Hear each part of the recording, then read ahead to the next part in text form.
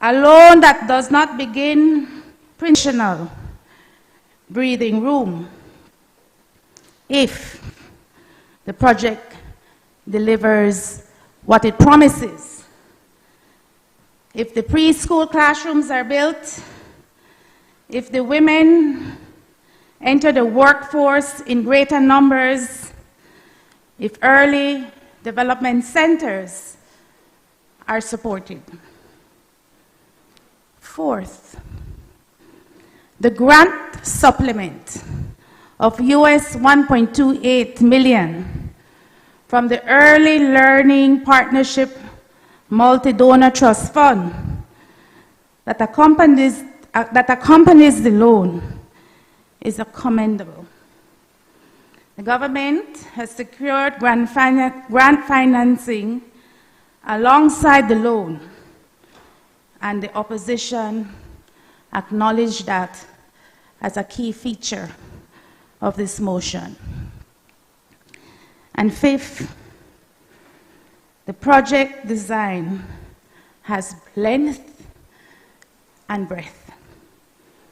It covers, as the Prime Minister outlined, construction of preschool classrooms, improvement of existing services, support for early development, entrepreneurship, private sector engagement for female employment. That, Mr. Speaker, is not a narrow, single activity loan. But we do have concerns, and it is imperative that we raise them in this House. The first concern is scale and targeting. US $23.5 million, or 47 million Belize dollars, is a significant commitment for any administration. The motion tells us that the project will operate, quote unquote, in targeted areas. But which areas? Which districts? Which communities have been identified as the priority beneficiaries of new preschool classroom construction? The motion is silent on this, and I would hope, in the name of Maud McSweeney Tega, that Punta Negra would be one of them. The House is being asked to approve $23.5 million without knowing where it will be spent or how targeting will be determined. Mr. Speaker, under the United Democratic Party administration, the Caribbean Development Bank had financed a comprehensive educational needs assessment, so that when these decisions are made, they were based on the overall impact that where these investments would be placed. The people of Toledo, of Orange Walk and Stan Creek deserve to know of Belize City, where their children's early childhood needs were considered, and whether targeted areas is a phase that will be defined after the loan is signed. The second concern, Mr. Speaker, is the implementing architecture. The Central Executing Unit of the Ministry of Finance is the implementing agency. in collaboration, it has been noted, with the Ministry of Education and the Ministry of Human Development. 3 ministries, 1 CEU, 1 executing structure. Mr. Speaker, we know. We've experienced it in both administrations, where multi-ministry project structures have documented a history of coordination failures. What governance arrangements have been put in place to prevent the project from repeating these patterns? The motion provides no answer. Third, Mr. Speaker, the concern of impact evaluation.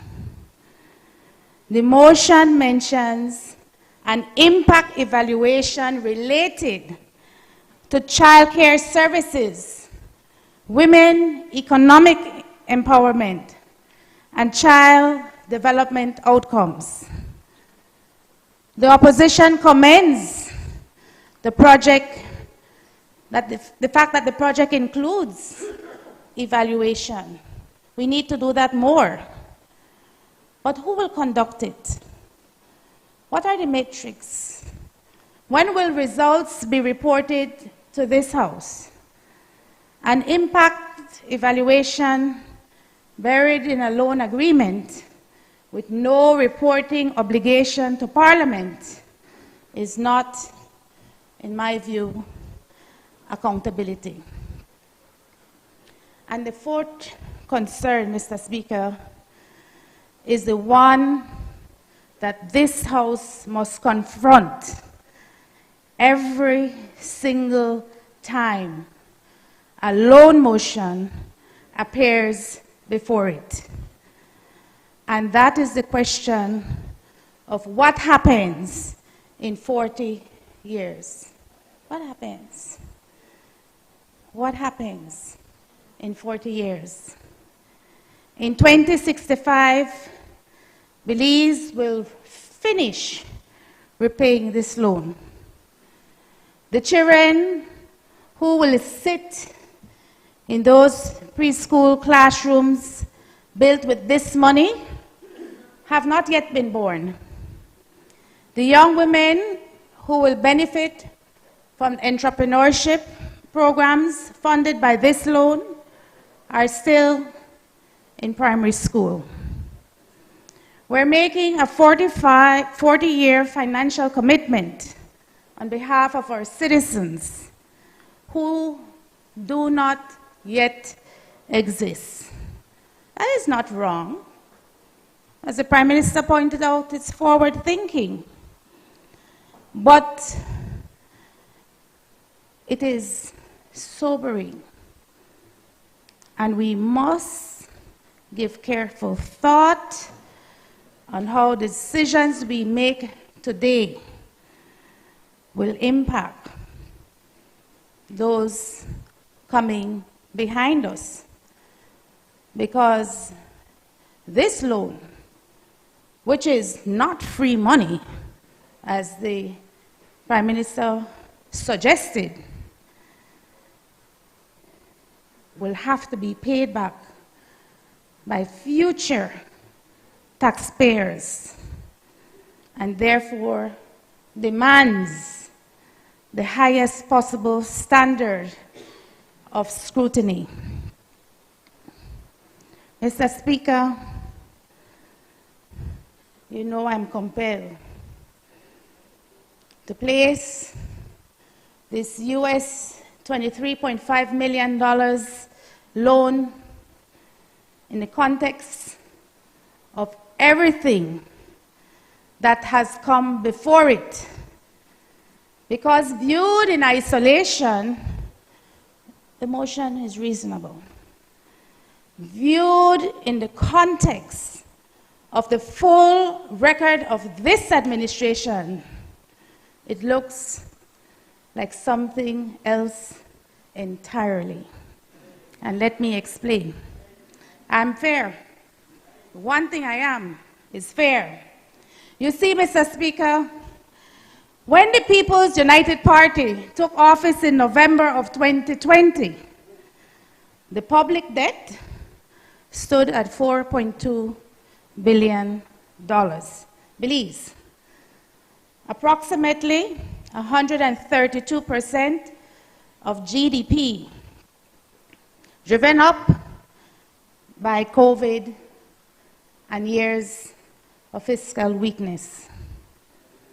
The country was in genuine distress. I promise you, my friend, I'll be fair. And the opposition acknowledges that starting point. But, Mr. Speaker, two extraordinary things happened that were not a result of the government's fiscal discipline.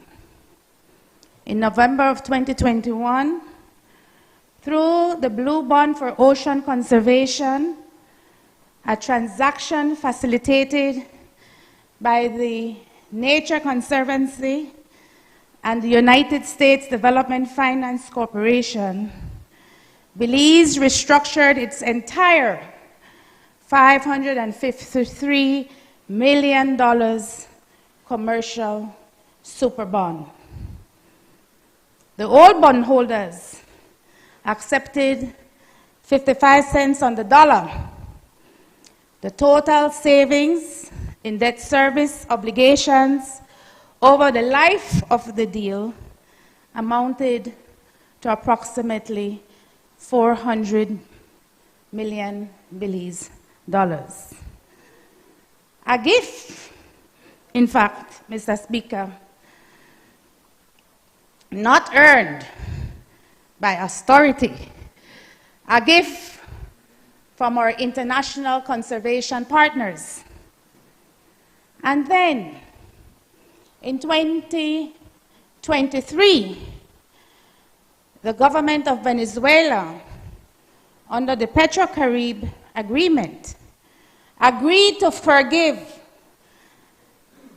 $600 million in debt that Belize owed for petroleum received under the program. Another gift. Belize did nothing to earn that forgiveness except be Belize. And what did this administration do with it, Mr. Speaker? They borrowed it back, every last cent. Every dollar of it. And you're right, Member for Messop, and more. Today, as the Prime Minister himself confirmed in presenting the 2026-2027 budget just months ago, the public debt stands at $4.676 billion. $4.676 billion. That is higher in absolute terms than the 4.2 billion this government inherited in November of 2020. After Belize, after the $1 billion in gifts, after the most favorable debt restructuring in Belize history, the debt today is higher than the debt when they arrived. The government will tell you that the debt to GDP ratio has improved dramatically from 132% to 66%. And numerically, that is indeed the case. But, Mr. Speaker, the ratio fell because GDP grew, because the economy recovered after COVID, because tourism returned, because the denominator got larger, not because the government, as it promised to do, as it forced the teachers and public officers to withstand great austerity measures, stop borrowing. The absolute debt barely moved an inch. What moved instead was the willingness, the blood, sweat, tears of our public officers who took on those austerity measures. In 2022 alone, in just 161 days, this administration borrowed $730 million from the IDB, from the World Bank, from Kabe, from Taiwan. More than $1 million Belize dollars a day, 5 days a week, for 5 straight months.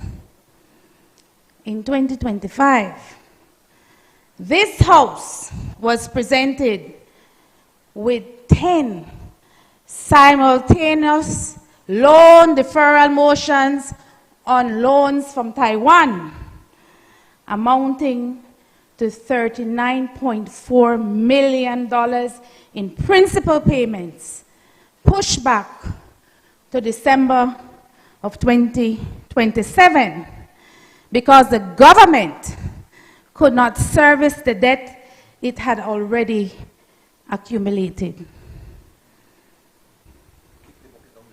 Kicking the bucket down the road for future generations. The government called it fiscal management, but the record speaks for itself.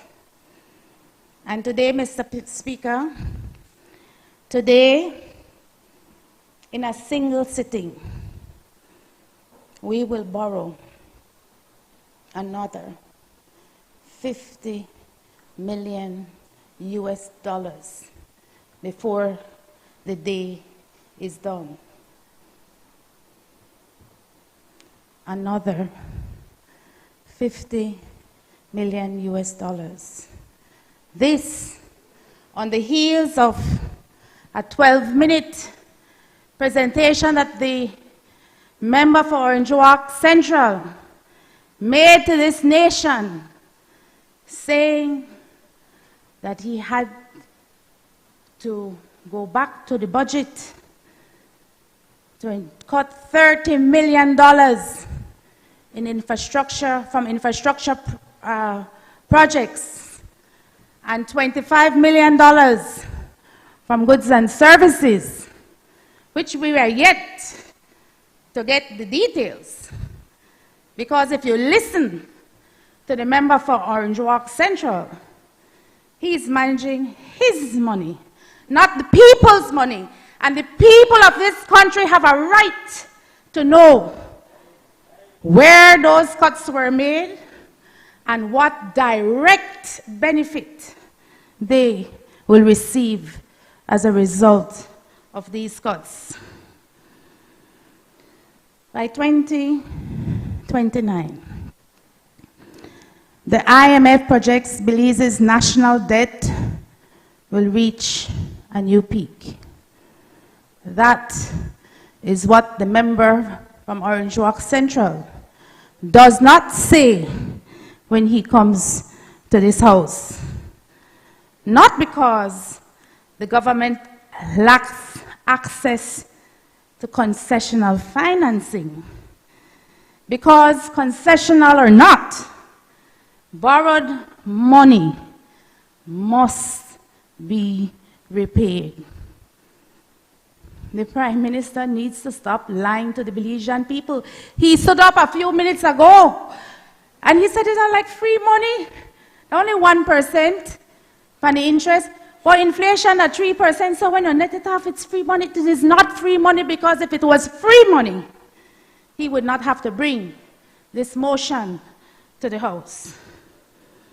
And every new loan, however worthy its purpose, however low its interest rates, adds to the queue of obligations that my children's children will have to repay.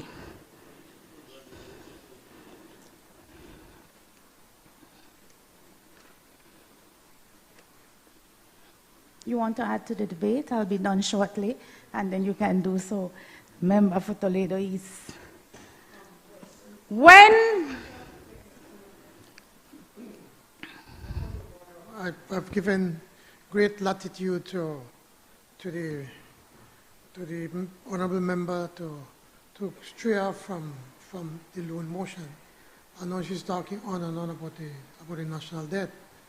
She wants to debate the national debt. We have the numbers, and so that's. What is the point of order? The point of order is that you are. What is the point? Get to the point of order, Mr. Member for Orange Walk Central. Member from Albert, can I? I don't have my book right here, but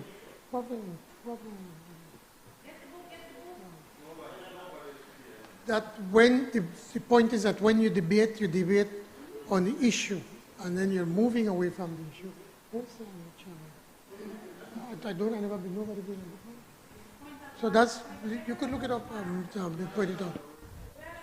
Member from Albert, I ask that we keep the debate to the point of to the motion. I absolutely am. I absolutely am. But your Prime Minister, when he comes to this honorable house to tell the Belizean people what his government is obligating us to do in the future, must present the entire picture. But I understand, Member for Orange Walk Central, it's uncomfortable, it's uneasy for the truth to be laid before the Belizean people. Mr. Speaker, the opposition has a few requests, and we believe they're quite reasonable. We request a geographic breakdown of the targeted project areas, which districts, which communities, which specific institutions will benefit.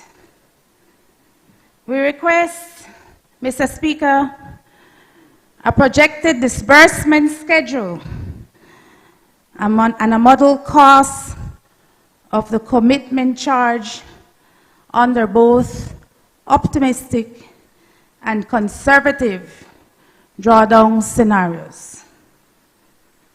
We request a detailed multi-ministry coordination framework showing how the CEU, Ministry of Education, and the Ministry of Human Development will execute this project without delays that have plagued similar structures.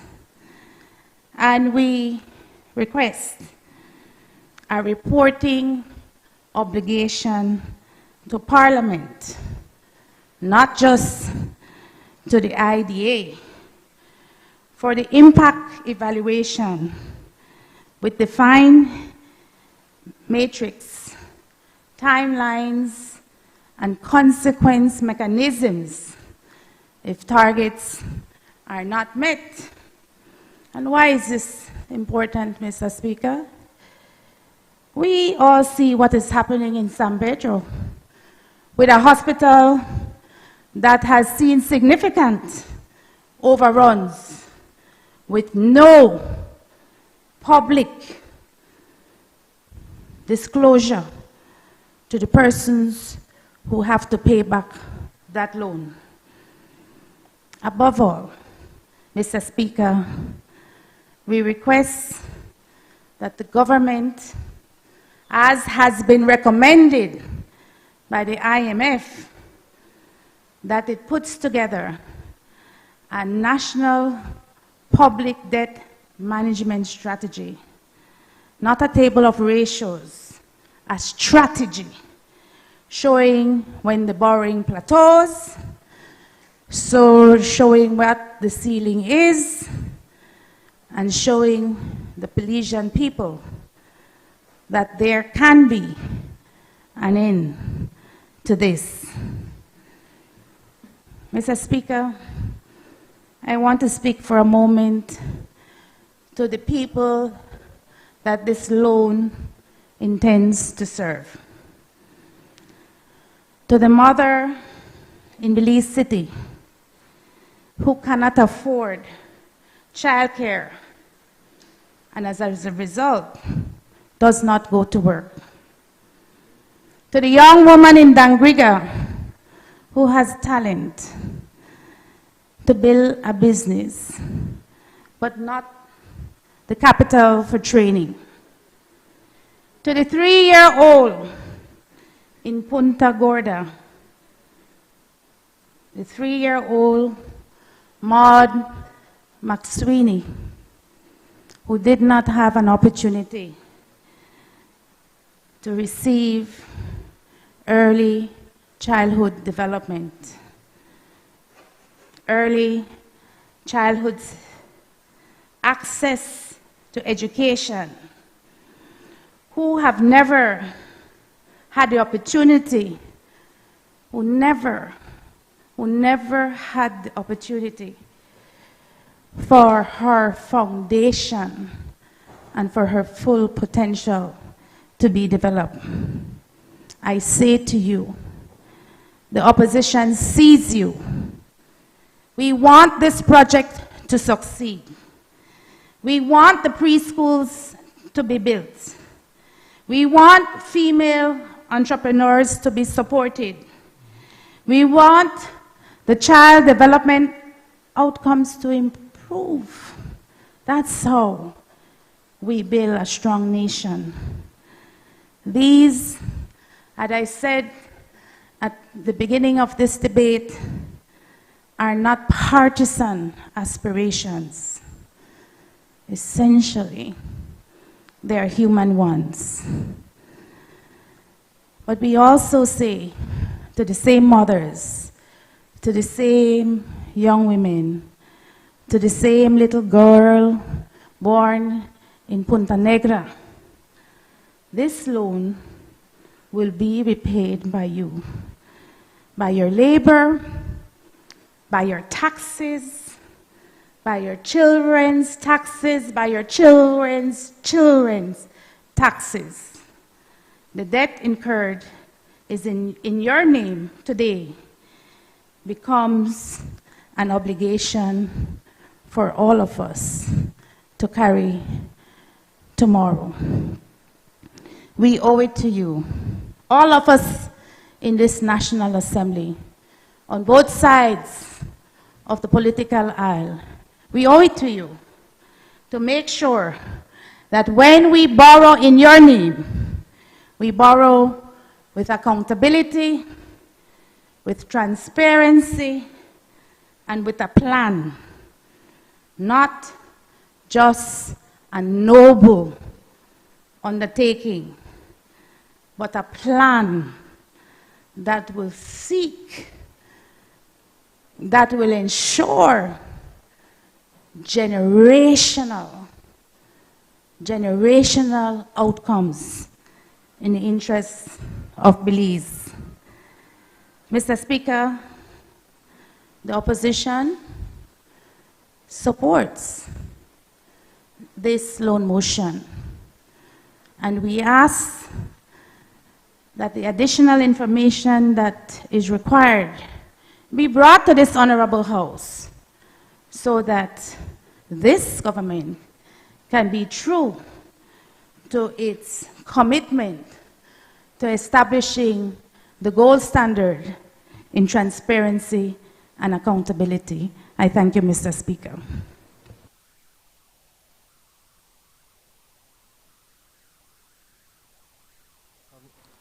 I recognize the member from Mesopotamia.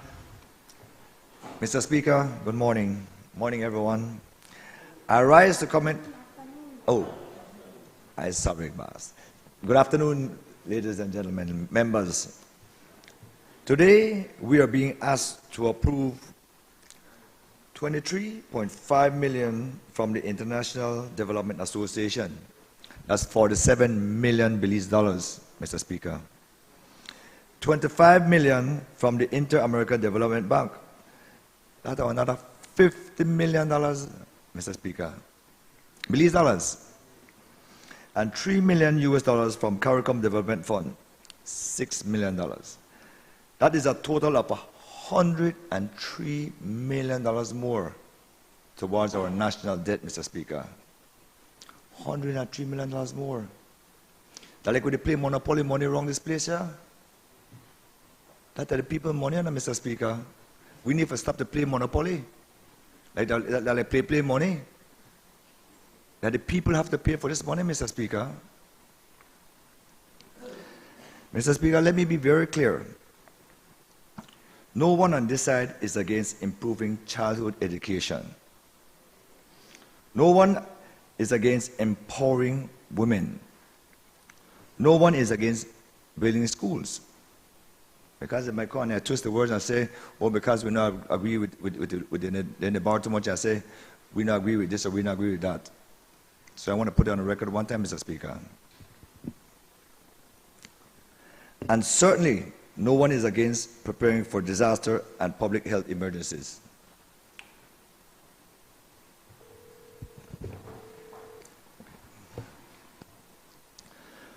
But at some point, Mr. Speaker, this House must ask a simple question. How much more money can Belize borrow? We are already nearing $4.7 billion if we're not done the over it already.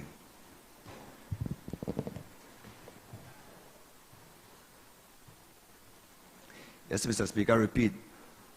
We are probably not there yet, but probably over it already because the figures are always different, but roughly $4.7 billion. Last year I'm at 4.67, I know definitely with the over $4.7 billion.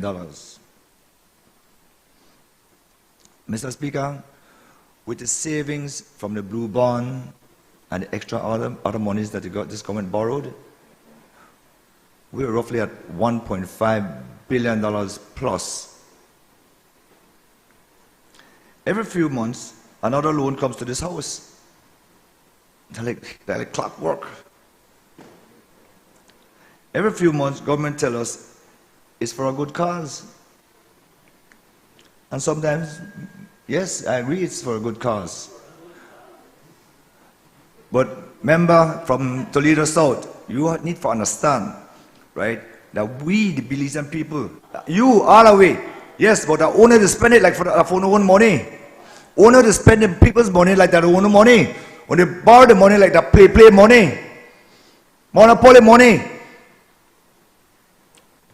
Member from Toledo, thank you.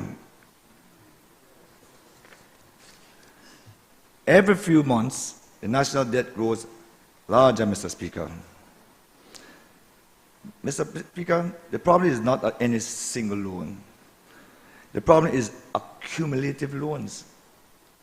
Just like what the leader of the opposition said earlier, we bought 10 loans that kicked the bucket down the road. Lot of loans, Mr. Speaker. Today is education. Tomorrow is roads and bridges. Next month, it is housing. Member from Toledo, there's many ways to develop this country. Yes, but irresponsible borrowing is not the way. Irresponsible borrowing, spending the people money like their own money. Thank you, Mr. Speaker. No, I'm not finished yet, Prime Minister. I'm not finished yet, Prime Minister. Right? But sometimes the members they want to interrupt me, and I need for telling her two choice words. You know? Thank you, Mr. Speaker. I could continue, right? Please proceed with your Okay. statement.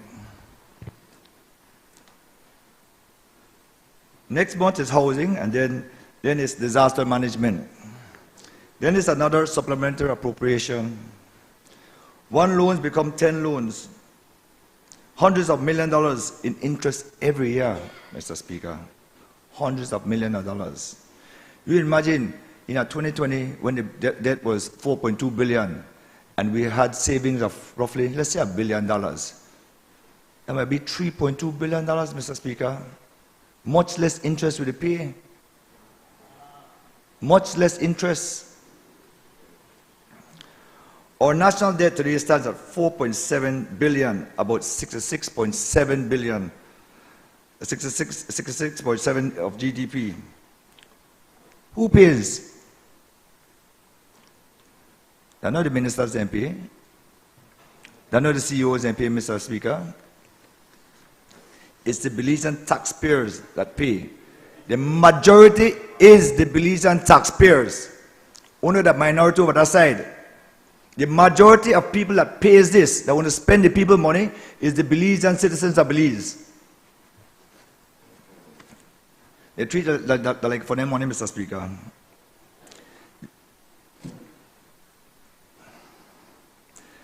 The young mothers buying groceries pays, Mr. Speaker. The bus operators buying fuel pays, Mr. Speaker. Hundreds of $1 million in taxes. But then we will get to that later, member for Toledo. We'll talk about the gas thing later. The small business owner struggling with rising costs pays. Mr. Speaker, this government continues to borrow while Belizeans are still asking, why are food prices still high? Why are fuel prices still affecting transportation costs? Why are utility bills still rising? Why are we constantly being told that there is no money, yet they're always borrowing money? At some point, we must move from a borrowing economy to a productive economy. We cannot continue putting today's bills on tomorrow's children. You see, member from Toledo South, Toledo, the money we borrow today, yes, we are paid some, we are paid some, and the majority of the Belizeans are paid. But if we children, our grandchildren, they will be the one who feel the brunt of this. Right? This is a bad decision making in order to make. So while these projects may sound noble, Mr. Speaker, I urge this government to finally present a clear plan showing how much total debt Belize has accumulated from 2020, how much these loans will cost in interest and fees. Interest and fees. Last I checked, I'm $189 million. Mr. Speaker, that don't include principal. And how these projects will generate measurable returns for Belizean people. Because, look, they borrow the money easy, but repairing it is hard, Mr. Speaker. Especially when we have like the war, the rising gas prices. Yes, but member of Toledo, they say, Mr. Prime Minister says it's imported, right? What the Prime Minister did not say, right? It reduced excise tax, but it never reduced the GST, or it never reduced ET.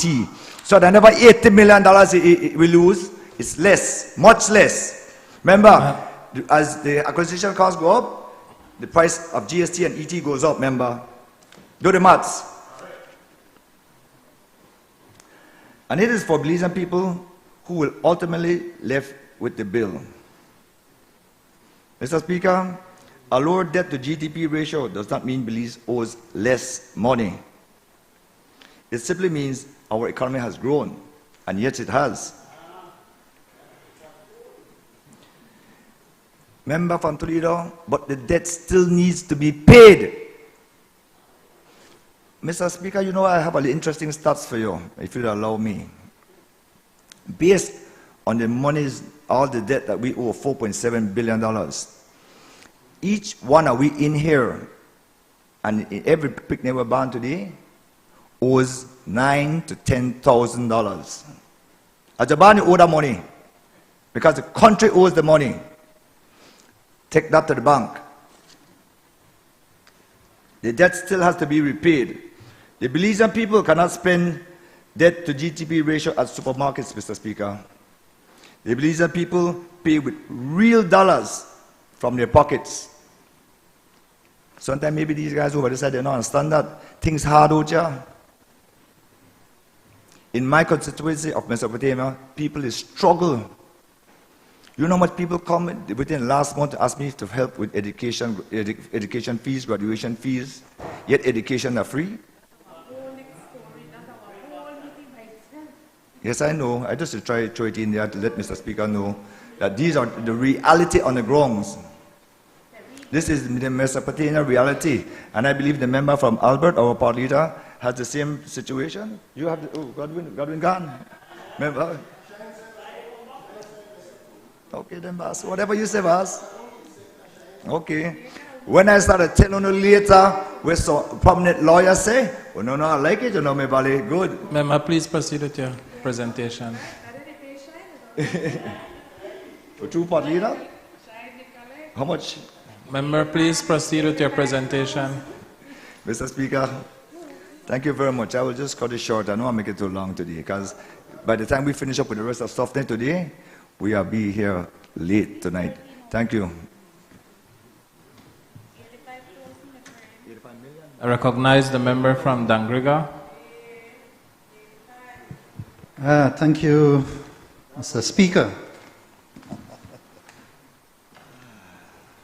I want to say that as the member from Albert was speaking earlier, we were kind of very elated about the support that she had been giving to this motion. But it deteriorated very fast, sadly. And quite alarmingly.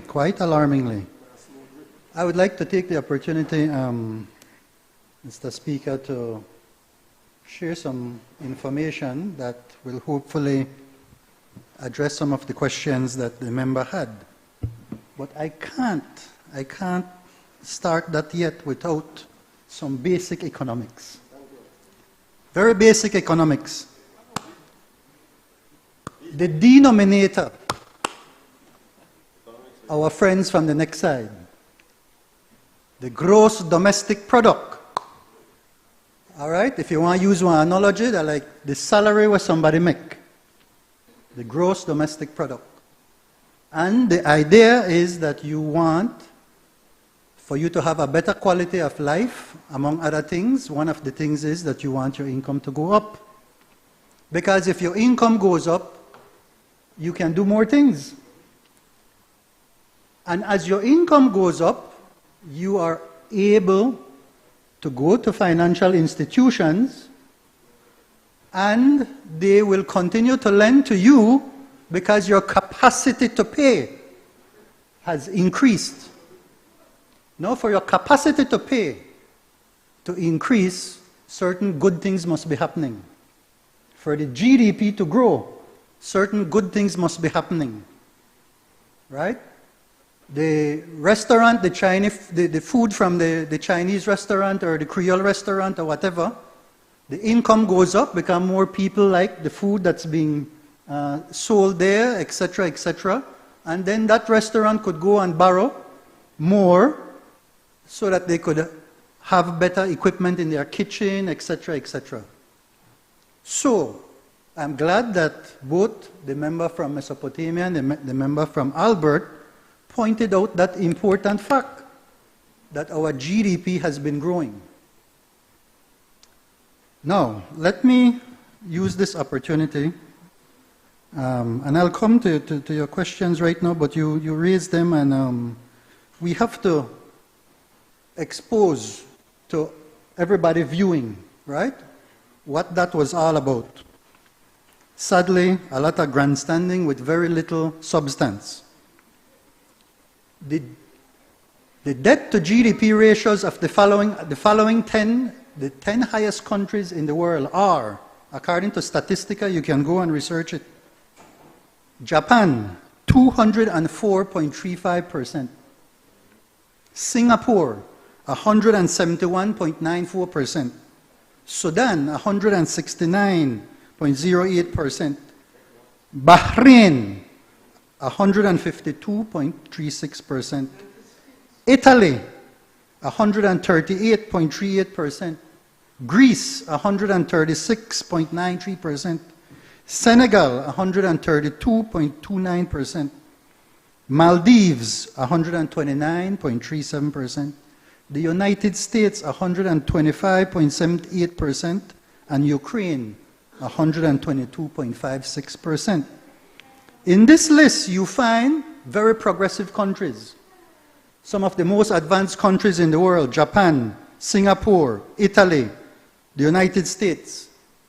So borrowing in itself, there is nothing wrong with it. What is wrong is when you borrow and you don't know how to invest the funds. Like what happened in your last administration. Right? No, you're here now looking at how this administration is investing its funds. Right? And the fact that all those loans that you listed out have been granted to the country is because of the high credibility that we have attained as an administration led by our Prime Minister, John Briceño. That is why you can see us having all of these loans being approved. Right?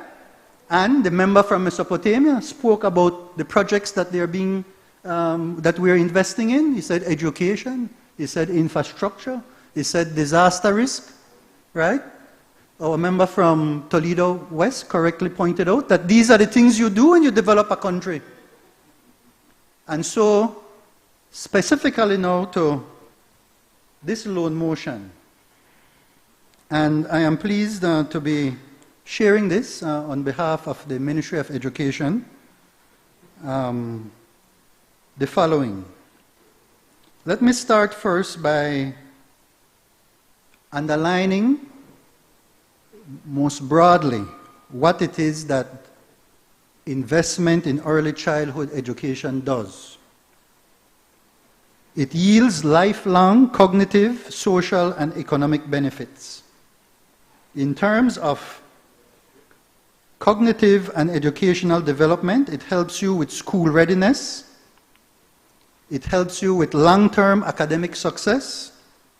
It helps the child with STEM proficiency. A second grouping, social and emotional growth. It helps with behavioral improvements. It helps with crime reduction, and this is research results. We're embroiled right now in a conversation in our nation about the factors that affect young people, the factors that affect crime, and the factors that affect family, etc. Early childhood education is one of the most important investments you can make to address these things. In terms of health and well-being, the evidence is clear that it helps with physical and mental health going on, and this is lifetime for the child. Economic returns, it increases earning potential for those who do get that opportunity compared to those who don't.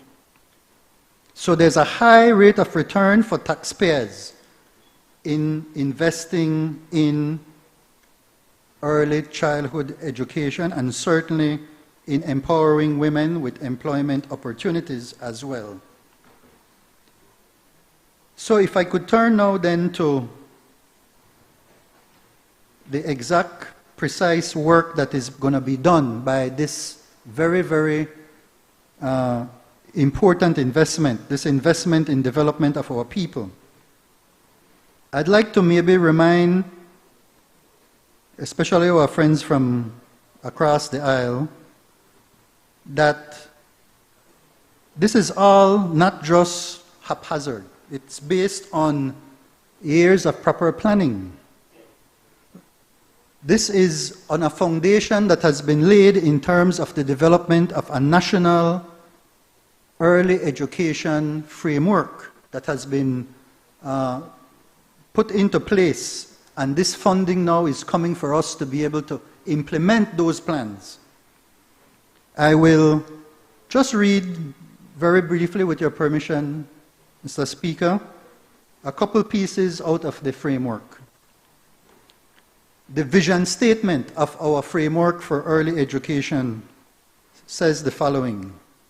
It said, the preschool competency-based curriculum is a comprehensive guide for stakeholders to provide young children with quality education, to be confident, resilient, and critical thinkers.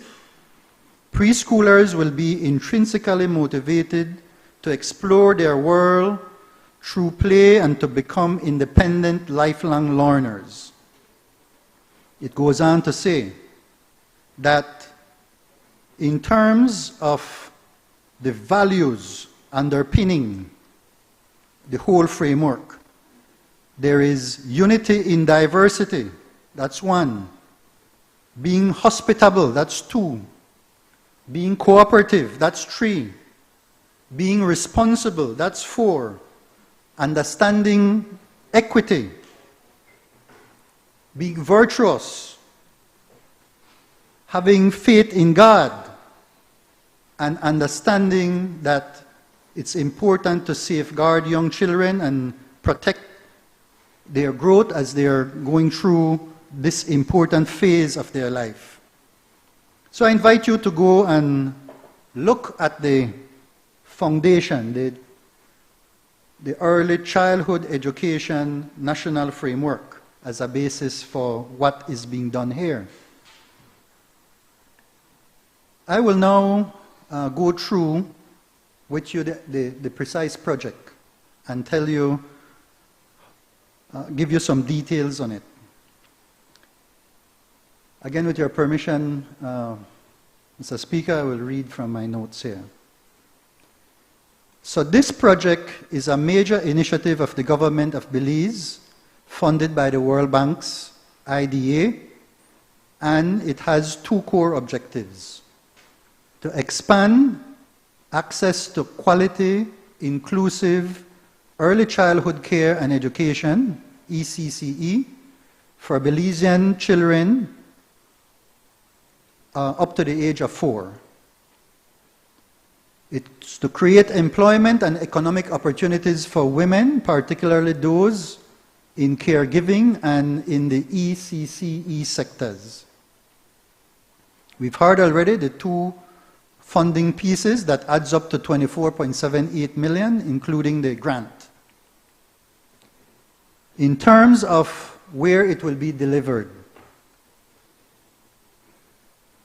there are 5 priority preschools that will have new construction in the first phase, and they include the following from the following communities: Belama, Lords Bank, Kikaka, San Pedro Town, Lockett Strike Village.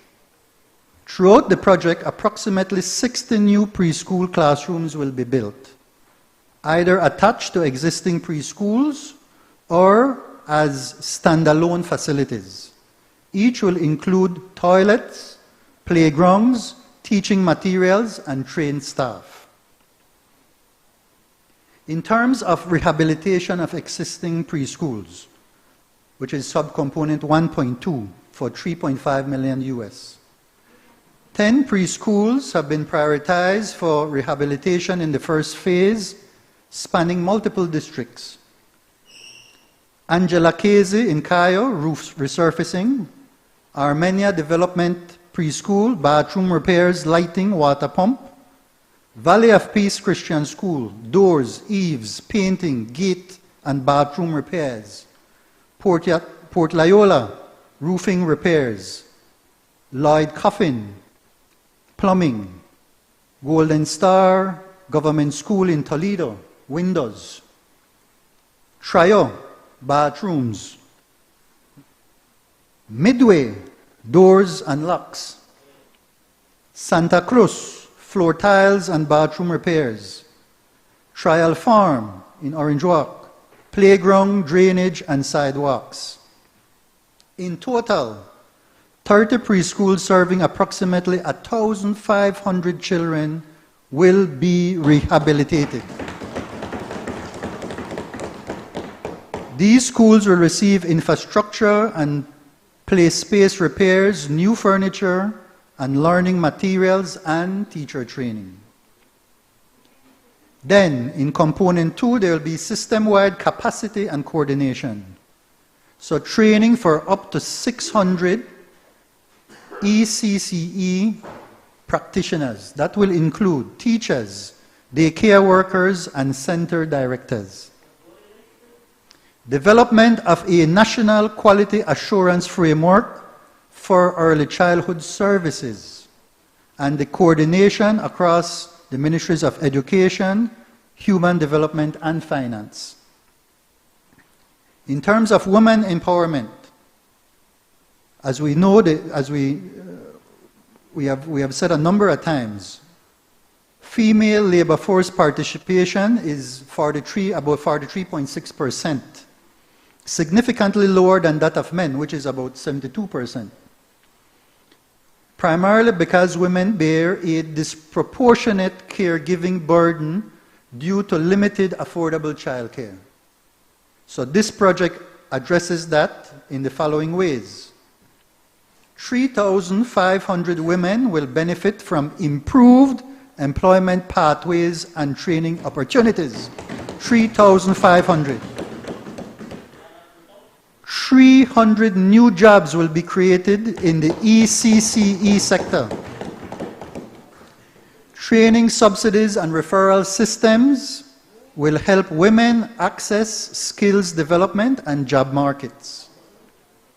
And we know that men are currently 2.4 times more likely than women to enroll in TVET programs, and so the project aims to address that gap as well. Overall, then, we will have 6,500 children, including 3,250 girls, access to quality ECC services, prioritizing disadvantaged communities. That's 6,500 children overall. 3,500 women, the 600 practitioners, and then overall it will impact 380 preschools with infrastructure upgrades, furniture, and learning materials. Additionally, 4,000 people will benefit from climate-resilient infrastructure improvements. So, the first 5 new schools were chosen as a part of a pilot to be validated and that will scale up. So that is why we have 5 in the first instance. We already mentioned that that includes Belama, Lords Bank, Kikaka, San Pedro Town, and Lucky Strike Village. Right? Accountability, that was a question that was asked. The project operates under rigorous World Bank fiduciary standards, including independent financial management, procurement oversight, annual work plans, and monitoring against clear targets. A grievance redress mechanism, imagine even that is in there, allows communities to raise concerns, and progress is regularly reported to Cabinet and the World Bank. So this project demonstrates our government's commitment to Belize's most vulnerable and promising populations, our youngest children and women. Investing in the first 5 years of life builds a foundation for the next 50. Empowering women economically strengthens families and the nation. I'd like to close by expressing gratitude to the World Bank and certainly to all the persons involved in putting this together, from the Ministry of Finance, the Ministry of Education, and certainly from Ministry of Human Development. And we will continue, we will remain committed to transparent, accountable, and community-driven implementation. Thank you, Mr. Speaker. I recognize a member from Korazabi.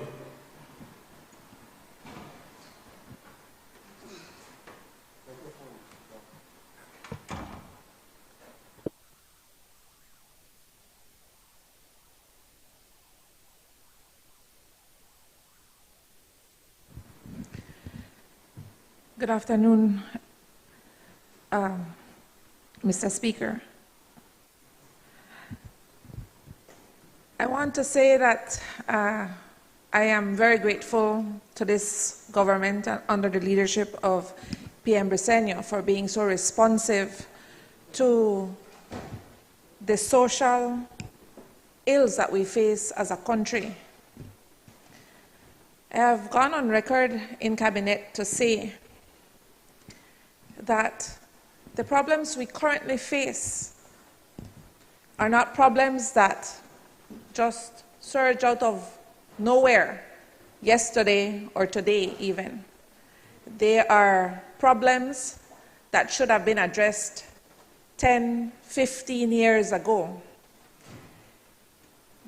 The youth, the young people, the children that come into the system through the Human Development, Family Support, and Gender Affairs Ministry are children that in the previous administration were 3, 4, 5, 10.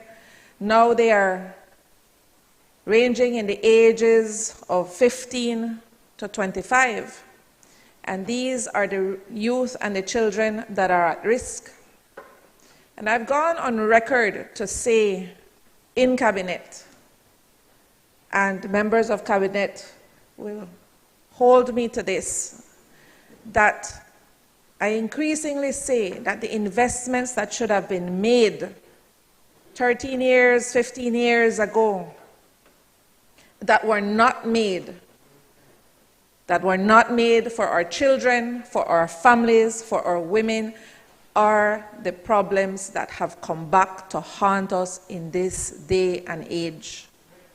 It is far easier, far cheaper, and makes more economic sense that we should have taken and invested in our people, invested in our young, invested in our women, invested in our families.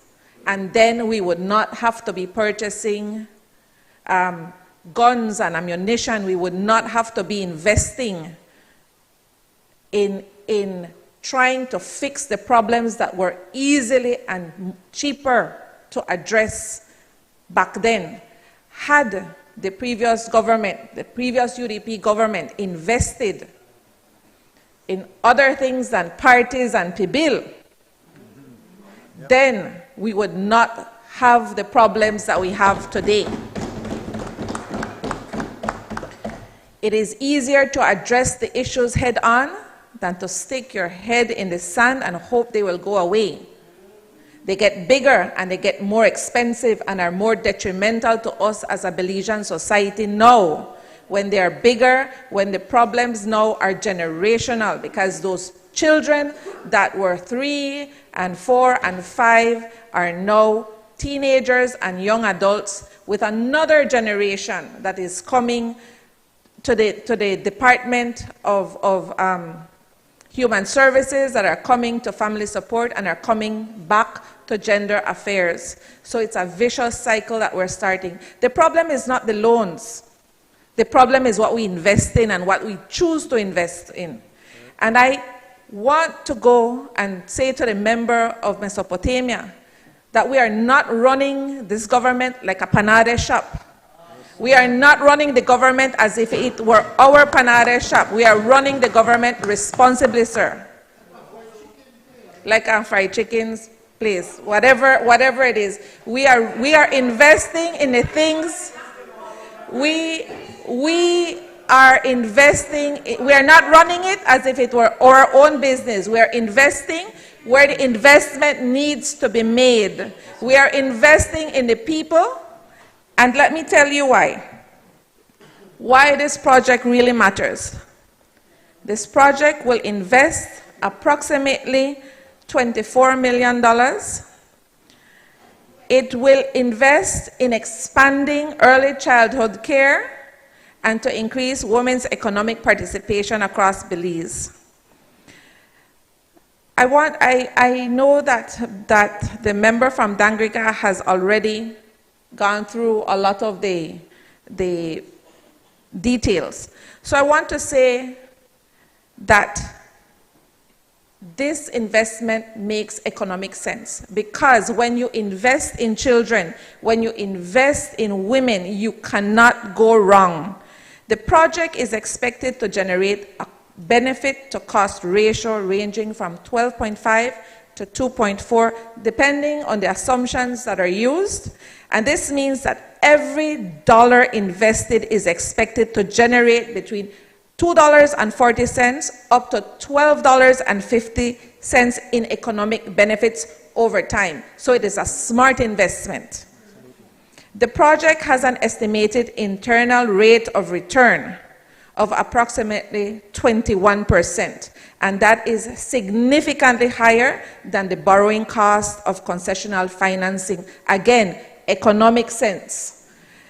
Even under conservative assumptions, this project remains economically viable, with sensitivity testing showing returns ranging from 4% to 26%. So, the international research consistently shows that investments in early childhood development generate some of the highest returns available to governments.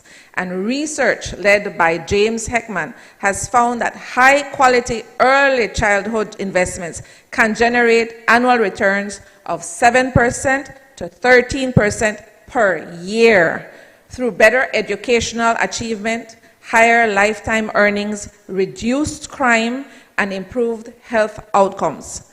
And the World Bank notes that children who receive quality early childhood services are far more likely to enter school ready to learn, complete more years of education, earn higher incomes as adults, and require fewer social interventions later in life, something that the previous government failed to do, failed to note, and failed to act upon. Increased access to child care also raises female labor force participation, which contributes directly to economic growth. The IMF has estimated that closing Belize's significant gender gap in labor force participation could increase national GDP by approximately 20%. These are not insignificant numbers. Empowering girls and women drives global prosperity, and that is what we want here in Belize. It drives education, resources, and equal opportunities, break the cycle of poverty, because women and young girls have the power to break poverty in just one generation. Empowering women makes fiscal sense, makes financial sense, and these investments help to close those gender gaps, create better outcomes for health outcomes for the entire family, not just the women and the children, and breaks cycles of abuse and makes Belizean families ultimately stronger. And so this loan has the support on behalf of the people of Corozal Bay. Thank you very, very much for this investment in our women, our girls, our children. And, you know, we should prioritize more of the investment in our people where it is needed. Thank you.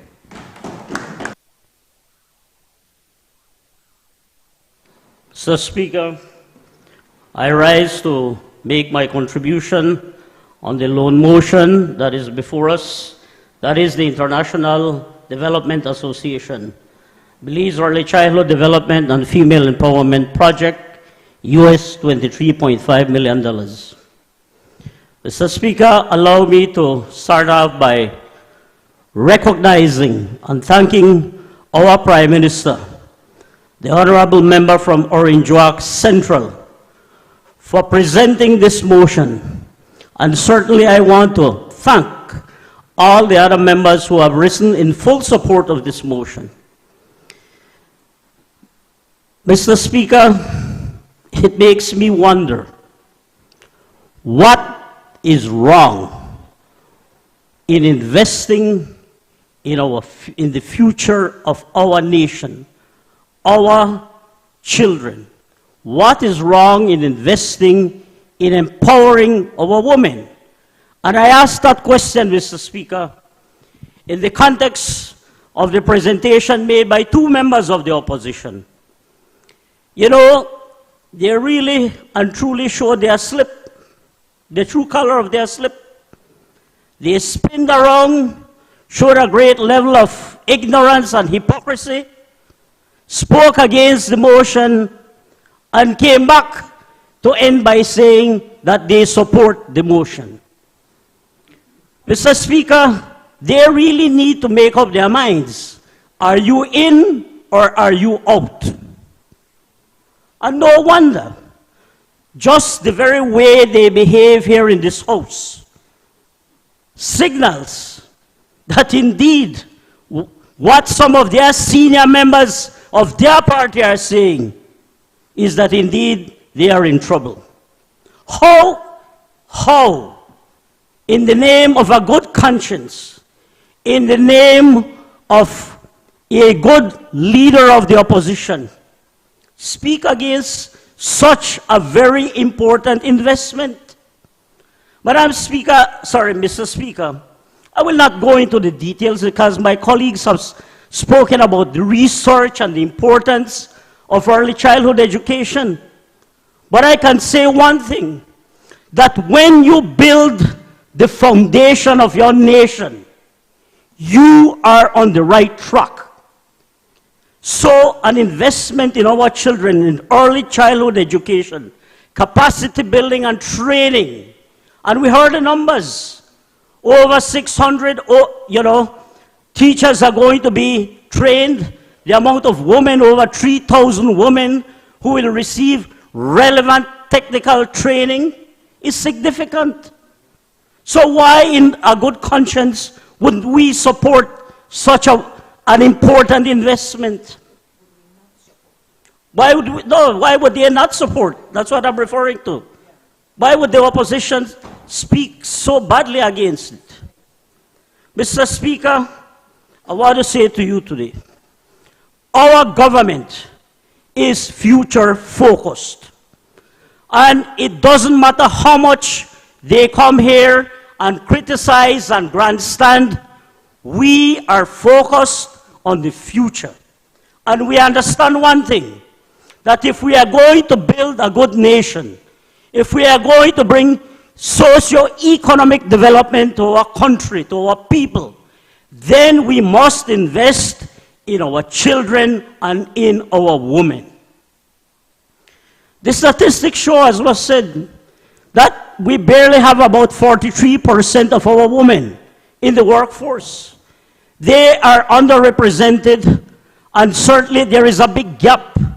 And if we are going to improve that, then it is initiatives and projects like these that are going to ensure that we have more of a woman relevantly trained and ensure that they can participate in meaningful development of our nation.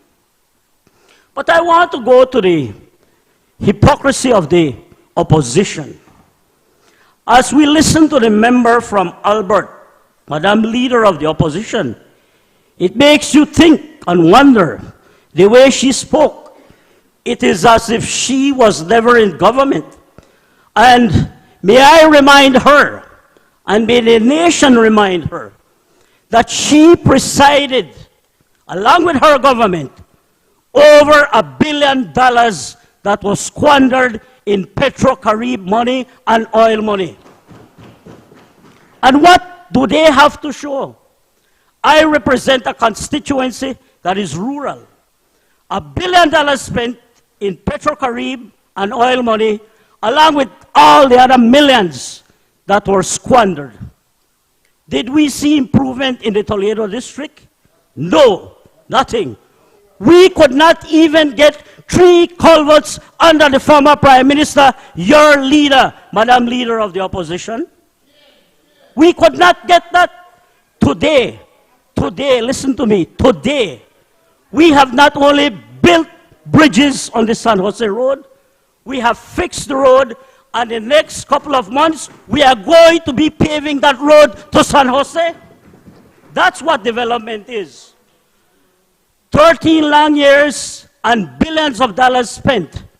Jalacte, San Vicente, San Benito Poite did not have electricity. Today, under People's United Party government, they are being electrified. 13 long years. 13 long years. Mabilha has a new water system. Mafredai has a new water system. Member for Albert. I recognize the member for Albert.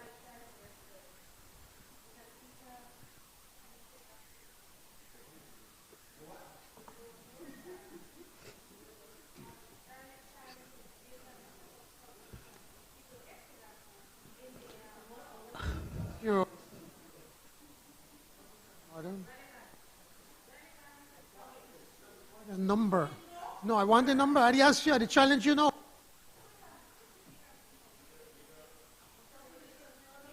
Leader of the opposition. He is not leader of opposition. I'm asking. You already stated that you're asking for relevance. Can the member for Njwak, Toledo, continue? Mr. Speaker, relevance. Again, it's important to point out. She started this, She started to talk about debt and started to talk about all kind of thing. She started talking about all sort of matter. So I tried to call her attention. She want to continue. You were gracious enough to allow her to continue. So we should allow our colleague from Dong So to be able to speak about all the great work that the People's United Party have done that they never did in 13 years. So, come on. Member for Toledo West, can you continue? Mr. Speaker. Thank you, Mr. Speaker. Mr. Speaker. Member for Albert, what is your much point obliged, of Mr. order? Speaker. Much obliged. I believe he has recognized me, so if you can have a seat. Sir? Member for Albert, member I will now ask you what is the point of order. Allow me the to, Speaker said for me to proceed.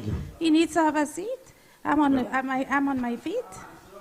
What is the point of order, member for Albert? The point of order is, when we speak about loan motions, it is relevant to speak about other loans. He is, the member for Toledo East, is not speaking about any loans. Or West. Toledo East, Toledo West, whichever Toledo. So I am saying, Mr. Speaker, that his presentation is not relevant to the loan motion. Thank you, Mr. Speaker. Mr. Speaker, I take... It is relevant because he is talking of those, you see, their loans help for all of the work that they're doing, including water systems and electricity and roads and culverts and bridge, all of because of the monies that we borrow. So it has great relevance, Mr. Speaker.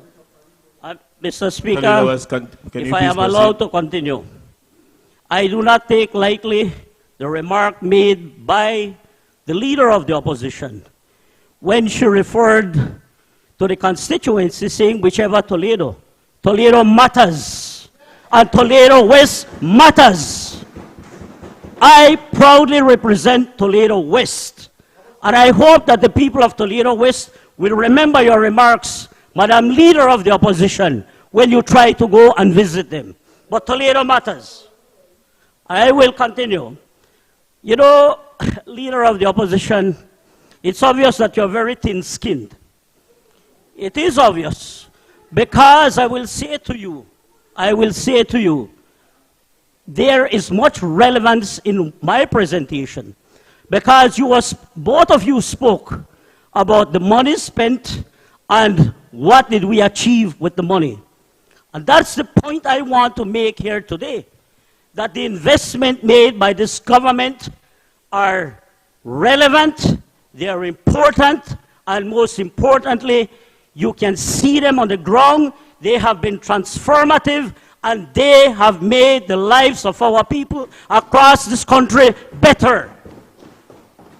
You know, I've sat here countless sitting of the House sessions, and I can readily recall the member, in fact, all members from that side, speaking so vehemently against the investments in our infrastructure. And it makes you wonder, if you were in government, what would you do? What would be your proposals? What would be your solutions to the development of this country? I will say to you, all the money that this government has borrowed, and one of the things is you have raised infrastructure, and today, when we travel from here to Belize City, you see the ongoing work that is happening. And why is that relevant? It is relevant because it is going to ensure that we have a state-of-the-art highway that will allow us to be able to grow economically as a nation. But it's like you deliberately put your head in the sand and refuse to see what this government has done. This government has invested in helping the cane farmers, has invested in helping the citrus industry, the tourism industry. So the point I am making here is that the government has a duty to ensure that, yes, we borrow prudently and that we invest wisely to ensure economic development. And I want to remind, of course, the rice farmers. Thank you, Prime Minister. I want to remind the leader of the opposition,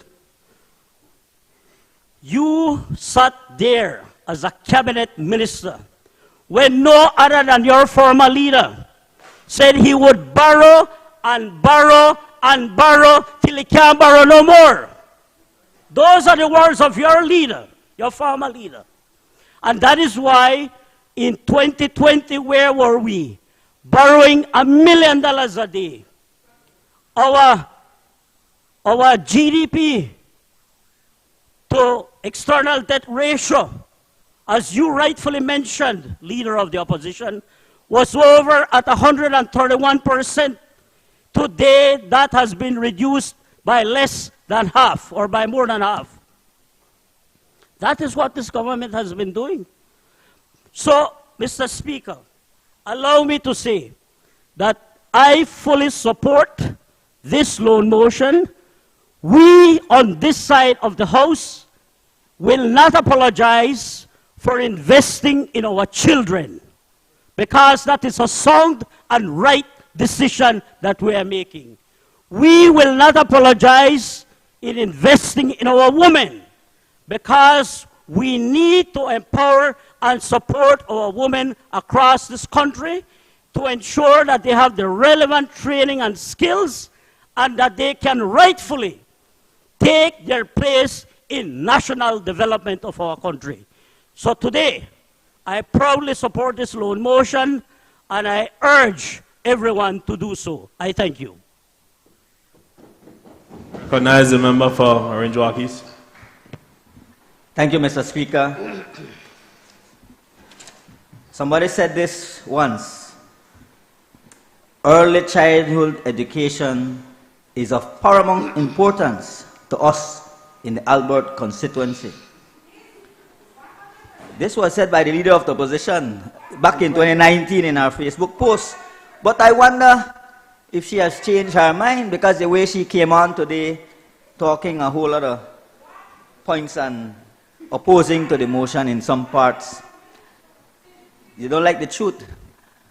But Mr. Speaker, I rise today in full support of this motion seeking the approval for the concessional financing agreement between the government of Belize and the International Development Association of the World Bank Group for the Belize Early Childhood Development and Female Empowerment Project. Mr. Speaker, this is not only a simple loan motion. This is an investment motion. It is an investment in our children, in our women, in our families, and ultimately in the future prosperity of Belize. This project, Mr. Speaker, before us will provide US $23.5 million in highly concessional financing to improve access to quality early childhood care and education, expand opportunities for women in the workforce, strengthen our national systems that support families, and ensure that every Belizean has the capacity to respond rapidly in times of crisis of emergency. Mr. Speaker, when we talk about development, we must understand that development is not only roads and bridges and buildings, but development is also investing in people. Development is also ensuring that every child has the opportunity to learn, to grow, and to succeed. Development is ensuring that mothers have access to child care so that they can pursue employment and contribute to the economy. And development, Mr. Speaker, is ensuring that the foundations for lifelong success are laid in the earliest years of a child's life. The evidence is overwhelming. Every dollar invested in early childhood development yields significant returns through improved educational outcomes, increased productivity, better health, and of course, reduced social costs. And this motion recognizes that reality. Under this initiative, Mr. Speaker, Belize will see the construction and expansion of preschool classrooms, improvements to existing early childhood services, support for child care centers, assistance for ECC practitioners, strengthening of information systems, workforce development, and greater opportunities for women to participate meaningfully in our economy. Mr. Speaker, this government understands that nation building requires vision. It requires confidence in our people. It requires making investments today that will produce benefits for generations to come. And that is why I find it very astonishing that members of the opposition would seek to oppose or criticize a motion designed to support Belizean children and Belizean women. The Belizean people, however, Mr. Speaker, deserve to hear the truth. When the UDP was in government, they borrowed extensively and irresponsibly. They borrowed, as the member for Toledo West said, they borrowed repeatedly. Yet, Mr. Speaker, too often those borrowings failed to deliver transformational improvements in the lives of ordinary Belizeans. The Belizean people were left with mounting debt and limited results to show for it. Today, the same individuals who accumulated debt without adequately investing into human development now want to lecture this government about borrowing. Mr. Speaker, there is a fundamental difference. As I said, they borrowed irresponsibly. We are borrowing strategically. They borrowed without a clear focus on people. We are investing directly in people. They borrowed and left many Belizeans behind. We are investing so that no child and no family is left behind. Mr. Speaker, this government is not borrowing to finance wasteful expenditures. We're not borrowing to sustain political patronage. We are not borrowing to enrich a privileged few. We are borrowing to build classrooms. We are borrowing to support working mothers. We are borrowing to create opportunities for women. We are borrowing to strengthen education. We are borrowing to improve human development outcomes. We are borrowing to prepare Belize for the future. That is the difference between those people over that side and this government led by our Honorable Prime Minister, the member from Marinjoak Central, the Honorable John Bresenio. And let us, Mr. Speaker, remember that this financing comes from one of the world's most respected development institutions under highly favorable terms. and the repayment period spans decades, includes a grace period, and reflects the confidence that international partners have in Belize and in the stewardship of this administration. The World Bank is not investing in Belize, Mr. Speaker, because of political slogans. It is investing because it recognizes that this government has a clear vision for development and a credible plan for implementation. Mr. Speaker, throughout our country, parents are working hard every day to provide a better future for their children. Mothers are balancing employment and childcare responsibilities. Families are making sacrifices so their children can succeed. This motion is designed for them. It is designed for the young child entering preschool. It is designed for the mother seeking employment. It is designed for the family striving for a better life. And it is designed for the future of Belize. And I would also submit that any member of this honorable House who genuinely believes in empowering women, supporting children, and creating opportunities for future generations should have no difficulty in supporting this motion. Exactly. The Belizean people are watching, Mr. Speaker. They will see who is prepared to invest in children and families, and who is prepared to play politics with their future. This government chooses investment. This government chooses opportunity. This government chooses development. And this government, Mr. Speaker, surely chooses the people of Belize. I therefore give my full support to this motion and urge all honorable members to vote in favor of this important investment in our nation's future. I thank you, Mr. Speaker. As the Honorable Prime Minister. Thank you, Mr. Speaker. I want to thank my colleagues that they have done such a wonderful job in wrapping up this debate. And again, sometimes, members of the opposition, they just can't help themselves. They started out well because they know it is a good program that we are using monies to be able to, borrowing these monies to invest in our children, young people, and women. And so they know that they can't come to this house to oppose it. But then they say yes, they will support it, but then afterwards start to throw all kind of stuff.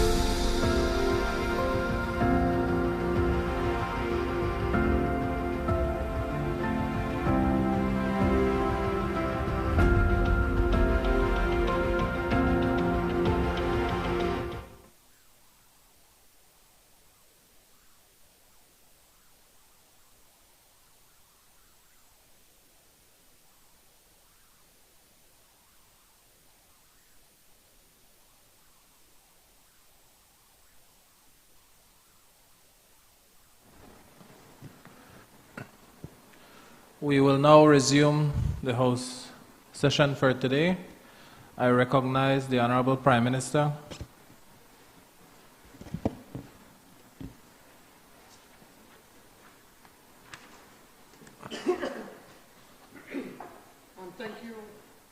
Thank you, Mr. Speaker.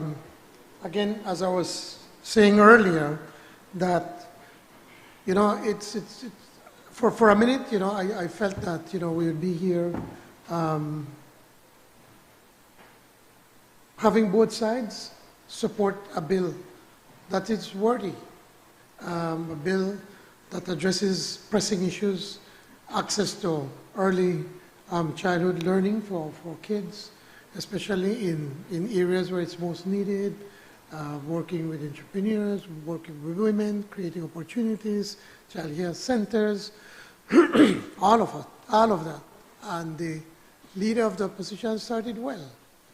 But then after that, then she started moving away from all of the goodwill that she was getting, not only here, but even with the public, and then started to become very negative in trying to kind of confuse the Belizean people.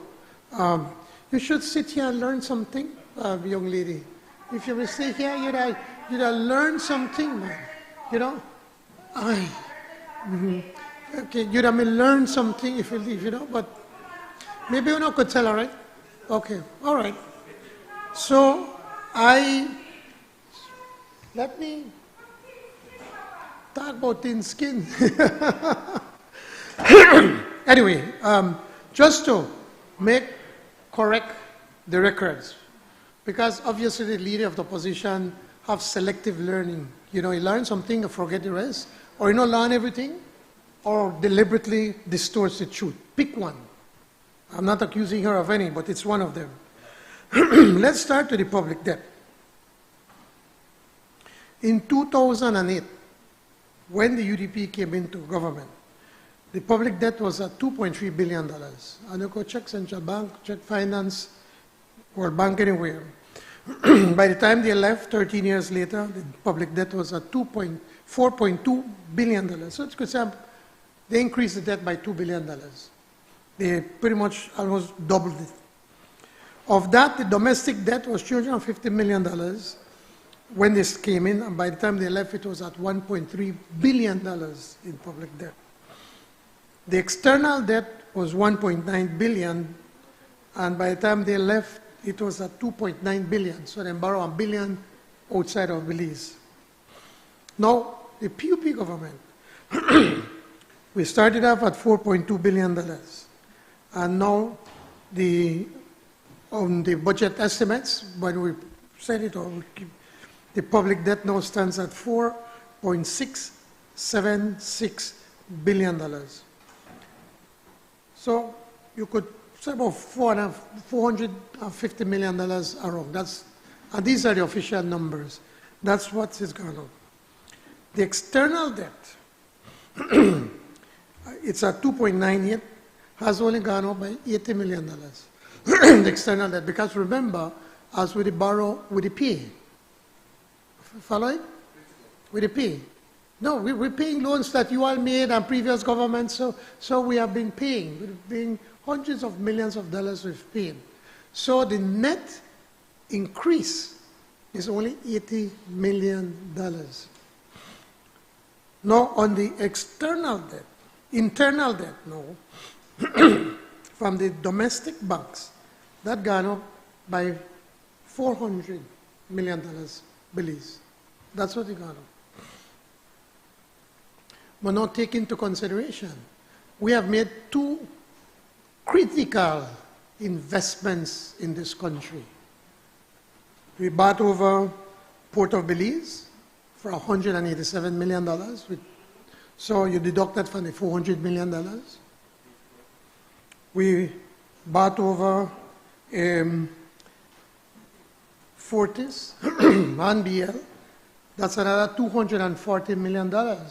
So basically, that $400 million that we have borrowed internally, honorable member from Mesopotamia, we have invested it in companies that will bring you back money. That's what we did. You know, borrow for God, spend. It's an investment. So that is how you give account for the $500 that the debt has increased. So in effect, if you were to remove that, our debt would not have increased. You follow me? Despite we borrow, but we pay more than what we borrow. I know it kind of hard for make you understand. But well, I'll sit down with you and give you the ABCs, no? So that's I'm coming to that. I'm coming to that, man. You don't, I want to jump to the blue one. The problem with you all, that the TNC went twice to try to pitch the blue bond. And you know what? One, they either never understand what they're representing to them, or B, they realize, hey, we can't hustle on this bit, so we're not interested. They did not get it done. Twice. I said, no, what's your point of order? That language. No, that's not, no, what's your point of order? No. What is your point of order? I will not yield until you tell me what's your point of order. What's your point of order? You need to have a seat, sir. I will not yield until you are give me the you point the of speaker order. of this house, sir? I am asking. Are you the speaker? I have a right. Any one of us, including yourself. You can speak to the Mr. chair, Speaker, not I will to not me. yield until she tells me what's the point of order. You need to yield. He is the chair. I've addressed the Speaker. Mr. Speaker, I will not yield until she says what is the point of order. You can't do that, sir. Member from Albert, can you please share the point of order? Improper motives. That's, He used unparliamentary language, and he suggested improper motives. And so, Mr. Speaker, I am asking for that to be struck off the record. Thank you, Mr. Speaker. Mr. Speaker, I said no such thing. Let me tell you what I said. I said that the previous government was unable to comprehend, to understand, to figure out, pick one word, what is it that was being proposed to them.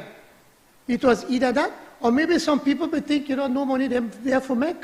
I never accuse anybody. It has to be one or the other. So you pick. I not accuse anybody of doing anything, so there's nothing to pull back. I was not giving. Did I say you? Did I say any? I am saying what happened back then. But coming back to this, Mr. Speaker, the debt that they are making such a big deal, which is that how we with the borrow and the borrow, with the borrow but with the pay. We don't have pay like them. And I'm coming to that when I give you what happened with the super bond. Now this is very interesting. In 2020, when we got into government, GDP was at $4.1 billion. 4.1. By the end of 2024, you know what was the GDP, Mr. Speaker? $6.4 billion. And by the end of 2025, our GDP was over $6.5 billion, Mr. Speaker. So our economy, nominally in numbers, by value size, Mr. Speaker, has gone up has grown by 58% since 2020. 58%. That's what our economy has grown. And these are numbers you could go verify at the Central Bank, at the Ministry of Finance.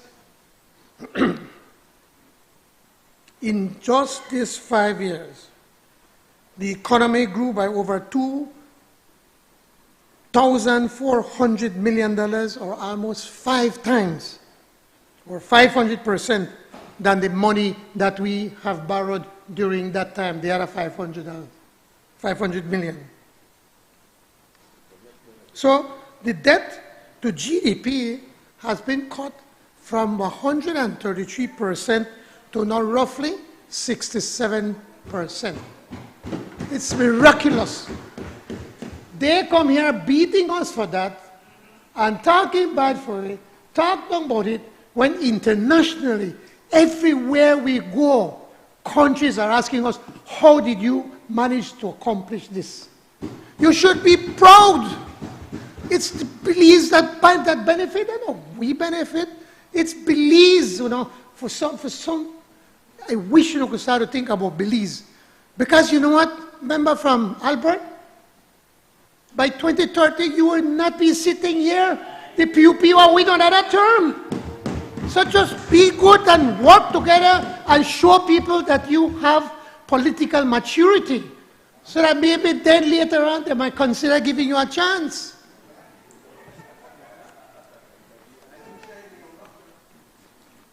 Huh? Shiny come up? Well, that's what he says, and the man, he's saying, and change the constitution.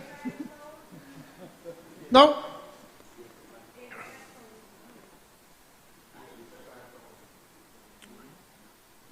what you speak about the blue bond. Now, let me remind you what's happened under the blue bond. And allow me to be able to read this, Mr. Speaker. Under the blue bond, Belize, not the NC, not the DFC, not the Americans or some foreigners, Belize, our negotiators, because it is our negotiators that met with the bondholders. We secured a 45% discount from what Belize owed under the Superbond contract. Now the original principal for the Superbond was $526,502,100. During COVID, again, of course, everything that COVID fault, no? Belize asked bondholders to capitalize interest, increasing the principal outstanding to $52,901,232. An additional US $18,241,763 was owed and unpaid in interest up to October 19, 2021.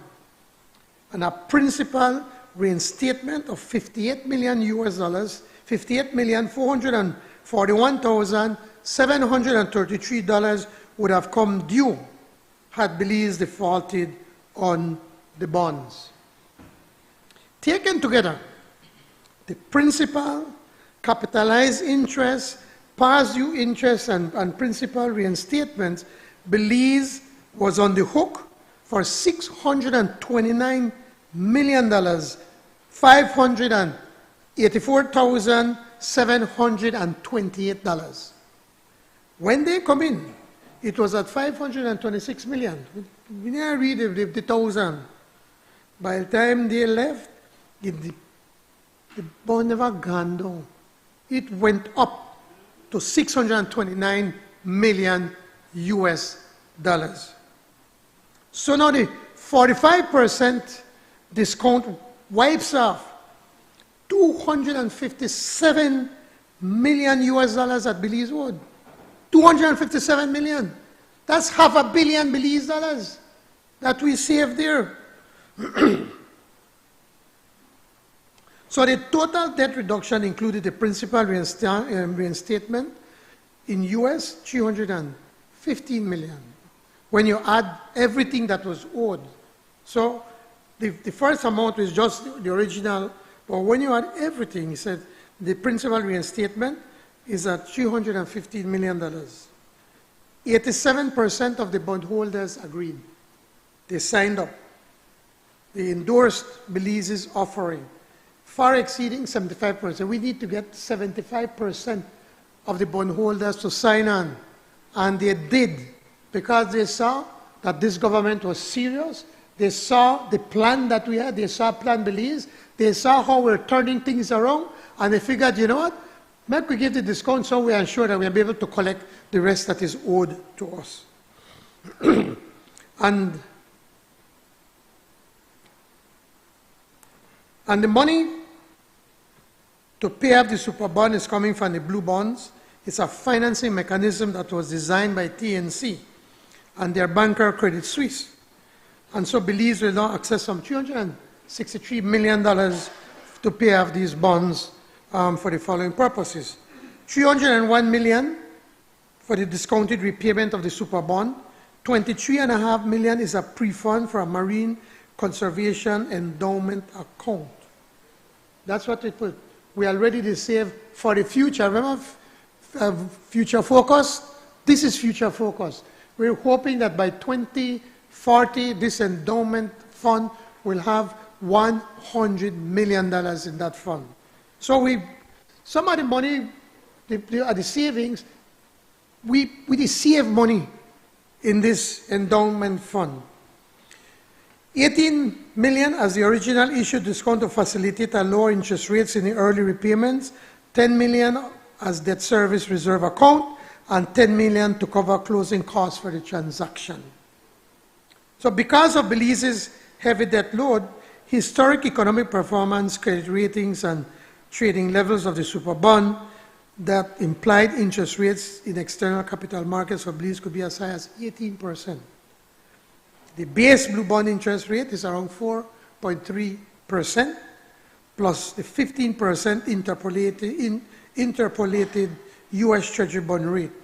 So the overall interest rate will be around 6%.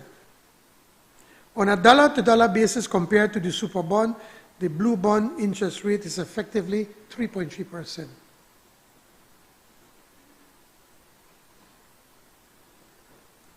I think I want to stop there because I'm sure I still remember from Mesopotamia, like the words like he can't comprehend. But we could sit down and we could sit down. He actually, no, he's not comprehend. He is in awe. He never know that his government did do all of this right here for the people of this country, including your children, will benefit from what we have done. And we never stopped there in savings. Because under Petro-Caribe, when we went and the monies that they spent with no accountability, now we were left with a burden to pay. We never cry foul. As a responsible government, they say, okay, well, we have to see what we are doing. And we have a good relationship with Venezuela. And then I sent my negotiators ahead to be able to come and start to negotiate, and it was a furious negotiations back and forth. Until when then Foreign Minister Ivan Cortes said, Prime Minister, now you have to come to Venezuela. He said to seal the deal.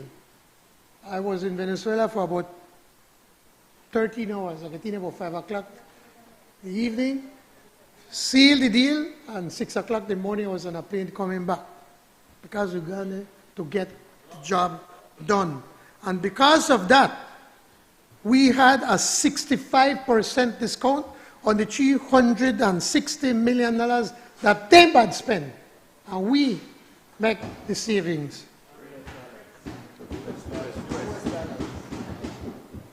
And it not finished there. It not finished there. Remember when they illegally acquired or took over the ship and company registry?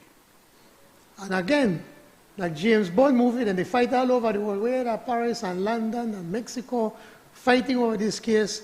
And then the CCJ said, yes, you're guilty, this belongs to them people, and you have to pay them. And what was it that they were asking for? $134 million. Well, we sent our negotiators, and we negotiated hard to settle. And how much did we end up to pay? $76.5 million. We saved another $57.5 million for the people of this country and your children and someday grandchildren. My granddaughter too, before you get excited. So, when we continue to look at these numbers, Mr. Speaker, what we have done with these savings, we have reduced the debt of every man, woman, and child in this country by over $2 That's what your government has done. Now, that crowd over there, no have the capacity, no have the ability, no have the interest to be able to do that kind of thing, because they had 13 years. 13 years, and look at what happened during their 13 years. The UDP per capita, when PUP left in 2008, UDP per capita, under the PUP when we left in 2008, was $11,332. Then get, yeah, we do that work. We do it. Yes. Well, wait, no, man, we don't come to that yet. These are 2008. 2008. Now, the oil that we find, then spend it. The Petro-Caribbean agreement that we signed, then spend it and benefit, which is over $1 billion. And then you borrowed another $2 billion during your time. So there you go, you have $3 billion. Plus the loans and the taxes that you collect, you could probably add maybe another $10 billion. Every year, put it at $1 billion. Just put easy numbers. So it affects 10 billion, and $13 billion they had to spend, which they should be investing, which they never invest. Then spend. By the time we come to 2020, Mr. Speaker, you know what was the GDP? Thank God you sit down. The GDP went from PUP 2008, $11,332, to UDP GDP in 2020, $10,418. They regressed by 8%. In 13 years, they spending over $13 billion. You know, expect was high school kid would have do better than that. But yet, they got lawyer, they got economists, they got engineer, I think. They got all kind of people over there. But yet, instead you could see growth. You saw a contraction in the spending of the money of this country, of our people. And then they come here to pontificate. They come here to point fingers. Like, really, man? You should be saying nothing. Yes, yeah, but COVID, for them, everything is COVID, you know. Look at we had, actually, yes, we had COVID for 13 years under the UDP because that's why nothing happened. 13 years of COVID. Now, compare it to this government. Okay, we inherited per capita from the UDP of $10,418. By 2025, GDP is $15,600. It's increased by over 50%. 50% in just 5 years. And 2020 and 2021, I mean, still the COVID years. 2022, we still better suffer from COVID. But we never sit down and cry. We never say, oh, UDP left with broke. We never say UDP have to borrow $1 million a day. When the leader of the opposition come and say, oh, that's 700 days borrowing $1 million a day. You are borrowing $1 million a day to keep the lights on. And we are borrowing to invest in this country, to invest in the future of this country, to invest in the children of this Belize. You want to talk? You want to come and make their allegations and pronouncements as if you get it like, like Moses get the tablets from the mountain? When you're totally wrong. And if you wish, Madam Leader of the opposition, we could sit down and speak privately and give you the information so you're not going out and embarrass yourself. No, you make them. How do you man August name? What they name? Alberto August. Want to go and expose against you to say I don't know what you talk about. I want to help you. I want to help you. I don't want to make them do that to you. I don't want to do that to you. Alberto Agas, not even measure in my radar. But it does to you because it's the one that you own, and one that you own the most violent things about you. So you don't expel them from the UDP? You don't expel them from the UDP? Huh? You don't expel them from the UDP? Alberto Agas said, don't expel him from the UDP, boy. But we don't want you. We don't want you at the PUP at all. So anyways, the point I'm trying to make, Alberto Agas, the leader of opposition, said that somebody in the PUP, they pay you. You better watch out, Alberto. I never knew you want on PUP, but just give a little secret, Alberto. We don't want you in the PUP. We want you to stay over there. You did do a good job. But on a serious note, Madam Leader of the Opposition, on a serious note, any information you feel that you want to clarify, we're prepared to talk to you. We're not going to try to hide anything from you. You started off well. You started off well in supporting. Mr. Speaker, I did not interrupt her, not once. Not once. We are prepared to provide any service. When your government brought a loan to build these schools, I remember when Patrick then become grandstanding here, you never tell me where schools you're building at the house because you don't do that. You speak about the loan and what is it, the general parameters of what is going to be done, because you don't want to burden the house with all of the lot of information.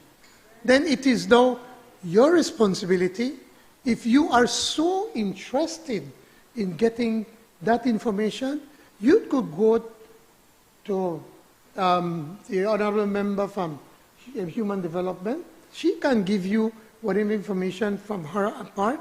You can go to the Ministry of Education, and they will welcome you and give you the information. Unlike during our time, we could not visit a single UDP office because they never opened the door to us, but we don't open government. We don't have nothing to hide. We could have saved a lot of time this afternoon today, Mr. Speaker, if she could have just get, the leader of the opposition could have gotten up and said, you know what, this is a good thing for these reasons, and I support. And the rest, but they never had to open their mouth, because they never said nothing new, but they could have been repeated and said, then support. And you could have been, don't look for one finished house meeting. Now they're almost 3 o'clock. Just because they feel that they have to just to oppose for oppose sake, and then try to come and either twist the truth or don't know what they're talking about. Again, Mr. Speaker, I urge both sides of this House to support this loan motion. Thank you. Honorable members, that motion is referred to the Finance and Economic Development Committee for examination, consideration, and report.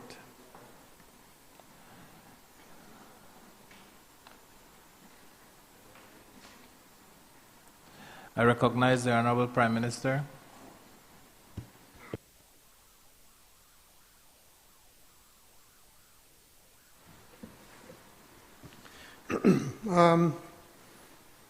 Mr. Speaker, this is the Inter-American Development Bank contingent loan for natural disasters and public health emergencies, US $25 million loan motion 2026.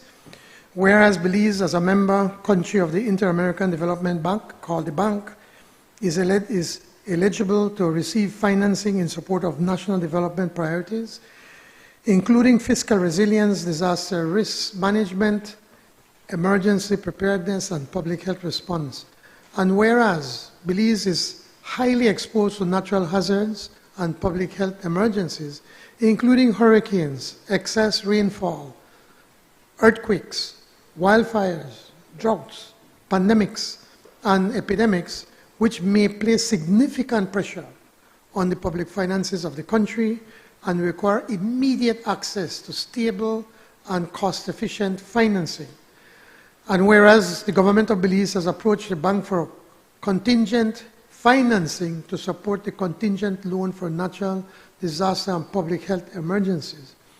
And whereas the purpose of the contingent loan is to contribute to alleviating the impact that a severe or catastrophic natural disaster or public health event could have on the country's public finances.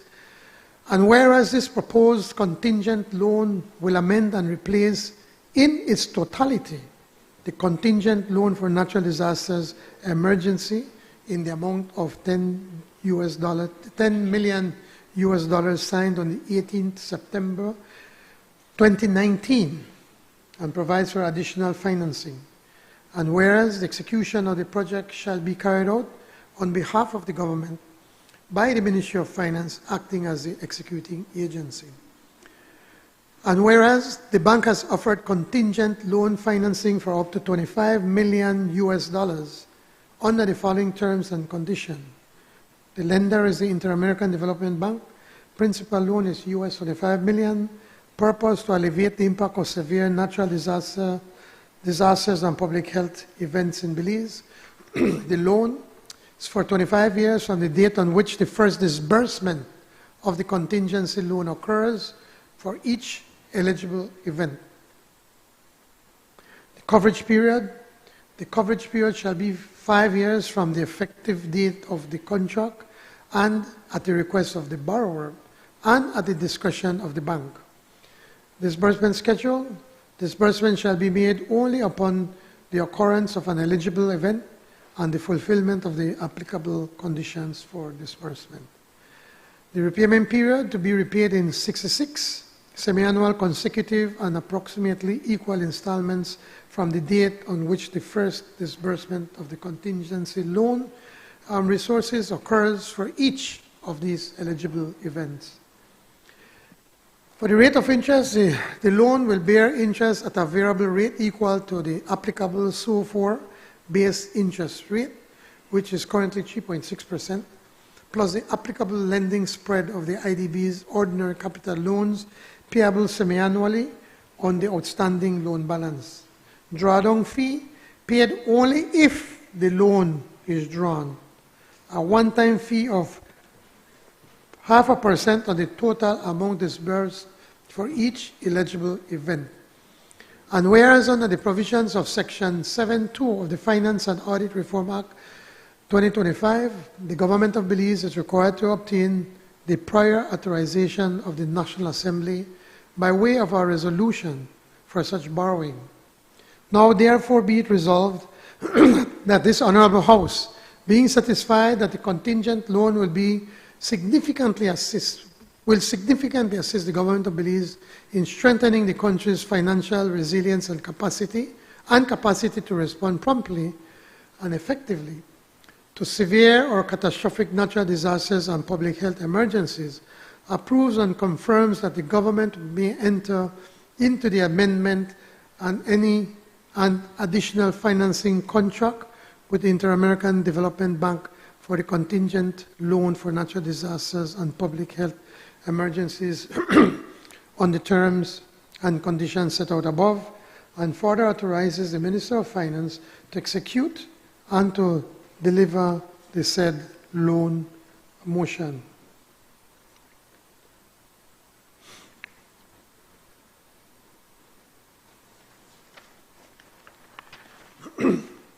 Mr. Speaker, this is a very straightforward loan. This is something that the former government worked with the IDB to have, like you have your credit. You're there at the store, they could say, I give you $100 credit. And only when you need something, you go and you get it, and then they deduct it from the $100. It's the same principle. The previous government did one for $10 million. Now you may ask, well, why is it that the government back then during COVID did not tell IDB, well, this is an emergency, so we want to draw down from it. Well, unfortunately at that time, and it's no fault of theirs, or nobody thought that one day we're going to have a pandemic that would literally shut down the entire world. They did not include this pandemics, public events such as COVID. They did not think about it. Now, our economy is growing, our infrastructure investments have been growing considerably, and the needs of the country continues to grow. So we believe that the 10 million by itself is not enough. So we managed to convince the IDB to increase that credit to 15 to 25 million, so increasing it by another 15 million.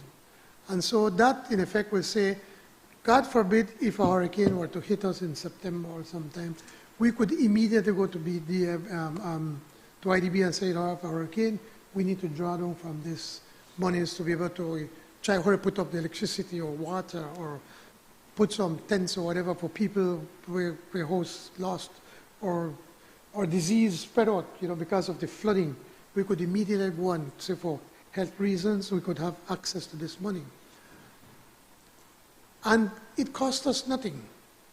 And I'm sure that the leader of the opposition would know that. It costs us nothing. It will cost us when we draw down. So we need to draw down on $5 million. Then we pay on just on the $5 million, not on the $15 million that would be left. If you remember, we have done something similar also using the IDA funding resources. I think it's another 20 million that we have there, and that one is even under much better terms than this. And this does not affect our debt. It does not increase our debt. It's just a credit line that you have available for times of emergency. So, Mr. Speaker, I really think that this is something straightforward, and I hope and ask both sides of the House to support. Thank you. Recognize the member from Albert. Thank you, Mr. Speaker. Belize is definitely living within a vulnerable hemisphere, vulnerable, of course, to hurricanes, floods, droughts, wildfires, earthquakes, pandemics, epidemics, and other non-abstract risks. It is a real threat for our people, our economy, and our public finances. The opposition recognizes the need for emergency financing. We understand the value of having rapid access to funds when our country faces severe natural disaster or public health crisis, as we saw in COVID. We ask that there is transparency, the gold standard that you promised, Prime Minister, accountability, and at all times, when it comes to these emergency funds, parliamentary oversight. We ask you, Member for Orange Walk Central, to commit that any drawdown under this facility will be publicly reported, independently audited, and brought back to the House for disclosure. We will obviously, in the interest of our country and people, will never stand in the way of having access to emergency financing. But we place on record the need for strict accountability, prudent management, and transparency to the Belizean people. I thank you, Mr. Speaker. I recognize the member from Fort George. Thank you, Mr. Speaker, and good afternoon. Mr. Speaker, I'd like to start by thanking the Leader of the Opposition and the Opposition for supporting this motion. It certainly is an example of proper fiscal planning. For all of the reasons mentioned by the Prime Minister, mentioned by the Leader of the Opposition, Belize is at risk for natural disasters, and we have to be able to be ready in the event that we have a hazard affecting our country. Now, I am happy that we are also able to include public health issues, Mr. Speaker, because as the Prime Minister rightly said, the last administration had a similar credit line, but because public health issues, if a national emergency is declared for a public health issue, they weren't able to draw down from this particular source of funding before. Mr. Speaker, also what it also shows is that decisions are being made by data, by analysis, by investment in our institutions that have to forecast weather events, investments in a National Meteorological Service, in a National Hydrology Service, in NEMO. That is what is driving the data-driven decisions that we are making today in the House, Mr. Speaker. And certainly I have to thank the work being done by the Chief Met Officer and his team, by the Chief Hydrology Officer and her team. And certainly I want to also state for the record that even though I know that the forecasts that we are seeing out there is that for a below average hurricane season, we can't take that for granted. We have to stay vigilant. We also have to acknowledge that we will have an extended drought this year, Mr. Speaker.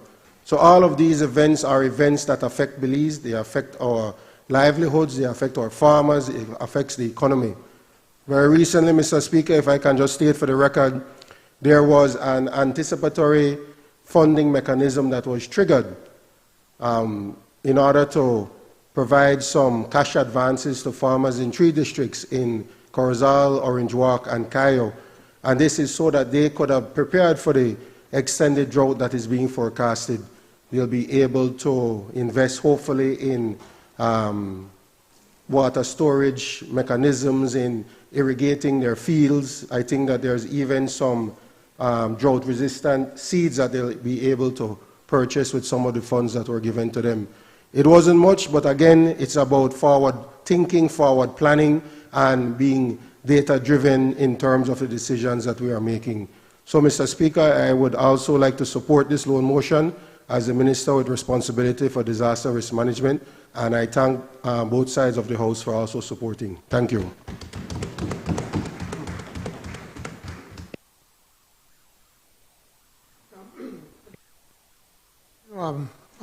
Mr. Speaker, and thanks to both sides of the House, we move the debate and the reading.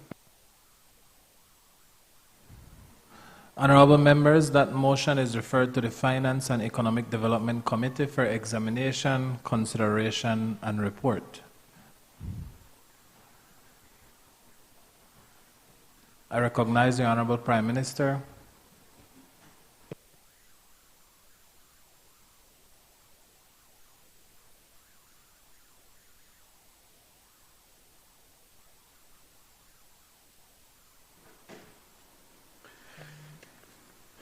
Mr. Speaker, this is a resolution recommending the appointment of a Contractor General Motion 2026. Mr. Speaker, I move whereas as Section 3.2 of the Contractor General Act, Chapter 6,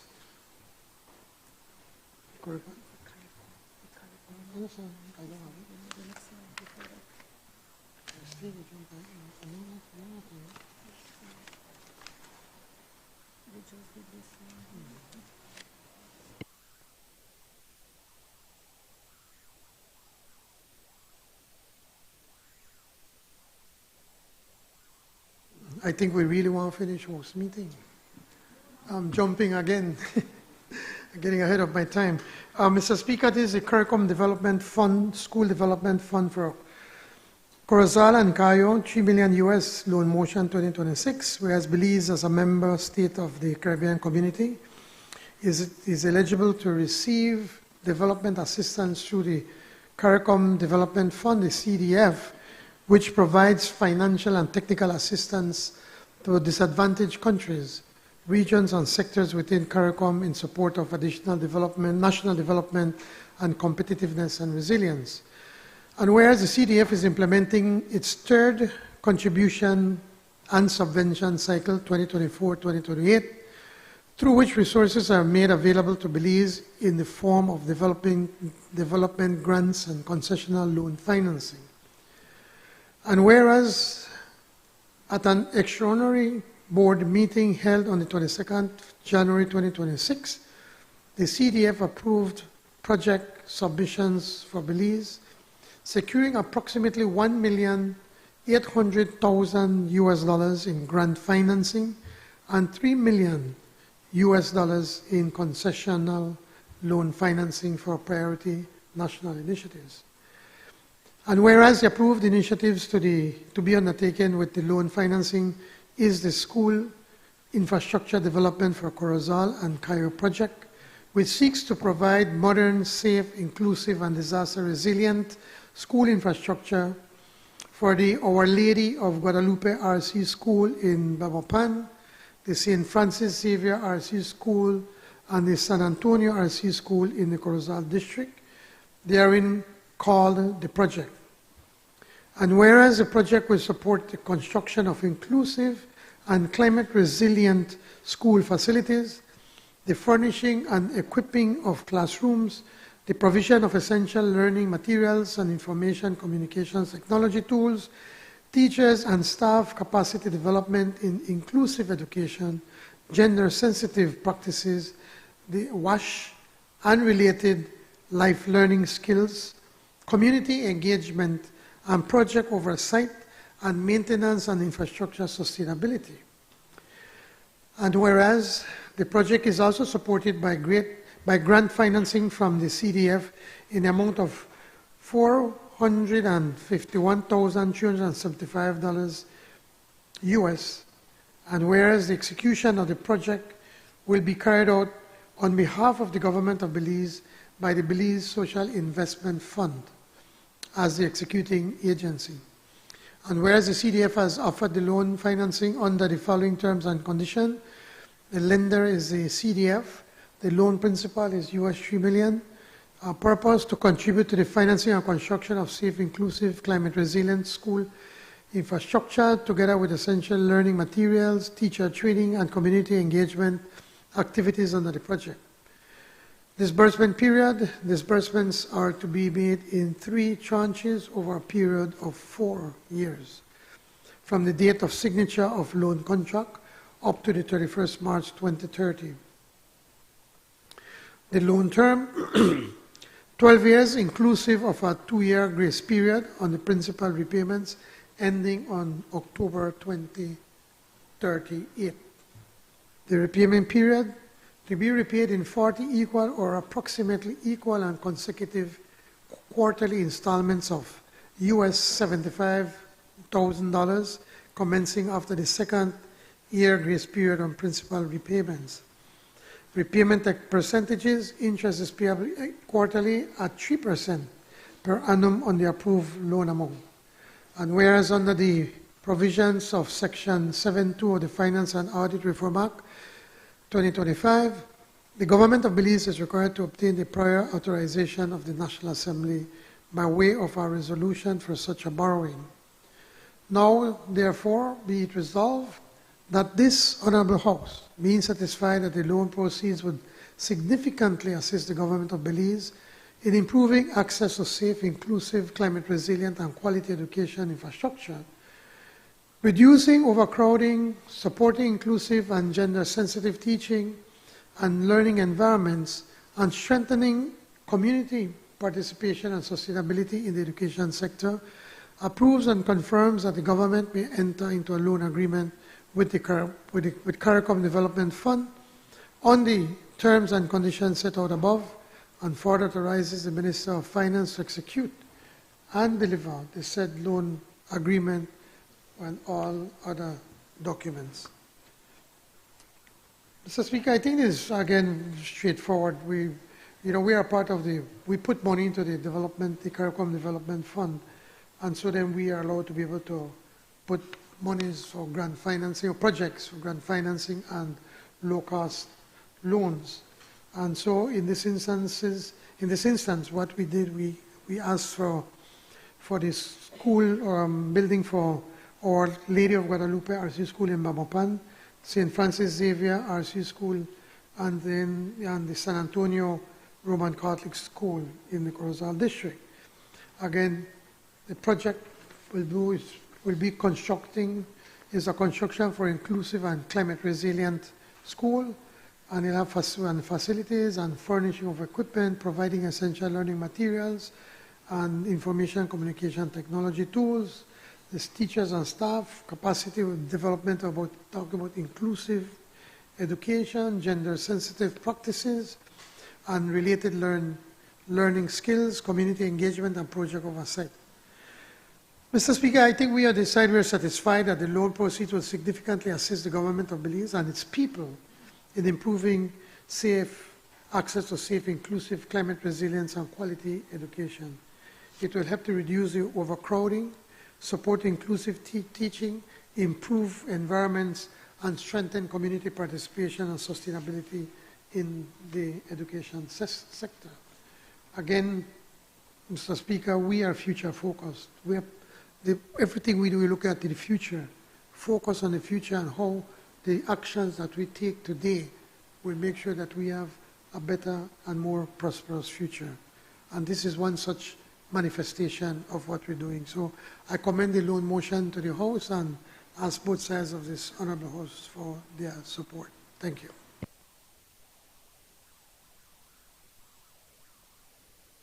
I recognize the member from Albert.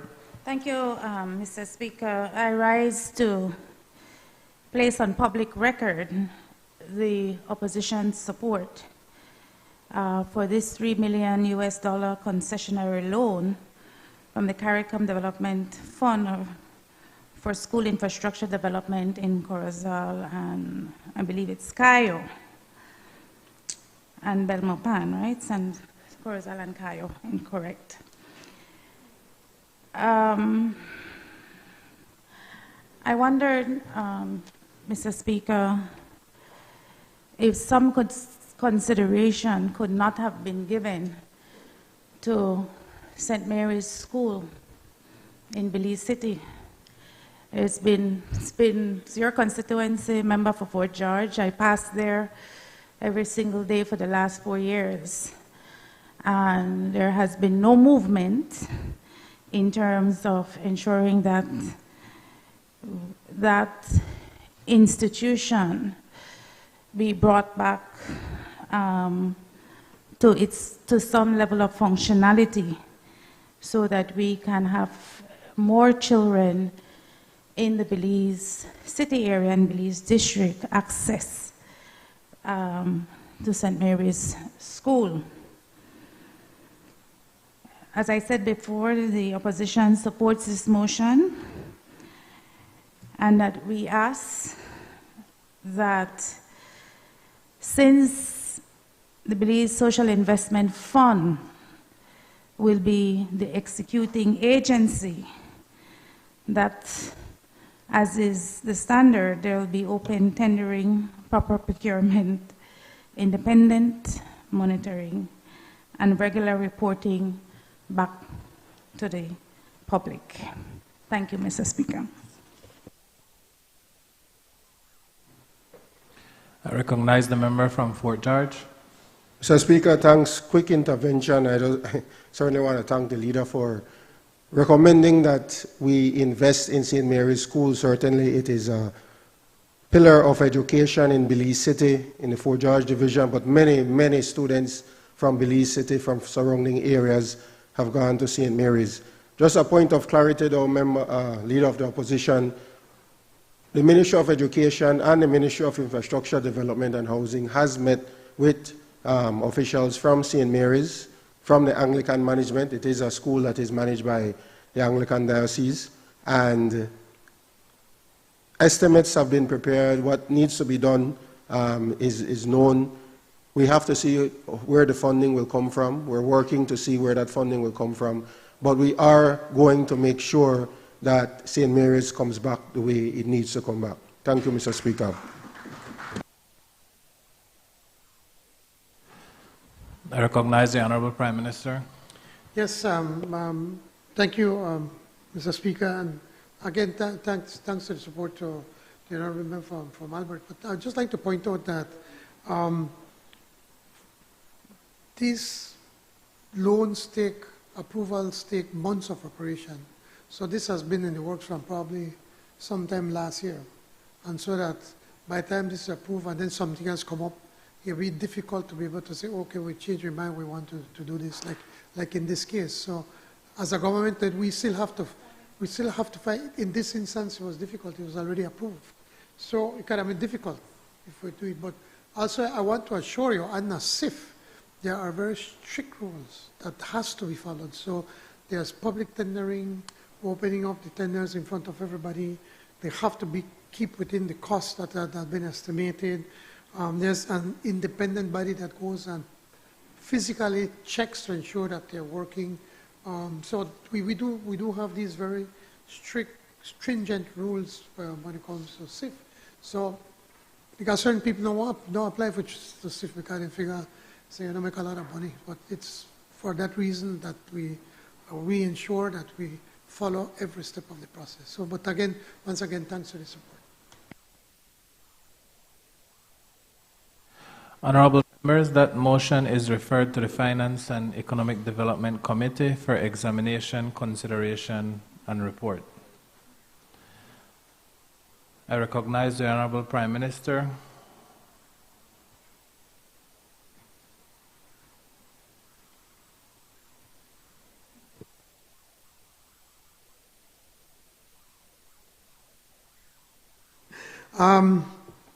Mr. Speaker, this is a resolution recommending the appointment of a Contractor General, Motion 2026. Mr. Speaker, I move whereas Section 3.2 of the Contractor General Act, Chapter 6 of the Substantive Laws of Belize, Revised Edition 2020, provides that the Contractor General shall be appointed by the Governor General acting on the recommendations of both House of the National Assembly, contained in resolution passed in that behalf. And whereas Ms. Maria Arthur's term of office as Contractor General will end on the 31st of May 2026, and whereas Section 682C and 3 of the Belize Constitution provides that the Contractor General can only be validly appointed with the prior approval of the Senate. And whereas the Senate has on the 3rd of June 2026 approved the appointment of Ms. Maria Arthurs as Contractor General, and whereas Ms. Maria Arthurs is 41 years of age, date of birth 26 July 1984, I don't know, I have to put all of that, and falls within the age limit prescribed by the Contractor General Act, and whereas Ms. Maria Arthurs fulfills the requirements for appointment to the office of the Contractor General as prescribed in the Contractor General Act. Now therefore be it resolved that this Honorable House recommends that Ms. Maria Arthurs be reappointed as Contractor General for the period of 3 years from effect the 3rd of June. Mr. Speaker, everybody that knows Ms. Arthurs know that she's a very highly qualified professional and that and she goes by the book. But at the same time, someone that is prepared to work with you and to show you how to get things done properly within the scope of the law. And I know, I'm told that there was some criticism about her, that she was not presenting her annual reports. Well, Mr. Speaker, just to put on the record to clarify that, the 20th annual report was submitted in December 2022, 8 months after it was the end of that fiscal year was being reported. The 19th annual report, it was submitted in the November 2021, 7 months after the end of the fiscal year reported. And I'm sorry. She has submitted, I was reporting for the previous one, but I'm only going to talk about her. She has done 3 annual reports since her appointment on June 1st, 2023. Her first report was submitted on November 10th, 2023, which was 4 months and 10 days after she was appointed, and bearing in mind that she was not even a Contractor General for the period being reported. Her second report was submitted on July 30th, 2024, which is 4 months after the end of the fiscal year being reported on. And her third report was submitted on June 30th, 2025, which was 3 months after the end of the fiscal year being reported on. The point is that Ms. Arthurs have been making her annual report as is expected of her and as expected under the law. I urge the support of all members for Contractor General Maria Arthurs. Thank you. I recognize the member from Albert. Thank you, Mr. Speaker. I believe we are speaking about the same person, but I know her as Mrs. Mencias, Maria Arthurs Mencias. And I had the opportunity to sit with Mrs. Mencias at the orientation. Oh, she does? Well, I've always referred to her and interacted with her as Mrs. Mencias. So, but for the purpose of the motion, Ms. Arthurs, on the occasion of the new parliamentary term, when there was an orientation facilitated by the clerk of the National Assembly and her team. And I can attest that having had an opportunity to meet with her, to talk with her, that she is indeed a consummate professional who delivers her work and delivers on time. There are no clear provisions in the Contractor General's Act, as I understand it, as to when her report ought to be submitted to the National Assembly, but she has established a standard for herself, which is 3 months after the particular fiscal year ends.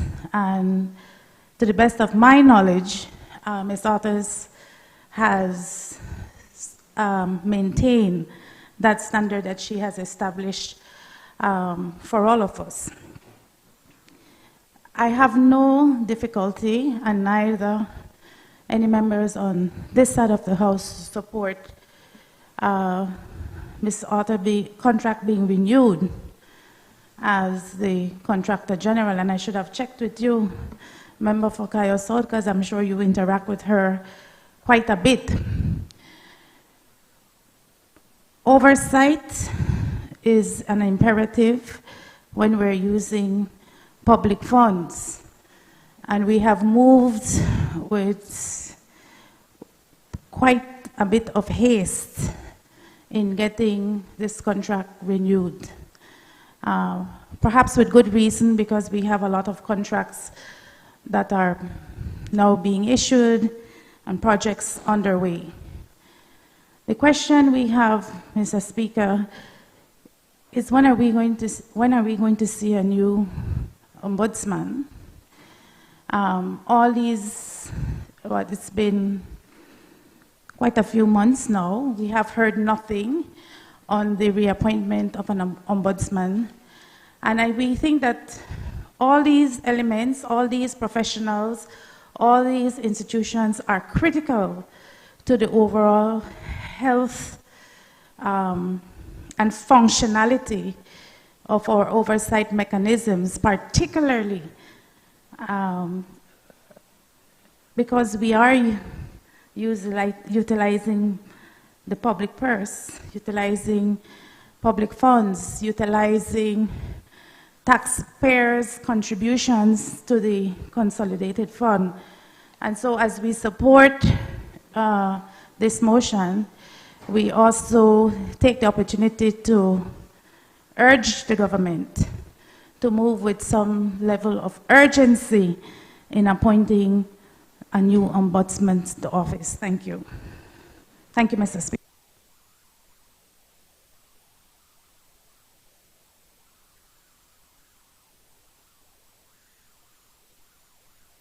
Speaker, thank you very much to the leader for her support. But she mentioned on the issue of the ombudsman. I think if she had been following up what's taking place is that the former ombudsman brought a paper to cabinet and he just signed on to something we never really think it's true.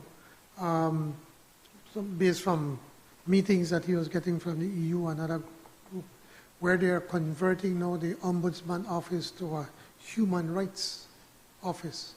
which will then assume the work of the ombudsman. But it's quite complicated. I think we're biting more than we could chew. It's really, really complicated. So as it is right now, the Attorney General is taking a look at it and trying to see what kind of legislation we'll have to put. We will not be able to put the person who will head that office will have to be a trained attorney. That's one of the things. And they have a whole slew of other things that they'll be responsible for. But it's important to point out, though, that despite the fact that we do not have an ombudsman, the ombudsman's office is open. So people can still go there, they can still lodge in complaints, and the people there can still be able to help people. So it's important for the Belizean public to understand we may not have an ombudsman appointed at this moment, but the office is open to help and to assist the Belizean people.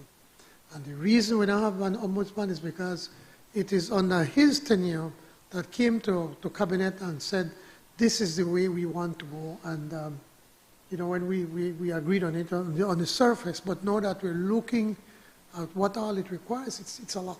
It's going to be a lot. So we met with the unions yesterday with NTUCB, and they brought it up, and we explained it to them, and they understand, and we're trying to do our best to be able to get that going as soon as we possibly can. So can I assure you that. Thank you, Mr. Speaker.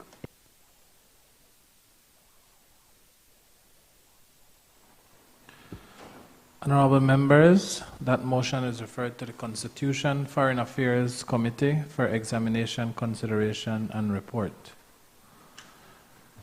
I recognize the Honorable Prime Minister.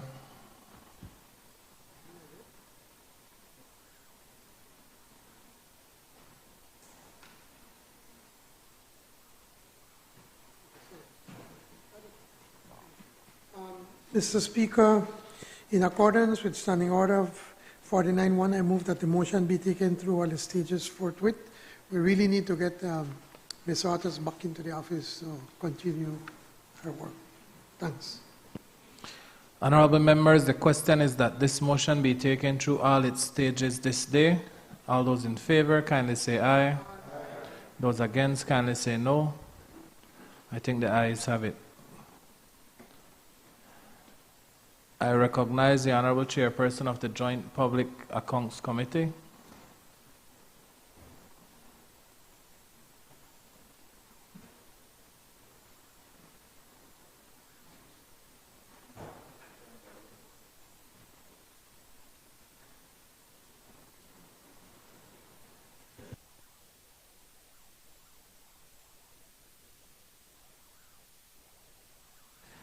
I recognize the Honorable Chairperson of the Joint Public Accounts Committee.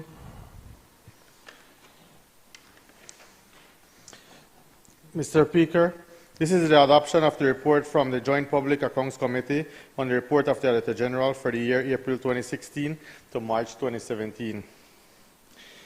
Mr. Speaker, I move be it resolved that this Honorable House adopts the report from the Joint Public Accounts Committee on the report of the Auditor General for the year 2016 to March 2017.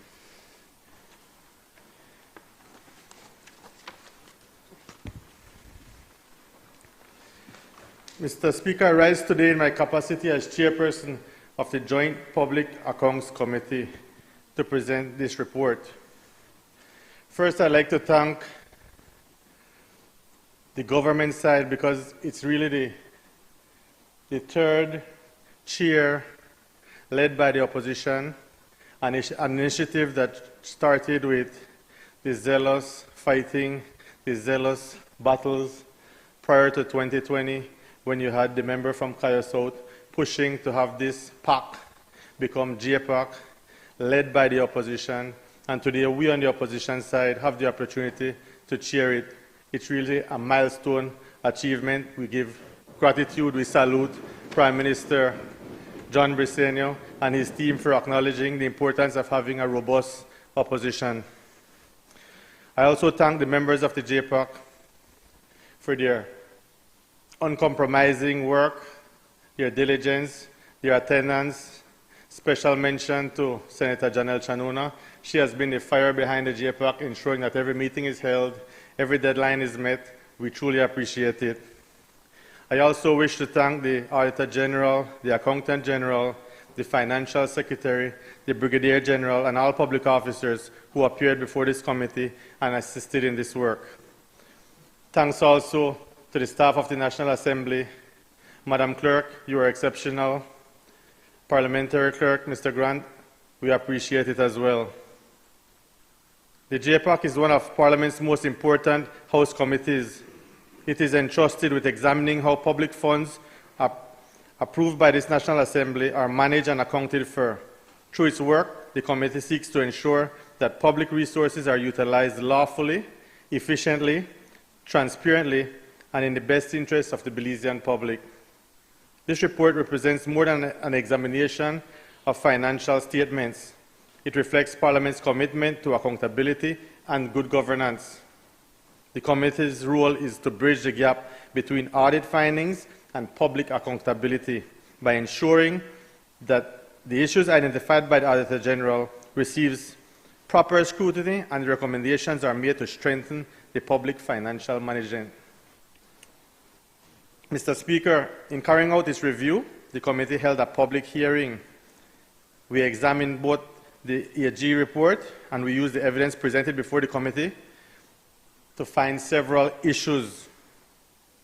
Among the most serious findings was the Auditor General's continued disclaimer of opinion on the government's financial statements.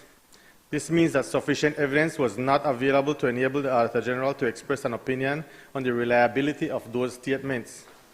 The committee found that missing records, inadequate source documents, unreconciled accounts, and non-compliance continue to undermine the integrity of the government's financial reporting. The committee also identified concerns relating to the omission of government assets from the financial statements, unreconciled discrepancies in government accounts, weakness in records management, shortcomings in bank reconciliations, and concerns regarding the management of certain Belize Defense Force funds. Additionally, the committee heard compelling evidence regarding the challenges faced by the Office of the Attorney General, the Auditor General, including resource constraints and operational obstacles that affect its ability to discharge its constitutional responsibilities effectively. While the findings contained in this report are serious, the committee's objective is not merely to identify deficiencies. Our objective is to promote solutions. Hence, the committee has advanced a series of recommendations aimed at strengthening financial accountability across the government. These include measures to improve record management, enhance compliance with financial reporting requirements. Importantly, the committee also recommends reforms aimed at strengthening both the JPAC and the Office of the Auditor General. The committee believes that effective parliamentary oversight requires adequate legal authority, technical capacity, and timely access to information. One issue that deserves special mention is the continued delay in completion and examination of the audit reports. The report before us examines matters that occurred almost a decade ago. Such delays significantly reduce effectiveness of parliamentary oversight and make it more difficult to hold individuals and institutions accountable. The committee therefore strongly supports measures to accelerate the preparation, submission, and examination of public accounts and audit reports. The work of the JPAC is not about partisan politics, it's about protecting the public purse. It's about ensuring that taxpayers have confidence that their money is being managed responsibly. It is about strengthening public institutions and reinforcing the principles of transparency, accountability, and good governance. The committee firmly believes that strong accountability systems contribute to stronger public institutions, greater public trust, and better outcomes for our people. The recommendations contained in this report are intended to support those objectives. On behalf of the JPAC, I respectfully commend this report to the House and encourage all ministries, departments, and public bodies to give careful consideration to its findings. Thank you.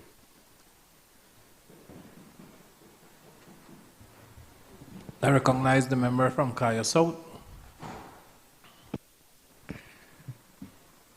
Good afternoon, Mr. Speaker. Just a short couple words. This committee, I believe, and as I've always believed, is one of the most important committees in Parliament, in government.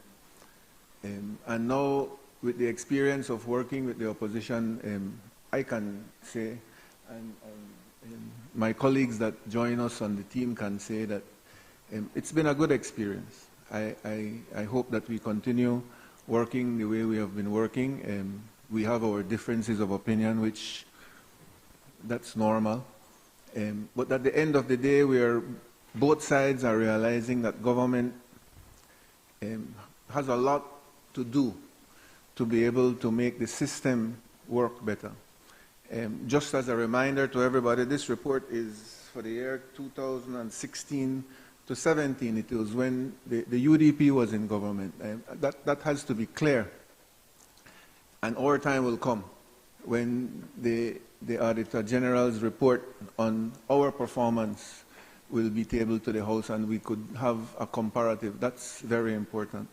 But a lot of the problems are systematic problems that are there that we have inherited, both governments have inherited, and to a certain extent we have ignored it. Because when you're in government, I have come to experience, you have a lot of responsibilities in the ministries, you have a lot of work to do. In addition to being an area rep, it's overwhelming at times. And we don't give the necessary attention to the structure of government. I think we should give more attention to that structure because it will enable future ministers to perform more efficiently. And we ministers and future ministers need to learn how the system works. And it's hard to learn how the system works if you have varying laws that apply to the same problem. And so you get an opinion from the Attorney General, you get an opinion from the Contractor General, you get an opinion from the Auditor General, and at times they are conflicting, and they're all right because they are specifying different laws that apply to the same problem. I would like to remind the Belizean people that we are still following, to a large extent, laws that were written in the 60s or 40s. So our financial regulations conflict with the FARA. And so when an Auditor General goes to do a review, what does she rely on? Is it the store orders? Is it the financial orders? Is it the FARA? And if you look at each one independently, they're a bit different. Our hope is that with all of this analysis that is being done year after year, and if we analyze it properly, the recommendations given by the Auditor General is the same every year. Not enough information, not enough cooperation, the laws are not adequate to suit our needs of this present time. And the social partners, the opposition and government, we are now realizing it. We are now appreciating it a bit more. And I think we have to take it a step further, and we have to act. We have to lobby. We have to do it step by step, but we have to do it. It is important for the governance of Belize. When you're in opposition, you kind of like it because you can speak openly about things that are not working. And then when you're in government, you kind of not like it because they're speaking about your term when you're here. It's human nature. It's understandable. And that the fact that we'll be in government for maybe the next 5 terms, I think we have to make sure that it works. You see, we don't agree on everything, but that's fine. Prime Minister, I would like to say that the PAC is functioning, but the PAC needs help. The PAC needs the government to put a little bit more resources towards investigation. The PAC needs to make sure that each ministry does their due diligence and submits the information that is requested of them. As I said, these reports are a reflection of the UDP, so you won't have that. But hopefully, when it comes to our time, we can produce what is being asked for, and the work should continue in a more positive way. I am positive in this, and I think we should all be, and I would like to commend the chairman and all the members from the opposition. I think the social partners have added a little bit more chispa to the group, and I would like to thank our fellow members from government who find time to be able to be there and participate. Thank you very much. I recognize the member from Albert. Thank you, Mr. Speaker. I also rise to provide my input on the work and report of the Joint Public Accounts Committee for the fiscal year April 2016 to March 2017. I acknowledge the work of the Joint Public Accounts Committee and all those who have participated in public hearings, who have continued to participate in the process. I want to acknowledge the work of the present chairman of the committee. Parliamentary oversight, as we all know, is the cornerstone for our democracy, and the work of JPAC is critical, absolutely critical, to ensuring transparency, accountability, and the stewardship of public funds. This report, and I haven't had a chance to go through it all, but it does reveal a number of findings that I believe it's important for the Belizean public to be aware of. Mention, as the chairman of the JPAC has said, the almost ongoing position of the Auditor General, the disclaimer of being able to have an opinion on the government's financial statements because there is critical records and supporting documentation that were either unavailable or not provided. In simple terms, the Auditor General could not verify whether the financial statements were accurate or not. This is the most serious form of audit financing and should concern every Belizean taxpayer, and I am no exception. Second, the report identifies a culture of non-compliance. Public officers fail to provide information required by law. Only 4 of 25 accounting officers submitted arrears of revenue reports, and only 1 provided actual figures, and simply not acceptable for any administration. Third, the committee highlights financial discrepancies in various departments. And I guess the fact that we haven't been able to act to hold people to account is alarming and should be alarming for all of us. The report points out, Mr. Speaker, systemic weaknesses that continue to plague the financial management system, and it's a system.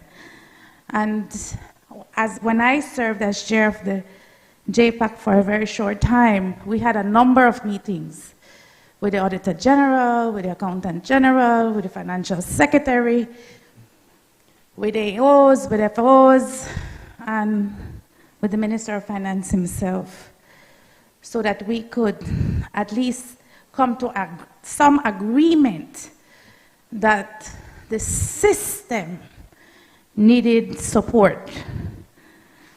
We saw issues, and this report specifically speaks to poor record keeping, inadequate storage and retrieval of documents, weak reconciliation of bank accounts, lack of integration between government revenue systems, and insufficient support and resources provided to the Office of the Auditor General.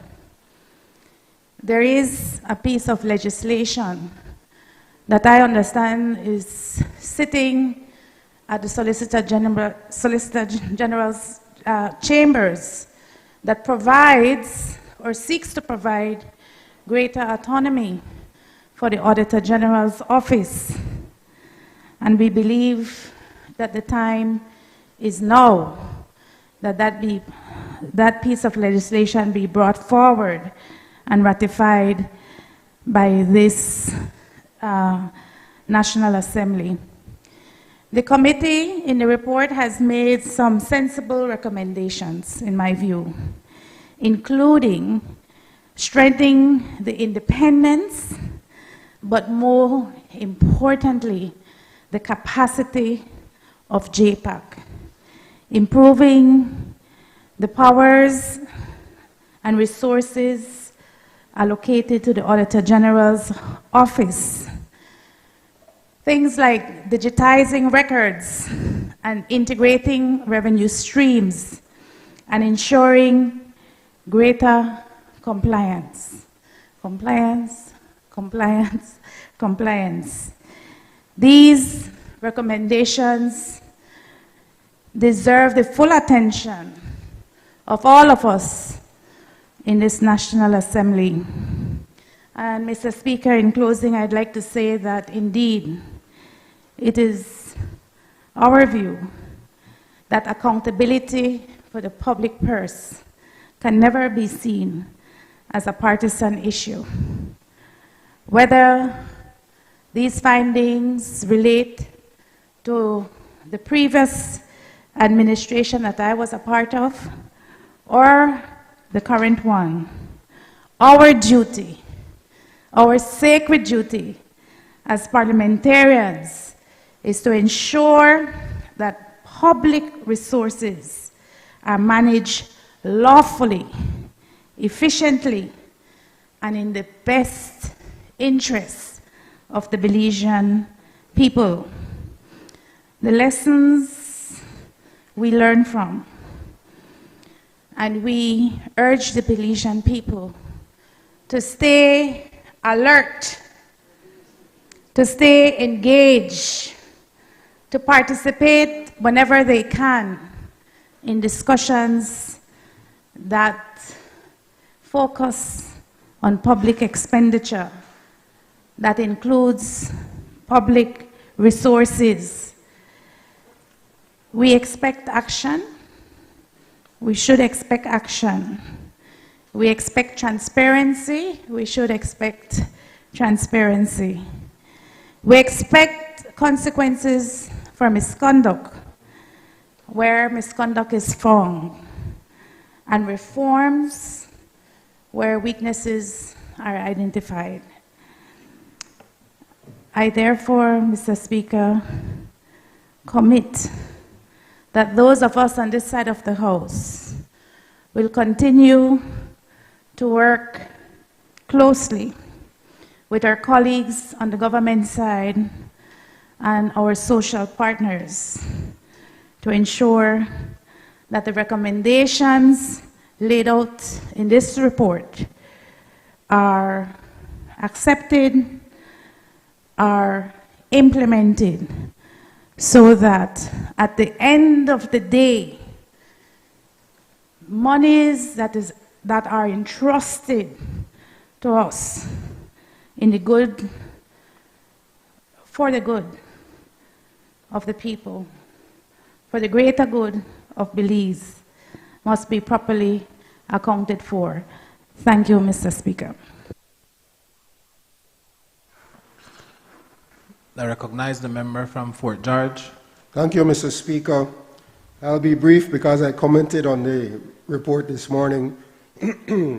I think Madam Clerk said I spoke a little too soon. But I wanted to state for the record very clearly just a couple of matters. Number one, the public must know that this report is referring to the period April 2016 to March 2017. We can't stress that enough. The reason I say that, Mr. Speaker, is because the findings in the report by the Auditor General and the recommendations coming out of those findings have to do with the record keeping during that time, have to do with how records were kept during that time. And we know that the previous administration was a bit reckless, I'll use the word reckless, with the way they were spending money, with the way they were accounting for the spending of that money, and the records that they were keeping in the different departments, ministries, etc., that were reported on. So, Mr. Speaker, let us be very clear that we, on this side, support the work of the JPAC, and we hope that every single year is looked at. When the Auditor General brings out a report for 2017, 2018, that report is looked at by the JPAC. Let's not just dismiss it.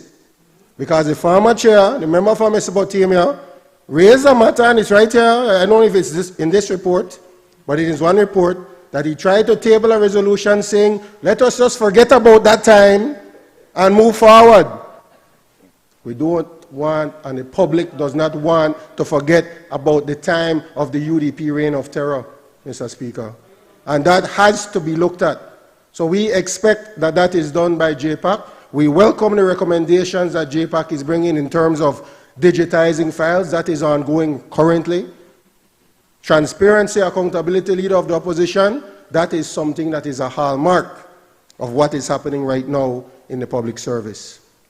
So we need to make sure that we continue to meet those benchmarks, and we want the JPAC to look at that time, especially the lead up to the 2020 elections, because we know that a lot was going on in all of those ministries at that time. Thank you, Mr. Speaker.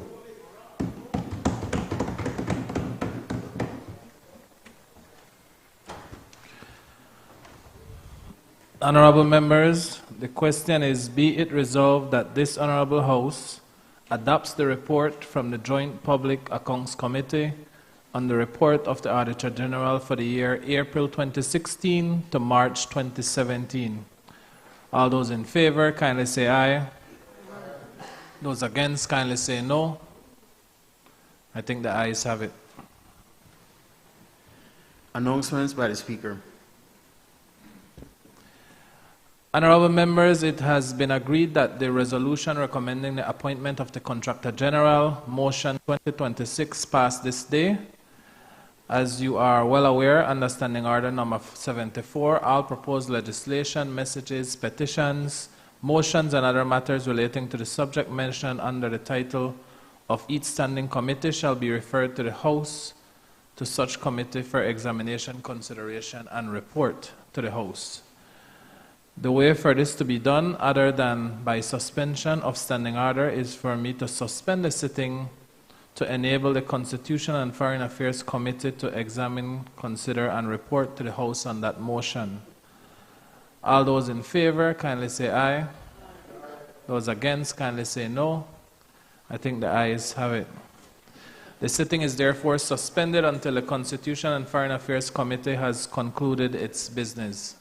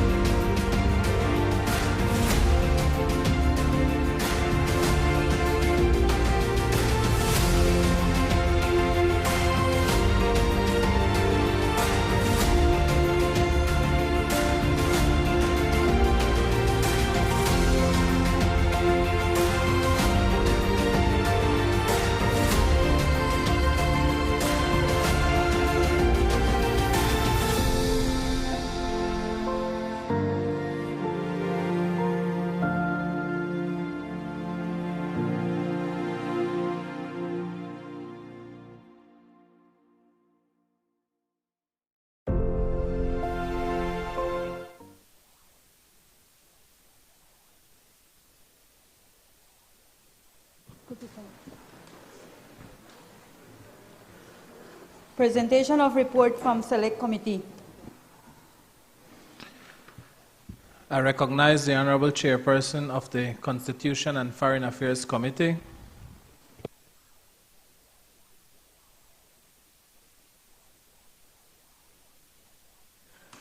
Good afternoon, Mr. Speaker.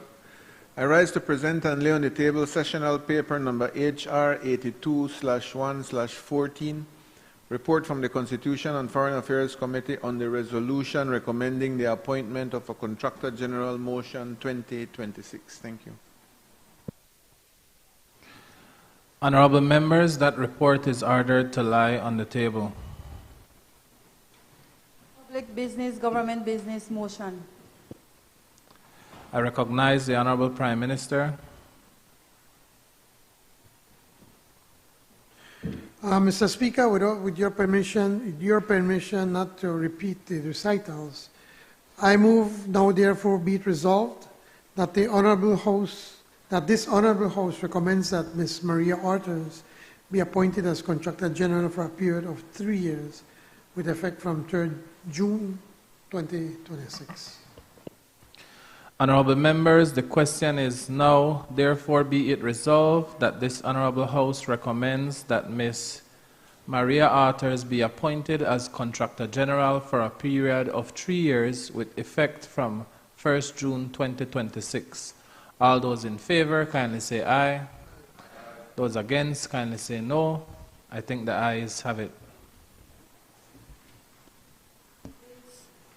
Bills for second reading.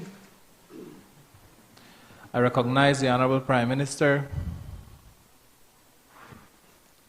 Mr. Speaker, this is the National Health Insurance Authority Bill 2026.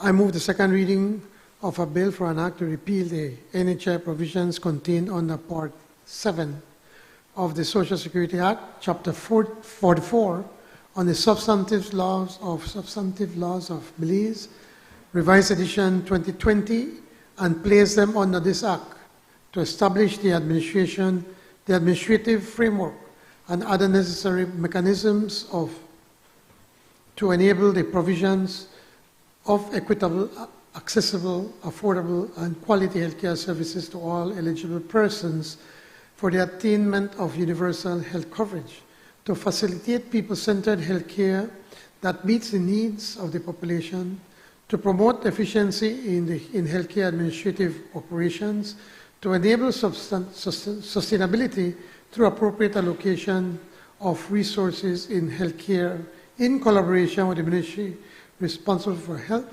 and to provide for matters connected therewith.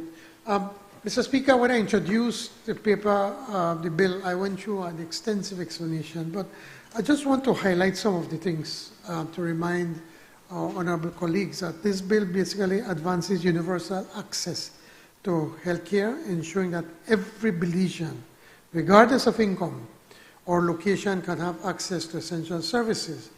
It reduces the current inequality that we presently have in the system, where only those who can afford private care receive timely quality treatment. Again, this bill protects families from catastrophic health expenses that pushes households into poverty. Many Belizeans currently face out-of-pocket payments for medication, diagnostics, and specialist care. This bill directly addresses this burden. Investing in a national health insurance now prevents higher long-term social costs such as illness, disability, and lost productivity. It's strengthening the healthcare system. It's establishing a dedicated authority that allows for better coordination of services, improve accountability and oversight, standardized care nationwide. The National Health Insurance Authority, or the NHIA framework, enables efficient purchasing of services. They pool all the purchases that they do to have power in bulk purchasing, and they reduce duplication and waste. It is, again, an evidence-based policy direction that we're taking. Belize already has positive experience within the NHI pilot programs. It shows that increased access to primary care, improved patient satisfaction, better health outcomes in participating regions. This bill builds on what already works, scaling it nationally rather than reinventing the system. And a healthier population also, Mr. Speaker and colleagues, leads to a higher productivity, reduced absenteeism, lower employment healthcare burdens, and businesses can benefit from a workforce that is fit, healthy, and insured. National health insurance systems globally are linked to stronger economic stability. Again, this bill aligns Belize with the modern healthcare systems worldwide that emphasizes universal coverage. Countries with national health insurance schemes consistently achieve better public health outcomes, greater equity in care access, and to address the members of the opposition, some of the concerns I think that they've spoken about, that it will be too expensive. Preventative care under NHIs reduces costly emergency treatments later. Its structured financing allows for predictable and manageable spending rather than chaotic out-of-pocket burdens. The second one is that government cannot manage it effectively. Well, the bill establishes an independent authority, not just a ministry control system. In this case, even the opposition have been sitting on the committee and now, in this case, the authority. It has built-in governance, auditing, transparency mechanisms that strengthens accountability. There have already been cases where clinics have been penalized for trying to bill for what they should not be billing.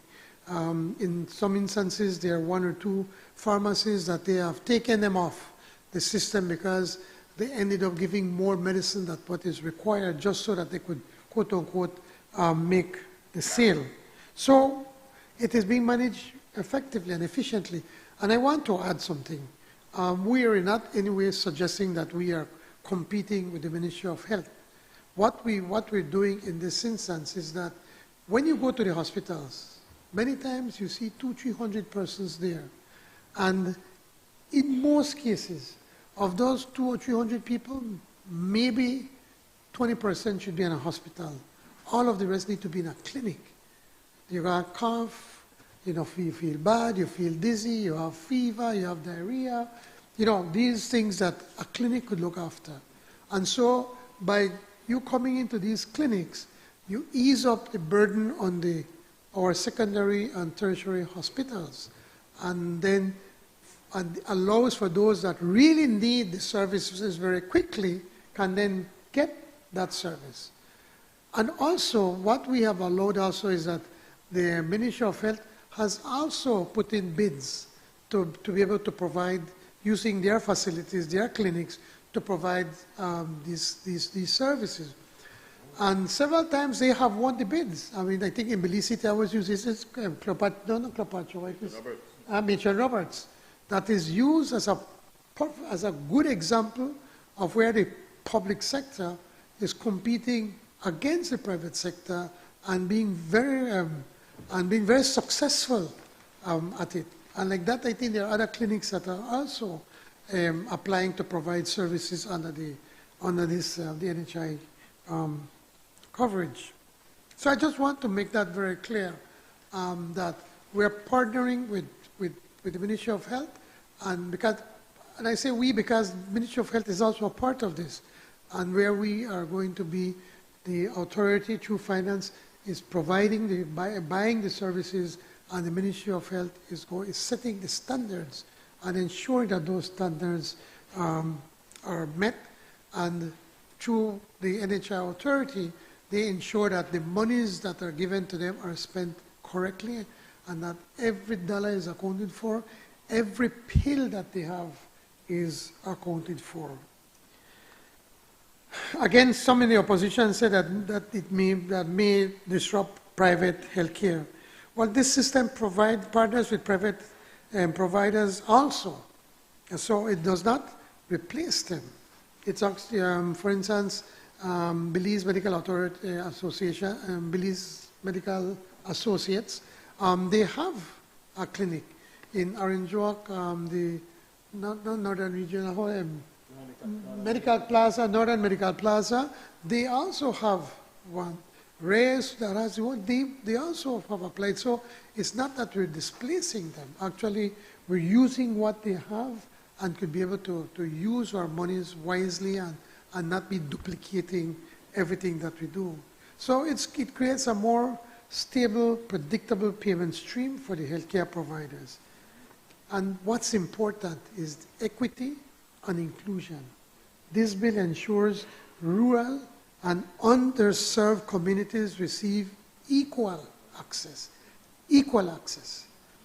It reduces disparities that affects low-income families, the elderly citizens, people with chronic illness, and we, with the National Health Insurance, Mr. Speaker, this is a long-term vision for Belize. It's not something that just for today or for tomorrow.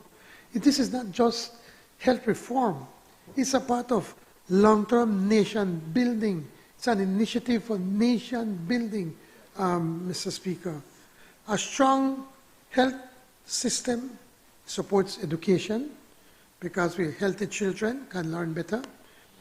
National resilience, pandemic readiness, God forbid a pandemic, if your people are healthy, it's more difficult for them to get sick or to get sick really bad, and it also provides social cohesion. There is an important part I'd like to point out, Mr. Speaker, that many people are not aware on this, on NHI. NHI provides special services for elderly. Our elderly need special attention.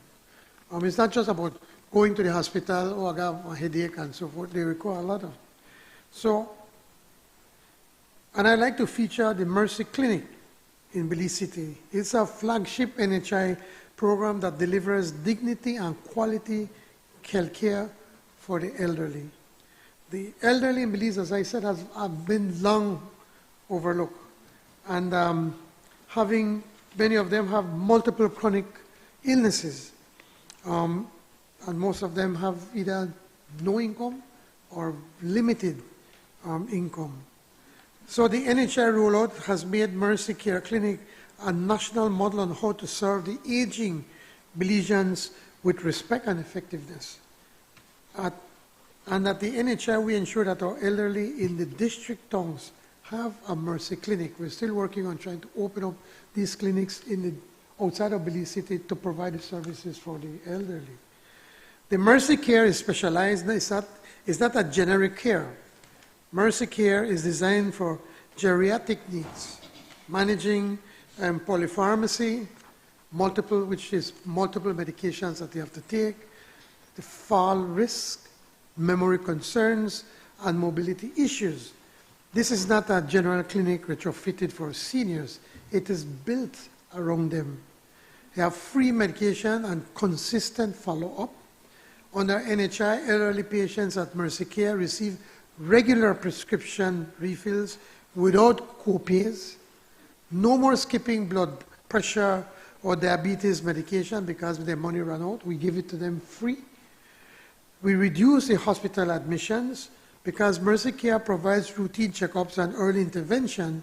Seniors are less likely to end up in the emergency room with preventable crises. And this means fewer traumatic hospital stays and a better quality of life. It also provides social and emotional support. The clinic environment actively combats isolation, a serious but often ignored health risk for the elderly. The staff, they know the patients by name, and appointments become point of human connection. So the Mercy Care Clinic is proof that the program does not just talk about protecting the elderly, it actually does so with measurable results in health outcomes and patient dignity.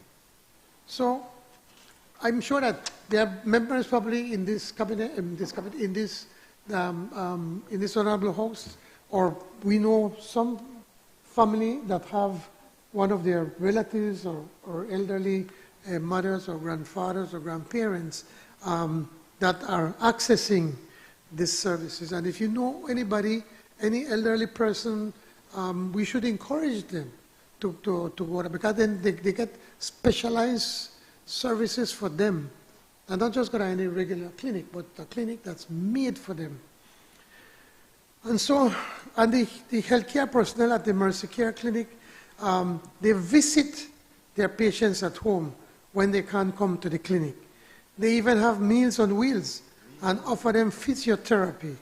So the point I want to make, Mr. Speaker, and to everybody in this honorable house and for those that are listening, the NHI is not an abstract government program, but a concrete lifeline for Belize's most vulnerable citizens and a dignified system of care for its elderly.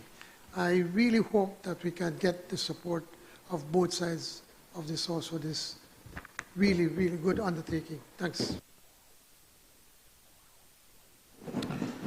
I recognize the member from Albert.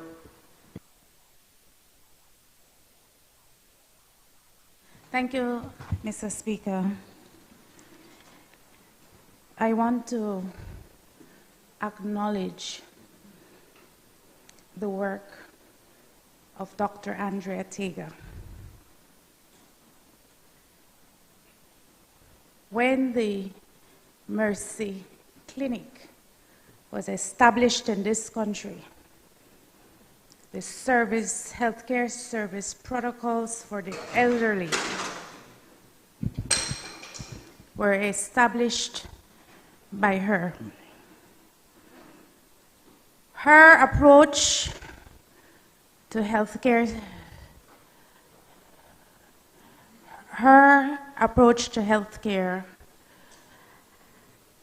was not only about the physical well-being of the patient, the mental, the emotional, the spiritual. I come from a family, Mr. Speaker, that have invested their entire lives in public healthcare service delivery. My parents studied in Jamaica, and my father traveled back home with his young family to ensure that he could make his contribution to public healthcare services in this country. As children, we traveled through the length and breadth of this country, particularly down south and in the Belize rural communities, so that my parents could offer healthcare services in communities that did not have access to any. I say that with a great deal of pride. It is from the lessons of this service to country that has brought me to this National Assembly. I say that to reassure every Belizean who can hear the sound of my voice today that I support universal health care for all Belizeans. Indeed, it is a long-term vision for a country that is developing. Healthcare ought to be people-centered, and it ought to start with prevention and treatment and specialist services and palliative care. That certainly was the vision of Andrea Tega at the Mercy Clinic. And it certainly was the vision of Dr. Leroy Tager as a young upstart that came back home to give his life to service. Those of us on this side firmly believe that every Belizean deserves access to quality, affordable, and accessible healthcare services. Healthcare should not be a luxury. It is not even a privilege. In my opinion, Mr. Speaker, it is a fundamental human right. We support the strengthening of our public healthcare system that seems on a daily basis to being dismantled. You can pass any roundabout on any given day, and there are families out there asking for donations so that they can access health care. You go on any social media platform, and there is fundraiser after fundraiser after fundraiser for people who are in need of health care.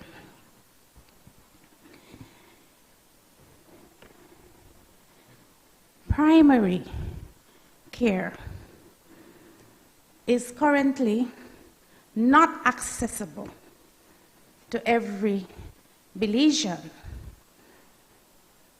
And even more concerning is that secondary and tertiary health care is out of reach. Mr. Speaker, I had an occasion a couple weeks ago to use the services of Belize healthcare partners. As I was walking into the reception area, a prominent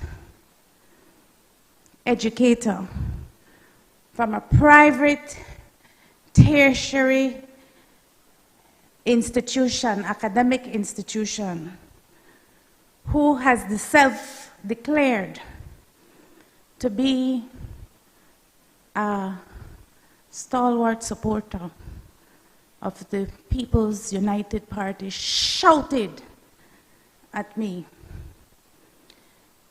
and said this, Mr. Speaker, leader of the opposition, when are you going to stand up against the National Hustle Insurance? I was embarrassed because I know him well, a contemporary of my father. And I said to him, could we have this conversation privately?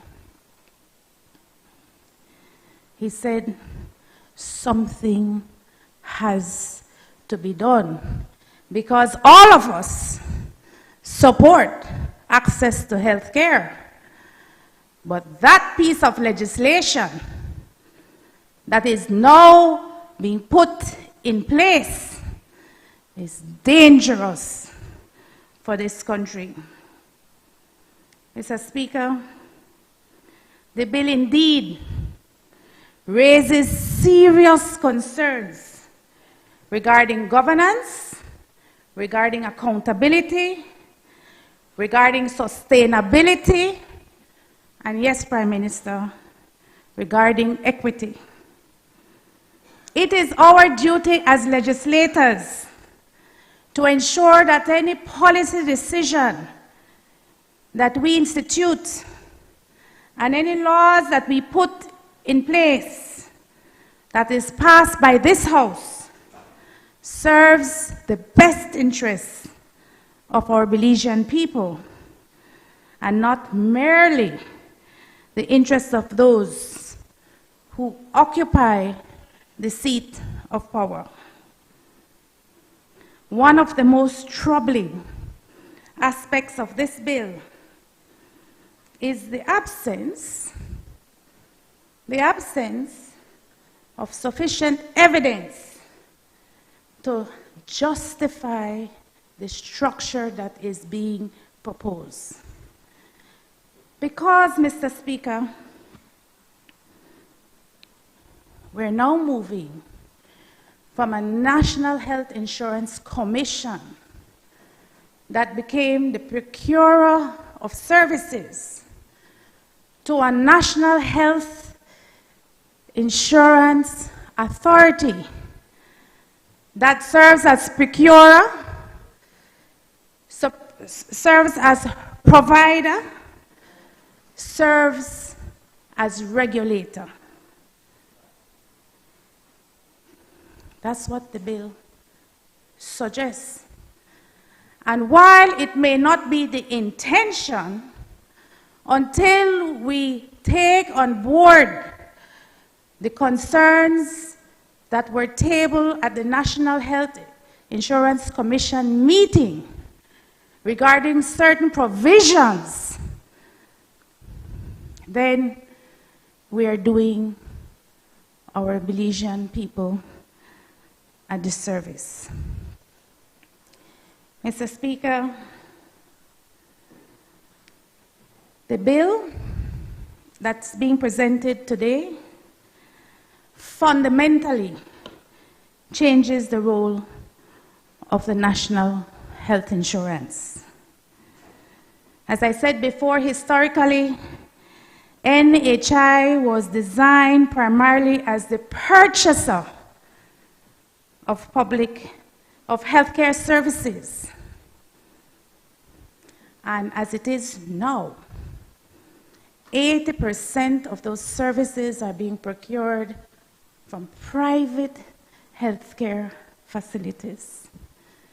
And 20%, we can name one, Matron Roberts, two, the Mercy Clinic, are considered public healthcare facilities. I say that, Mr. Speaker, because I come from a family that has given, I want you to hear me, our lives to healthcare service delivery in Belize. The public healthcare system that should be providing primary healthcare services is being overlooked. Can we perhaps use a portion of those resources that are now being allocated to procurement of services to invest in public healthcare facilities so that they can provide universally the primary healthcare for all Belizeans? Why can't our public healthcare system work? Why can't our clinics be improved and better equipped and better resourced with healthcare practitioners? Why is it that we have to lean now on private institutions to give basic health care? It makes no sense. It is the Ministry of Health that has or should have the responsibility for regulation, for monitoring, and supervision within the national healthcare sector, within the national healthcare system. I attended 2 meetings of the House Committee that looked at this bill, and I asked the question, where is the Ministry of Health? The Ministry of Health was not present for meeting number 1, and the Ministry of Health was not present for meeting number 2. And so when I asked, well, who is the mover of this legislation? They said the Ministry of Finance, because this is about buying services. It's not about delivering health care. And so I said, well, where is the representative from the Ministry of Finance? No one from the substantive ministries attended. They're supposed to be the movers of this legislation, attended or found it necessary to attend any of the 2 committee meetings. Why are we, the question is, creating overlapping mandates? Why are we establishing parallel structure that risk duplication, inefficiencies, and for a large part, confusion? Why? Who ultimately will be held to account when things don't pan out the way it is envisioned? The bill, Mr. Speaker, centralizes an alarming amount of authority, time and time in provisions, the place broad powers in the hands of one minister. The board should be responsible for oversight, yet many critical decisions remain subject to ministerial approval. This imbalance, Mr. Speaker, weakens institutional independence. Strong institutions are built upon checks and balances, not upon the concentration of power. Belizeans deserve a healthcare system that is protected from political interference and political favoritism. Many of us sat in this house when the member from Kaya West raised the issue of Benke, where we were contracting a provider that didn't even have a shingle up, had no place to deliver services, when there was a public healthcare system, a public healthcare facility inaugurated in the memory of 2 young Belizeans who gave their life in service for this country, who was overlooked in terms of the provision of services. Transparency and accountability, Mr. Speaker, are glaring weaknesses in the legislation. We're being asked to approve an authority that will manage tens of millions of taxpayers' dollars, because truth be told, it's now being funded from the Bolido proceeds and from the public purse. But this piece of legislation provides an avenue for a parallel funding system to be established so that citizens will be taxed for healthcare services. And if you are a pensioner, you get taxed twice. Double whammy. The proposed NHI budget has increased from $40 million to $75 million. That's not a small increase. It's not a nominal increase. It's a significant increase. And it should be increased so that as many Belizeans can have access. But what we don't know right now, even with the passage of this new piece of legislation, is how are these funds being spent? Who are receiving these contracts? What are the outcomes to be achieved? And how are we going to measure success? You see, Mr. Speaker, what we don't want is another LIU. After the government has invested significant amount of monies without any oversight, without any analysis, without any assessment of impact, pulls the plug on 523 Belizeans. This potentially can pull the plug on thousands of Belizeans.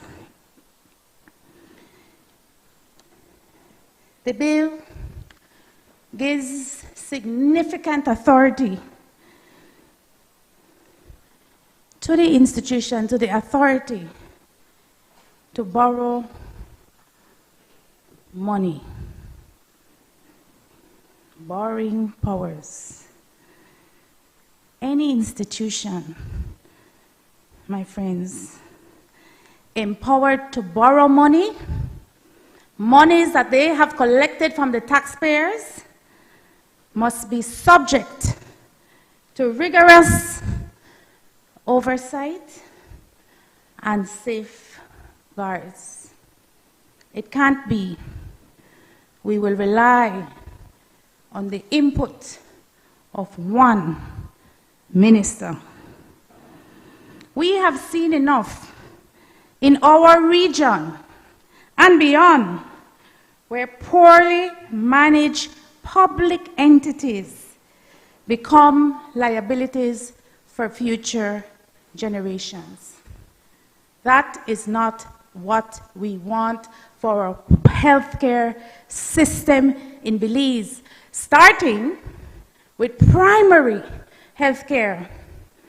I'm talking about if you have a cold, or if you have a headache, or you hurt your foot, or you have a sprained hand, primary healthcare. What happens when you need dialysis? What happens when you need oncologist screening? Because that's what Belizeans are screaming for, if you pay attention. What happens when you need an MRI, not an ultrasound? We must not create another mechanism through which public risk is socialized while private benefits are protected. Mr. Speaker, we're also concerned about provisions that contemplate taxes on a nation that is struggling to keep our heads above water. Future contributions, levies, and other funding mechanisms. I heard the Prime Minister in an interview he gave recently. That is down the road. This piece of legislation doesn't say that. It gives, once passed, if in 2 months this administration wants to introduce taxes and fees, it will be able to do that. not according to the legislation. Those things will be handled via regulations, which we know requires just the stroke of a pen. If this government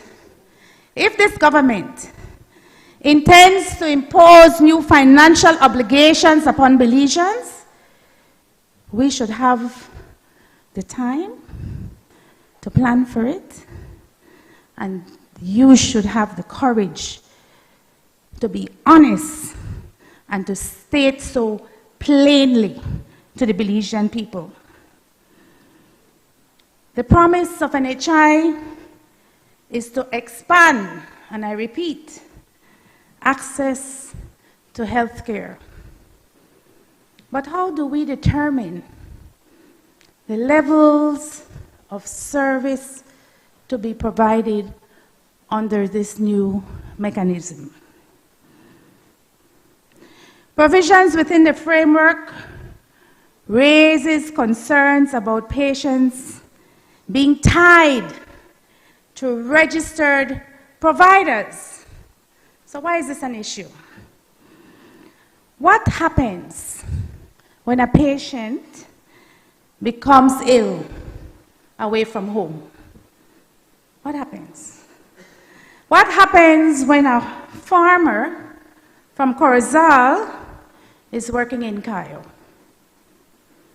What happens when a student from Toledo West is attending school in Belize City? Healthcare systems should be designed around the needs of patients, not administrative convenience. Accessibility means that wherever you may get ill, you will be able to access services. And if there's a solution, the Belizean people have a right to know. Mr. Speaker, the issue of equity also deserves careful attention. Questions have been raised regarding the allocation of resources across different regions of the country. If one region receives substantially greater funding than another, the government must explain why. I think we have a classic case of this between Cayo and Orange Walk. Healthcare resources should be distributed according to need, according to population, according to service demand, and in accordance with measurable outcomes. Every Belizean deserves equal opportunity if we're going to do it right. And I believe that is what both sides of this House would like to see happen. But the piece of legislation that is being instituted does not sufficiently answer the concerns not just of the opposition, but all the members of the National Health Insurance Commission. Bar none. Bar none. And I will tell you, when I asked the questions in the committee, the chairman of the NHI Commission said, I asked a question, a simple question, had the updated bill been given to members of the commission to sign off on? Because they had raised a number of issues, and there's an entire report on the issues that they raised. And the answer I got is that if they wanted to see the updates, they could have gone to the website. Unacceptable.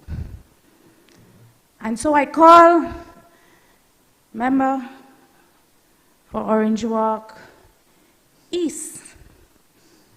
I called the CEO in the Ministry of Health, and I said, help me.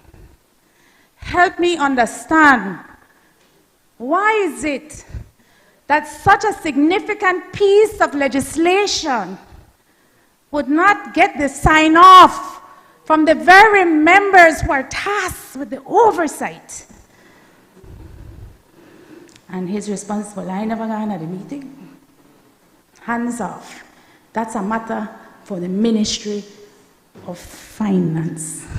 Now, I have great respect for CEO Sabido.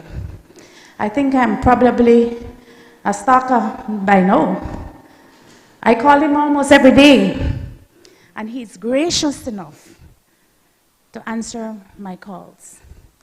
I call him for basic services that should be provided for citizens under the public healthcare system that they can't have access to. And you know, I think everybody in this house knows what my greatest pet peeve is. Proof of birth. My God. Proof of birth. I can't pray? I can't pray in this house. All right. I can't pray. It is your birthright. It is your birthright. And to be fair to the CEO, he's as frustrated as I am. And every time he gets a call from me, he calls KHMH and he take me through a cycle. And if you don't stay on the case, the two babies that I have waiting now, one West Bay and one Williams, still have not been able to get access. And why is this important? It is important because a baby, to access national health insurance through the National Health Insurance Scheme, must have a social security number. Truth. And if you don't have that number, then what happens? You can use the social security number of your parent for 2 months. 2 months.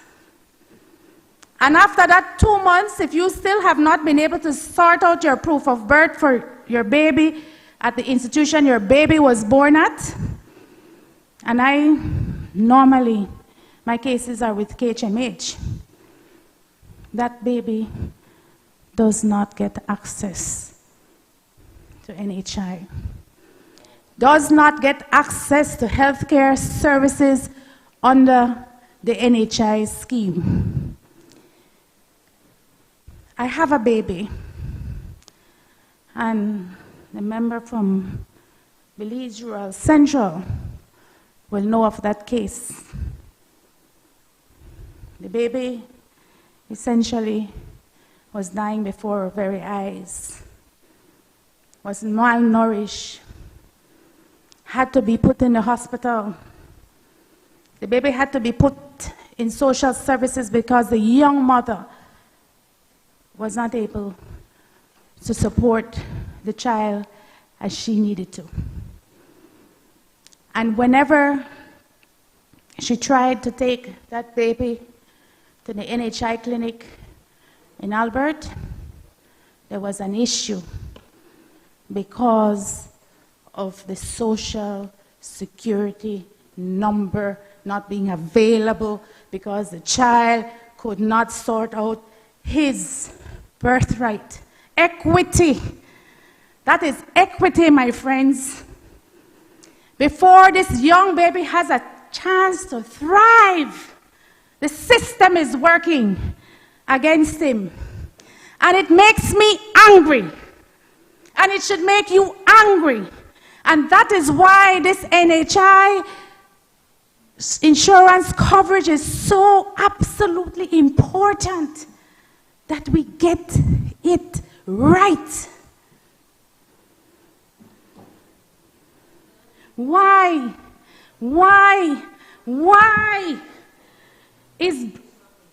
is this legislation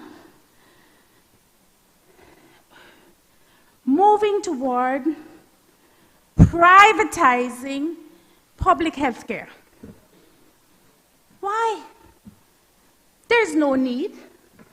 Let us make the public health care system so robust that we can then use NHI to extend services to those whose days are numbered because they need dialysis or they need oncology screening or they need an emergency operation. I can tell you the stories. I live them every day in my constituency. And I pick up the phone and I call in nauseam, so much so that KHMH knows my number. That's she again. Yes, that's me again. Because it shouldn't be, when we talk about equity in the system, Prime Minister, it should not be that a area rep has to pick up the phone and challenge the system so that somebody can have access to needed health care. Private providers, undoubtedly, they have an important role to play within our national healthcare system. However, public healthcare facilities must not be neglected as a result. Cleopatra White, that's where you went, member for MESOP?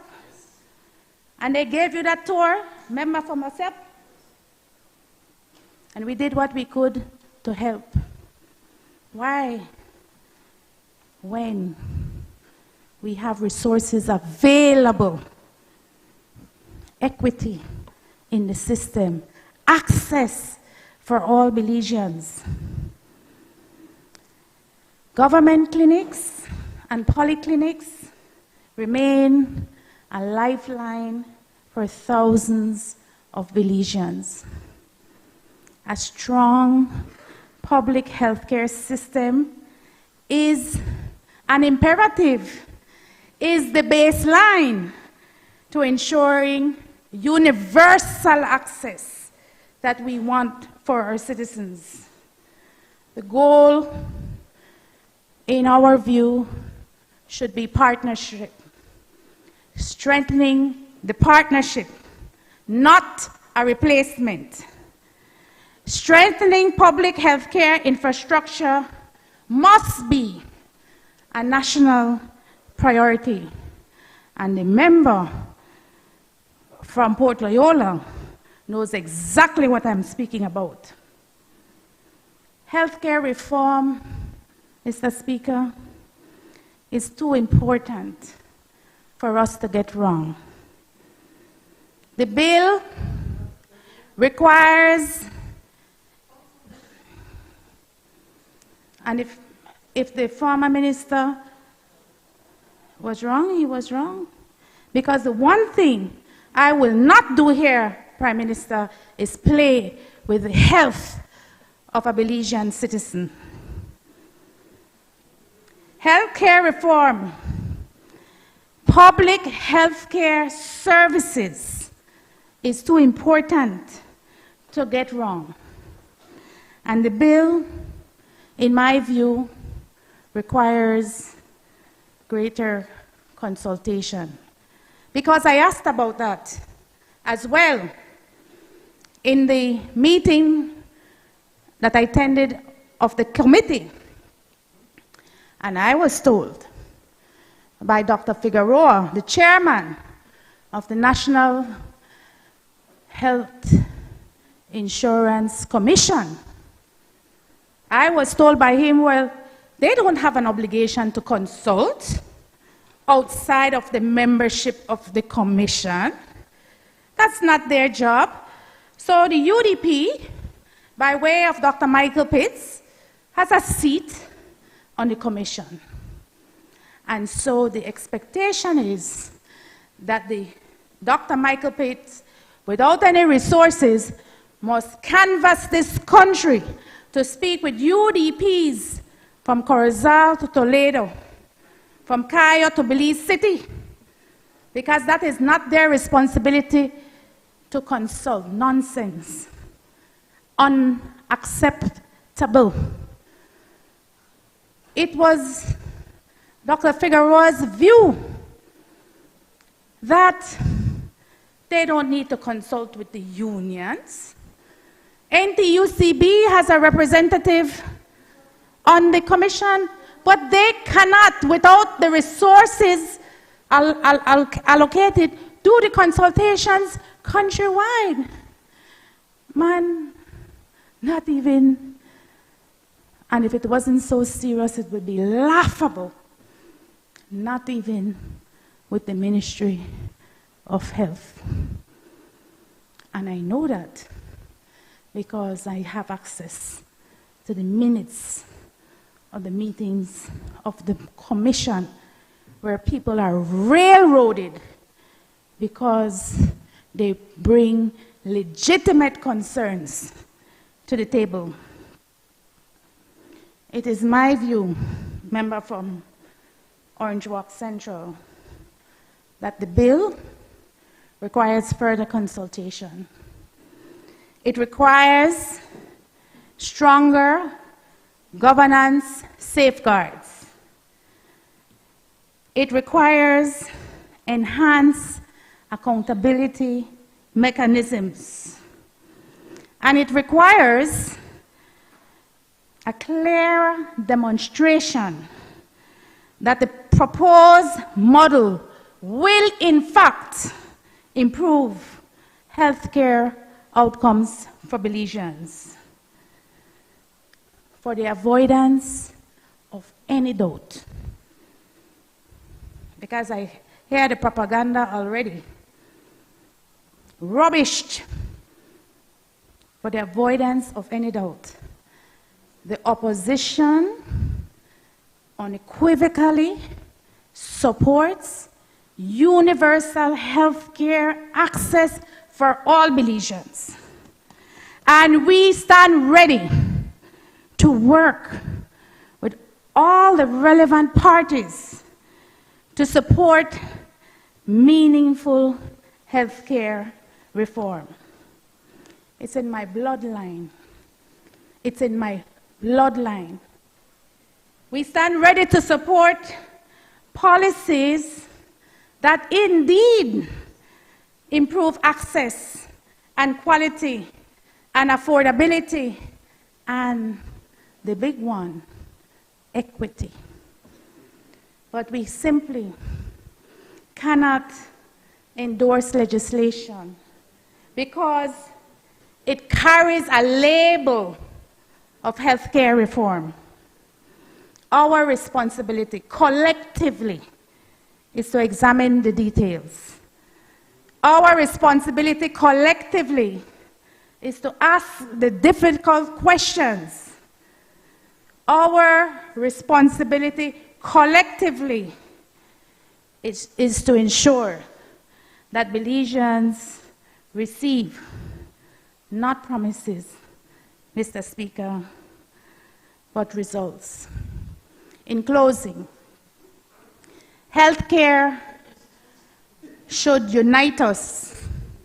Healthcare should unite us, not divide us. It should inspire confidence, not uncertainty. It should also place the interests ahead of politics. For these reasons, while we support the objectives of universal health care, while we support expanding health care in every municipality and district through the length and breadth of this country, we remain deeply concerned about the structure, the governance, the accountability, and the sustainability of a national health insurance that excludes or does not empower our public healthcare institutions. We all deserve better. Thank you, Mr. Speaker. I recognize the member for Orange Walk East. Thank you, Mr. Speaker. Let me start off before I get into my prepared remarks, and I think the leader of the opposition kind of tried to lead us into a direction, and I never want to get into the words they said to me just now, but I think she was a bit unfaithful to the truth. The reason, Mr. Speaker, the legislation as it is written has been the same as under the SSB for 25 years, only now that it is expanding governance. And maybe I should ask the leader of the opposition, when you all were in government, why did you all not do this as what you are now proposing? But let us not get into that back and forth. I also want to make a clarification, Mr. Speaker, because the leader of the opposition make it seem as if NHI is replacing the functions and the roles of the Ministry of Health. Let me be absolutely clear, and for the clarification to the Belizean people, the regulatory functions of all health systems in this country falls under the auspices of the Ministry of Health and Wellness. And what NHI actually does as well, Mr. Speaker, remember, NHI has key performance indicators that it provides and a set of packages of care, while the Ministry of Health provide other levels of primary care services across this country. But I also want to remind the leader of the opposition, because she used an analogy where I think she referred to a farmer from Orange, or from the north, or Corozal, I think she said, working in San Ignacio, as if that farmer may not be able to access any service at all. Not because you are an NHI member in Corozal, for example, at the Corozal Community Hospital, we have a Corozal Polyclinic that is an NHI provider, a public one. And if you need services and you are working in San Ignacio, you have access to any of our government facilities across this country free of cost. And so the child who she referred to at 2 months can also get access to any government service facility that free of cost that he or she needs to access care. So there's no barrier. And you could, yes, that is exactly how it works. The NHI has a system that is connected, so they all are able to track the services being provided. So let us get that clear. So, Mr. Speaker, I rise today in full support of the National Health Insurance Authority Bill 2026, which is a transformative piece of legislation that represents one of the most significant healthcare reforms in Belizean modern history.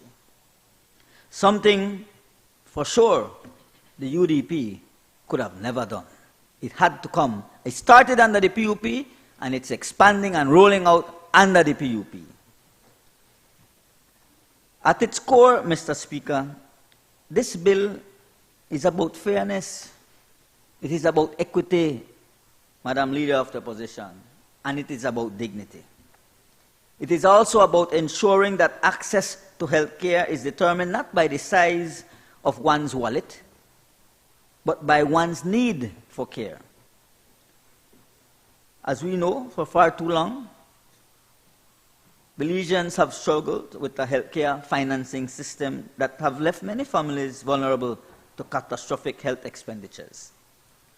And the reality is that many patients living with chronic illnesses, such as hypertension and diabetes, have been forced to spend hundreds of dollars every month on consultations, medications, laboratory tests, and specialist services.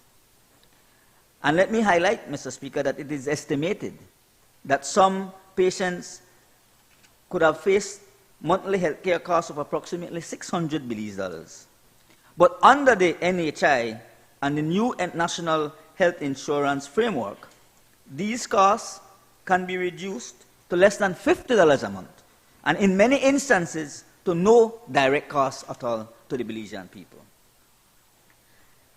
This legislation, Mr. Speaker, establishes the National Health Insurance Authority as an independent statutory body dedicated solely to the administration and purchasing of healthcare services. It removes the program from its existing arrangement and creates a more modern institution focused exclusively on achieving universal health coverage for Belizeans.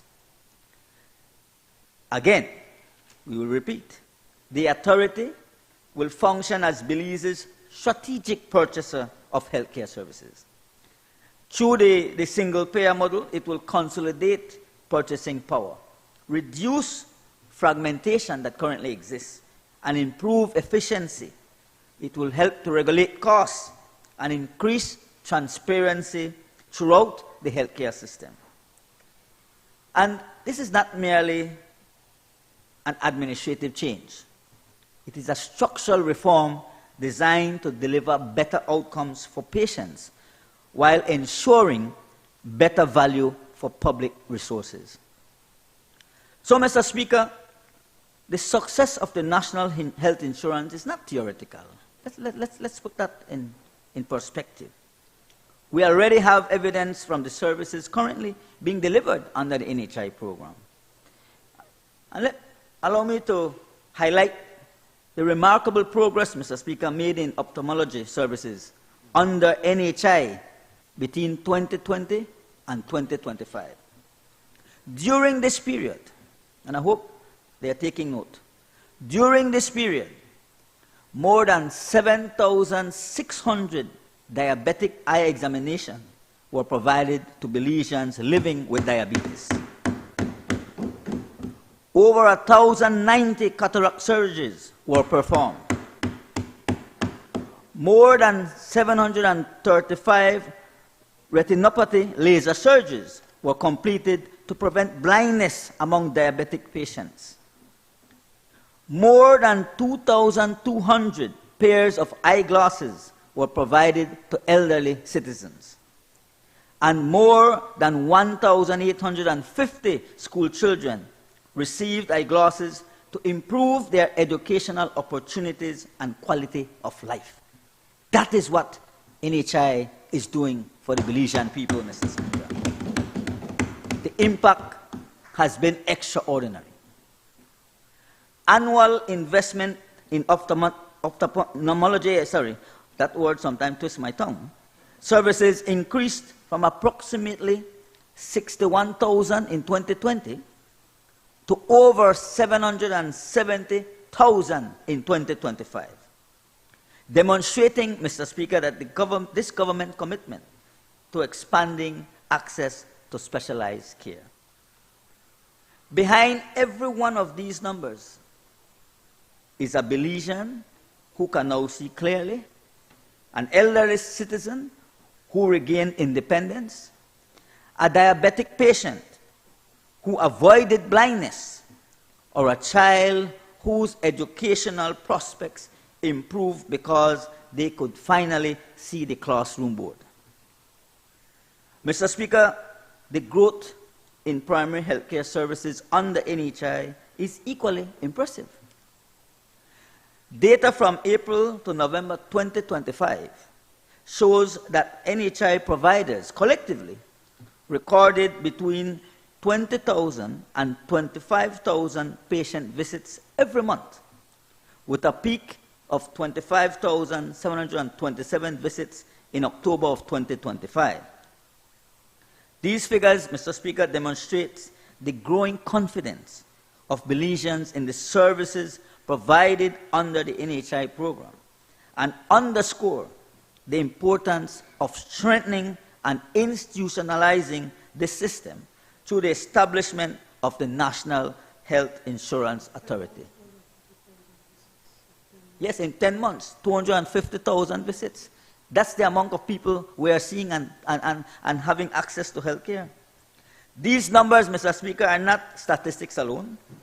They represent mothers receiving prenatal care, children receiving vaccinations, patients managing chronic diseases, and families accessing health care closer to their communities.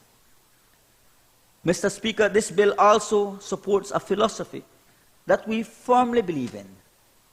Prevention is better than care. And I know you support that position, Madam Leader of the Opposition. Mr. Speaker, the National Health Insurance Authority will prioritize primary and preventative care while, of course, expanding community-based services throughout Belize. Approximately 320,000 Belizeans are expected to benefit from contracts already being signed with clinics across the country. And I want to highlight there too that when you talk about the public sector, Madam Leader of the Opposition, let me also inform the Belizean public that we now will have 7 new public sector service providers that fall under the NHI. There's a new polyclinic that will be provided in Orange Walk. We also have in Belmopan, we will have the Cleopatra White will also be a polyclinic, an NHI provider. The San Ignacio Community Hospital is also an NHI provider. The San Antonio Clinic in Cayo is also a provider, and the Duck Run Polyclinic. So these are all new clinics that have been added that are from the public sector to continue to provide excellent service. As I said, Mr. Speaker, when we talk about the new contracts being signed across the country, this means as well that we will have Belizeans who will benefit from earlier diagnosis. This means better management of chronic diseases. This means fewer hospital admissions, as the Prime Minister highlighted in his presentation. And ultimately, Mr. Speaker, this means we have to have a healthier Belize. The National Health Insurance Authority will also introduce greater accountability and transparency. As the strategic purchaser, the authority will establish clear standards for providers. The authority will also establish clear standards for providers, negotiate fair reimbursement rates, regulate pharmaceutical costs, and ensure that public funds are used efficiently to achieve the best possible health outcomes.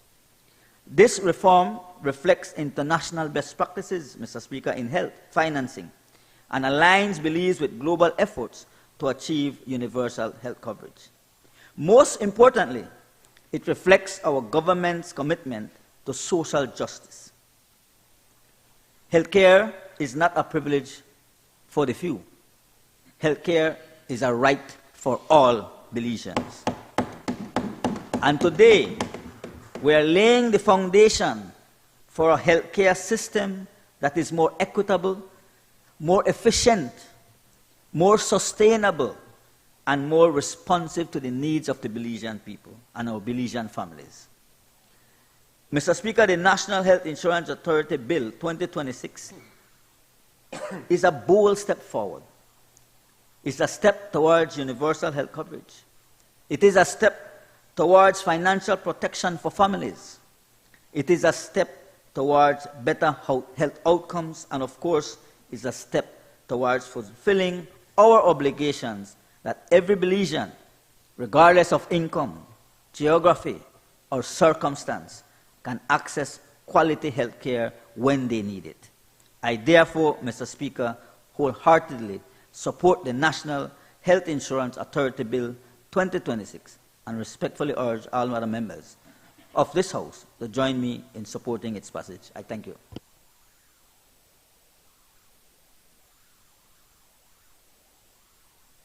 As the Honorable Prime Minister.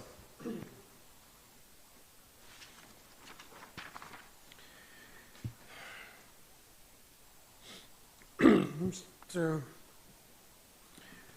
Speaker, my whole approach to this, to the NHI, when I introduced it, when I discussed it earlier, and my wrapping up, has always been this firm belief that the health care of our Belizeans is beyond partisan politics. And I was really hoping that the leader of the opposition would have also taken that position, that it is not partisan politics. But for her to be able to nitpick and just trying to create this illusion, because it's an illusion that she's trying to create. I say an illusion because you ask the people that visit the NHI clinics, every one of them, every single one of them will tell you that they are happy with the service that NHI provides. And it's really a shame. And then to use her mother and her father must be turning in his grave to see how she's talking when he was also a very good doctor, and your mother, and believe in access. And now here is a program, a system that is giving access to every single man, woman, and child, access to primary health care, and then she tries to railroad what we are trying to do. All of these things that she has been talking about, they were in government for 13 years. One, what did they do? Nothing with NHI. They kept it as it was. And then they tried to push it, Pablo Marin tried to push it in Corozal, mostly in Corozal North, Corozal Bay, and then a little bit in Corozal Southwest, because his colleague, the other doctor, was the representative. And that's that small area. And to show you, when she talks here about how we spend money, that very same budget, Mr. Speaker, we took that very same budget and expanded and covered the entire district of Corozal and provide more services than that we're doing. So if anybody was stealing or hustling from it, it was them. The very same money that they budgeted to give in those two areas, we covered the entire district. I know she won't come and talk about the hustle. The hustle was on that side. That is why she now they try to say, go and talk about hustle. It's a shame. I really hope, as I see said, waiving her credentials of her parents, I thought that she would have had a totally different approach. I am happy that the Minister of Health has clarified the role within the national health care. We have shared on the different roles. NHI is responsible for putting the advertisements, is responsible to ensuring that they get the money to be able to pay.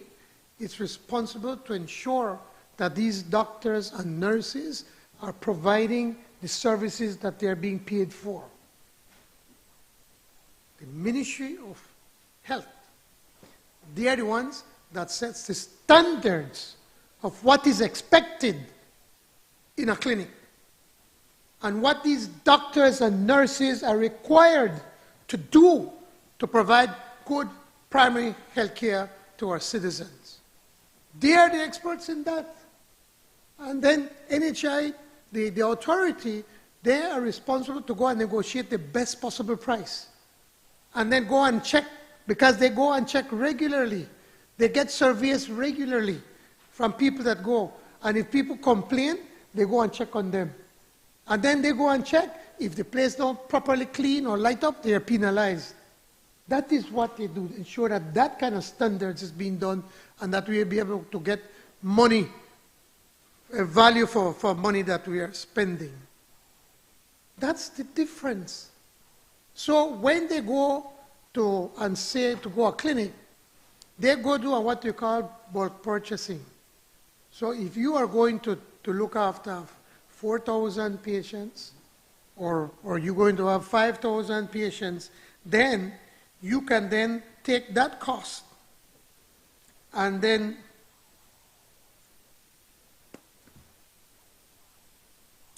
you look at the cost. You buy wholesale as opposed to retail. So when you go to a private clinic, you pay $50. I think we pay, what is it, about $12? No, it's about $12. $12 they pay to the doctor. Why? Because the doctor is assured that they got about 4,000 patients coming in. So that is what you do, bulk. With the medicines, there are a number of medicines that they provide. And the same thing with the medicines. Instead of one clinic, they go and buy, I know about Tylenol, 100 Tylenol. They are buying for all of the clinics across the country. So they probably have to buy 10,000 Tylenol. Who you think will get a better price? Who you think will get a better price? That's the point. You're blank. You can't understand. You can't comprehend what is national health insurance all about. Mr. Speaker, I did not interrupt you. I did not interrupt you. She sits here or stands up here and then pontificate about consultations and what's going on if everything is done in secrecy. There has always been a member of the opposition in the NHI committee. Always. So they know everything. She admitted here, that she get access to the minutes. She will have all of the minutes, nobody hide anything. So they are fully aware, fully involved, and have every chance, every moment, at every meeting to be able to point what are their positions. And sometimes they have some good people that help. For instance, when you had the good doctor from Corozal, what's his name? Campos. Yeah. Campos was quite helpful when he was there. Of course, he has been changed. And then they're going to put Pereira. I mean, like, really? Pereira? He just go there and try to be disruptive of everything. I think that was his mandate. Try and go and try and broke it up. Sorry? Yeah. Same one. Then you're talking about how do we know how the money is being spent. She even came, I think it was her, was it one of them, came to the house and said, there is no audited statements for NHI. When they well know that NHI is audited every single year. But once it is audited, it is a part of Social Security. So those audited statements are in the audited statements of Social Security.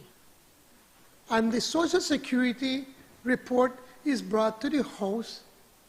And if they would have done their homework and at least open the book and read the report, they will see that NHI has been audited every single year, even when they were in government. But they come and say, oh, how about auditing?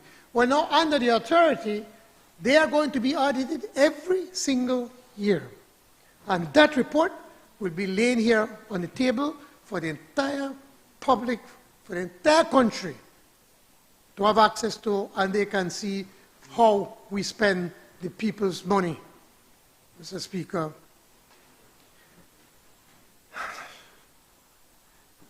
all of a sudden, She see everything that's wrong. All of a sudden, she have all of the answers, and she's smarter than everybody. But you had 13 years, young lady, 13 years to be able to do something. Did you at any time go to cabinet and say, you know, I'm Prime Minister Barrow, I look at NHI and I see some problems and we need to fix it? No, you never did. Did you at any time come here to this National Assembly and say, we need to do more for NHI? We need to spread it out. We need to bring in more people and outside Belize City and cover more people? No, she didn't. But yet, she comes now, all of a sudden, saying, oh, she sees all of the ills and what's wrong with NHI. This is the hypocrisy that you see in this National Assembly, Mr. Speaker.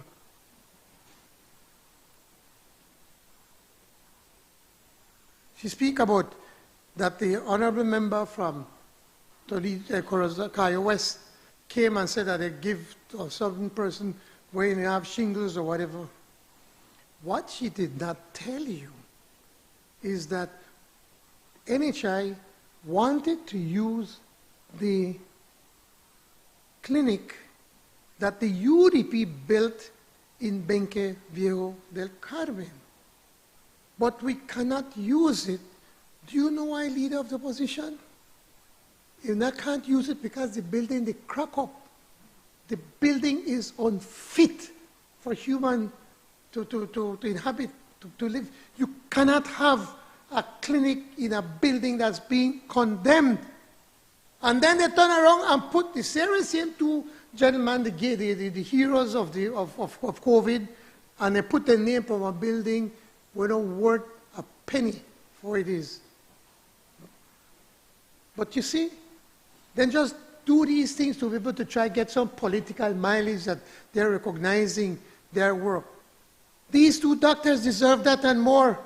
Not to put in a building that's condemned, they put in the name the building that's already condemned that you can't use. And that is why, Madam Leader of the Opposition, we can't use that clinic, or else we'd have used it. And we know that there are certain different layers in health. You have primary health care, which is what NHI is providing. Then you have the secondary health care, which is the Ministry of Health is providing. And by that, they mean you broke your hand, surgeries, and different things like that. That is, you go there. And MRI, Mr. Speaker, is not primary health care. MRI is secondary and tertiary health care. But they say, oh, but you can't get an MRI. You don't get MRI at the NHI because you belong at a secondary health facility, not at NHI. That is the whole reason. You go to NHI clinic, and then they look by you, and they look by you and say, you know what? This thing is more serious. Something wrong inside, probably something with your heart or your kidneys or whatever it is. You know what? You need to go now to the secondary hospital. You need to go to Northern Regional. You need to go to Western Regional. You need to go to Carl Huchner.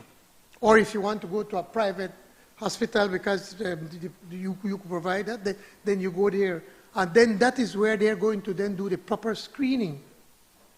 NHI is removing the congestion of these secondary hospitals. How many times people are sitting there and they have 150 people ahead of them, and they are sick and need immediate attention, but they have to wait, make that 150 persons get attended. And of those 150 persons, Mr. Speaker, maybe 130 should be at a clinic, but they go to the hospital. I always remember speaking to a health administrator in Orange Walk, except when I was the Deputy Prime Minister, and I was speaking with her, and she said, you know what, Deputy Prime Minister said, Otia, see how right there crowded? Most of these people don't belong here, you know. Most of them, they got a headache, they don't feel good, they got a fever, they believe they belong in a clinic. But because this is what we have, everybody come here. He said, I got some people who like going to the hospital, and they are come 2-3 times a month, just because they like to go to the hospital. But then it prevents them from dealing with the more urgent cases. So NHI now is helping to remove that pressure from our secondary hospitals. In the first 10 months in operation right now, NHI, that we've rolled it out except Cayo, we have already had over 250,000 visits. This is 250,000 less visits to our regional hospitals. And it's opening up, easing up the congestion. So if somebody broke their hand or somebody, God forbid, get shot or get hurt, whatever, they can get faster service. I think that either the leader of the opposition does not understand the concept of NHI, or she just wants to confuse people to try to get some political points or mileage. As to equality, obviously in different regions of the country, the cost of living varies. For instance, in San Pedro, we all know the cost of living tends to be higher than other parts of the country, like say Toledo or even Orange Walk. Why? Because of the tourist industry. A lot of tourists there, a lot of US come, they make a lot of money, and so obviously, if somebody wants to operate a clinic in San Pedro, it's going to cost them more than operating a clinic here in Cayo or in Orange Walk. And so all of these things have to be factored in when you are negotiating a contract with these clinics. And she makes a point. If you are registered in a clinic in Orange Walk and you're in a Belize city and then you get sick, you can't access NHI. She either never asked, no understand, or no answer the truth. The truth is that if you are in Belize City and all of a sudden you get sick, you could go to the government hospital to begin with. Nobody has stopped you from going to government hospital. Or you can go to an NHI clinic. And what will happen? They will give you the service. They have an electronic system, and I think that they could access your records based on whatever. I'm not too sure that they can. They can access your record from Orange Walk and say, okay, you're the John Mesenio, you have this, whatever. Oh, you suffer high blood pressure, maybe your pressure high right now. We could check, okay, so you have to do. You access the service. And then in the system, they are going to put, I'm attending to John Mesenio, who is registered in Orange Walk.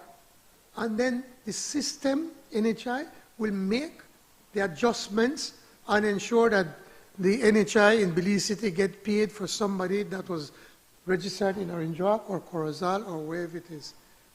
So, Madam Leader of the Opposition, if you'd only listen to me for 15 seconds, please tell your people that they can still access that service.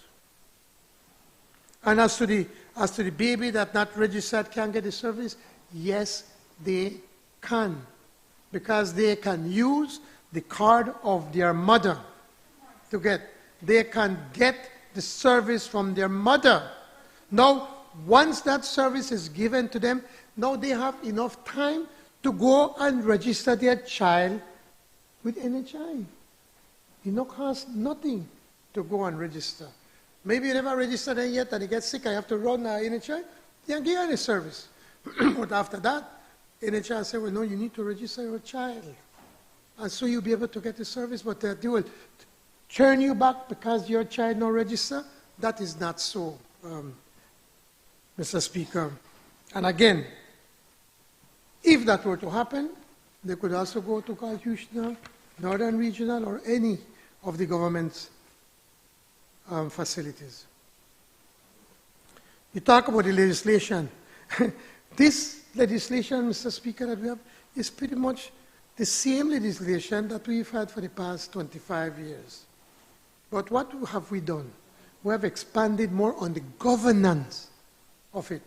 We've strengthened the governance of the authority, the National Health Insurance Authority. And we are telling you that we're inventing the wheel. We look at different pieces of legislation, especially in the Caribbean.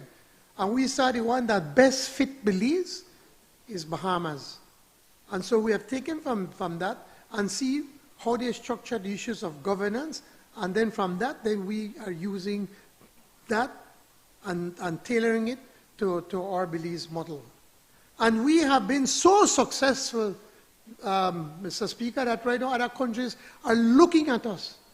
And what is it that we have done? And how is it that we have been so successful in rolling out NHI in such a short time to the entire country of Belize? I think tomorrow, I'm told that we have visitors from St. Martin's are coming into Belize to take a look at our National Health Insurance service that we're providing. So it's, Mr. Speaker, it is something that we should all be proud of. It's beyond politics. You like talk about poor people, this is where this will help. Even most of the poor people.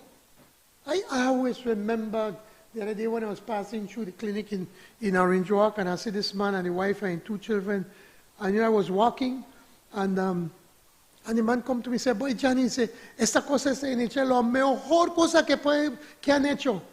Dice, yo estaba enfermo, mi esposa, mis 2 hijas, dice, todos tenemos con el flu. Y pagamos $2, dice, y ni gasté ni $20 de medicina. Dice, pues es algo bueno, les felicito.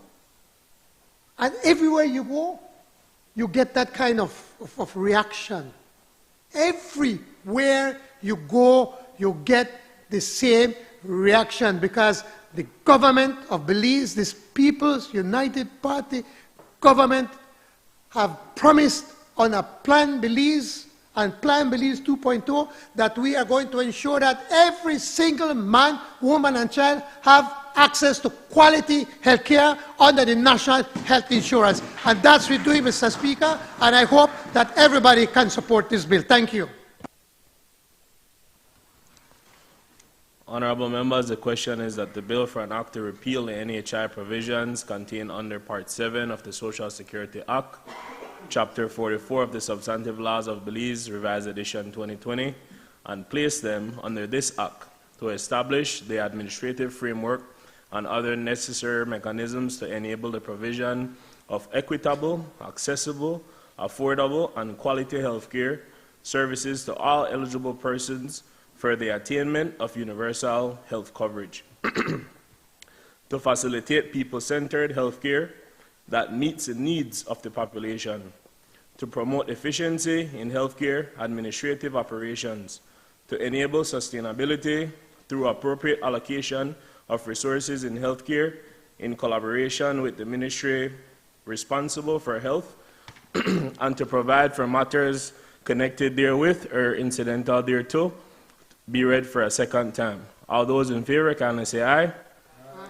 All those against, can I say no? I think the ayes have it. Bill for an act to repeal the NHI provisions contained under Part 7 of the Social Security Act, Chapter 44 of the Substantive Laws of Belize, Revised Edition 2020. I recognize the Honorable Prime Minister.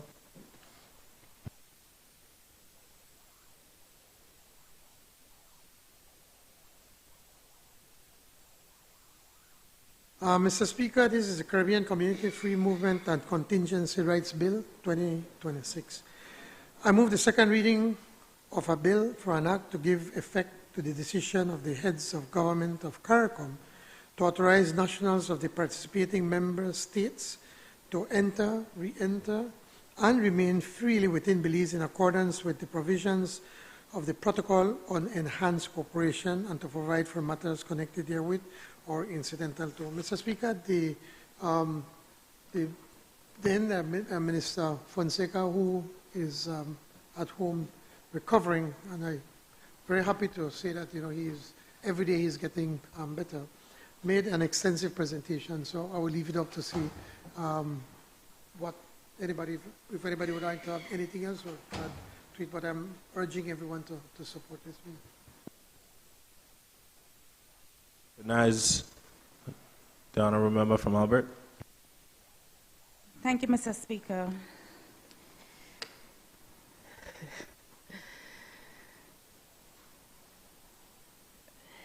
Belize has always been and continues to be a proud member of CARICOM and a strong advocate not only for integration, but for the institution of the single market and economy.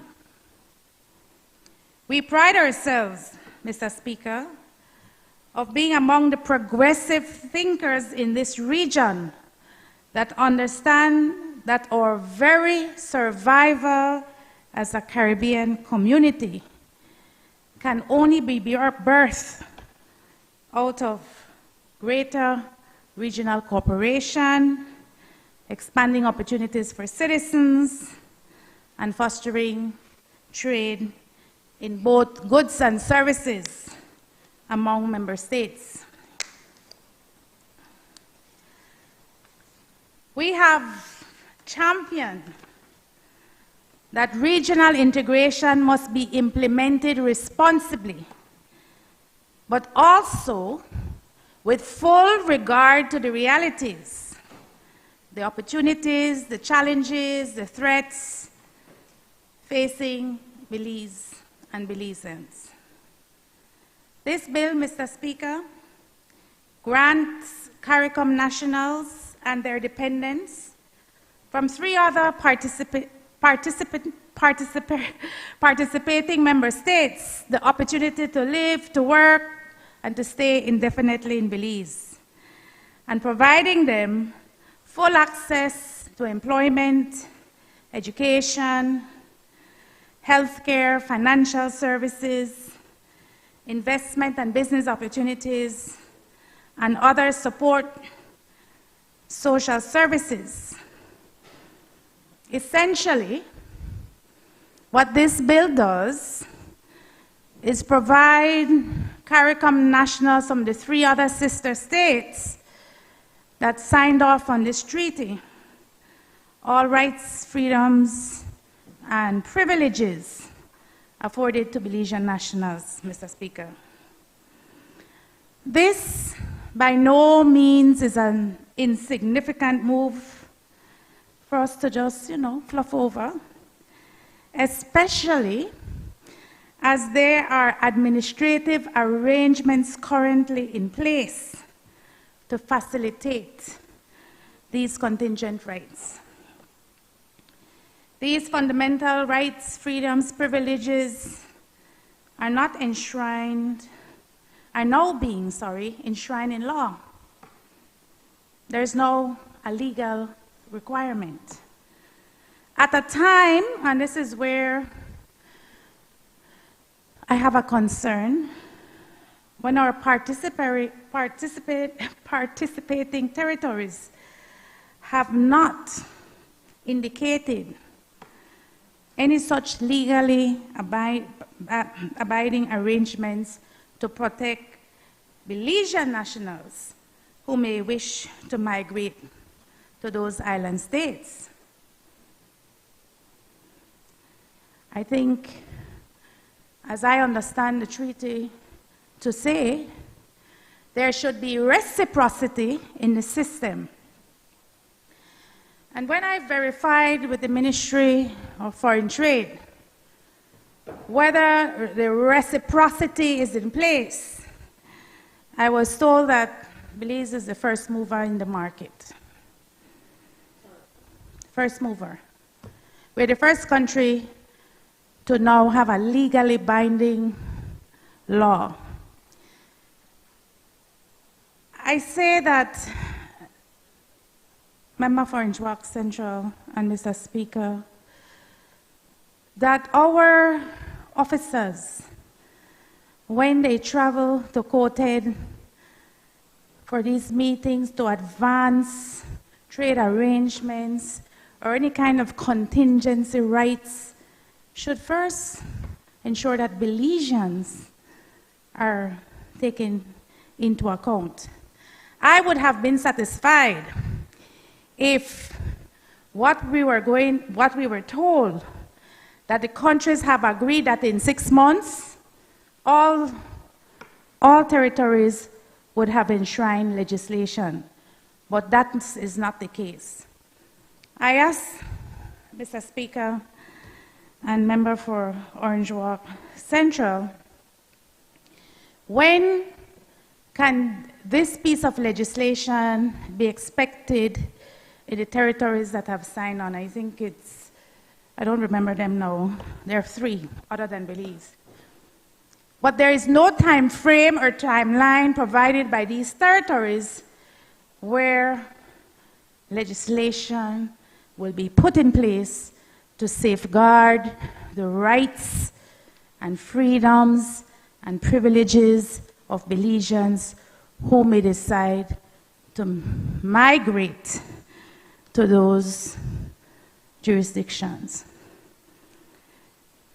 This framework is a sea change, and it's a far-reaching policy change that will affect our public services, potentially, our labor market, our economy, and it might not only be, and I'm not saying affect it in only a negative way, but it will affect it nonetheless.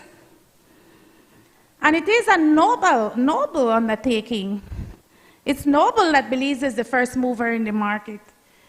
I'm not trying to at all suggest that it isn't. And it is an absolutely generous gesture. Belizeans need to know definitively how I am going to be treated when I go to the other jurisdiction. I think when this bill was initially brought, there were some questions that were asked. Have we done a proper labor market assessment? Have we done a fiscal assessment? Have we looked at potentially the impact on our education system, on our housing sector, on our social protections? Are we equipped to deal with the kind of security screening that would be necessary and to absorb the demands that may arise? We insisted at the committee level, and it was adopted, I'm pleased to report, that there must be parliamentary oversight when new jurisdictions decide to sign on this treaty.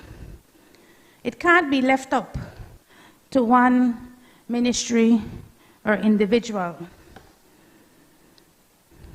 Mr. Speaker, we are committed to a shared vision for CARICOM. We are committed to shared responsibility, particularly as it relates to our citizens.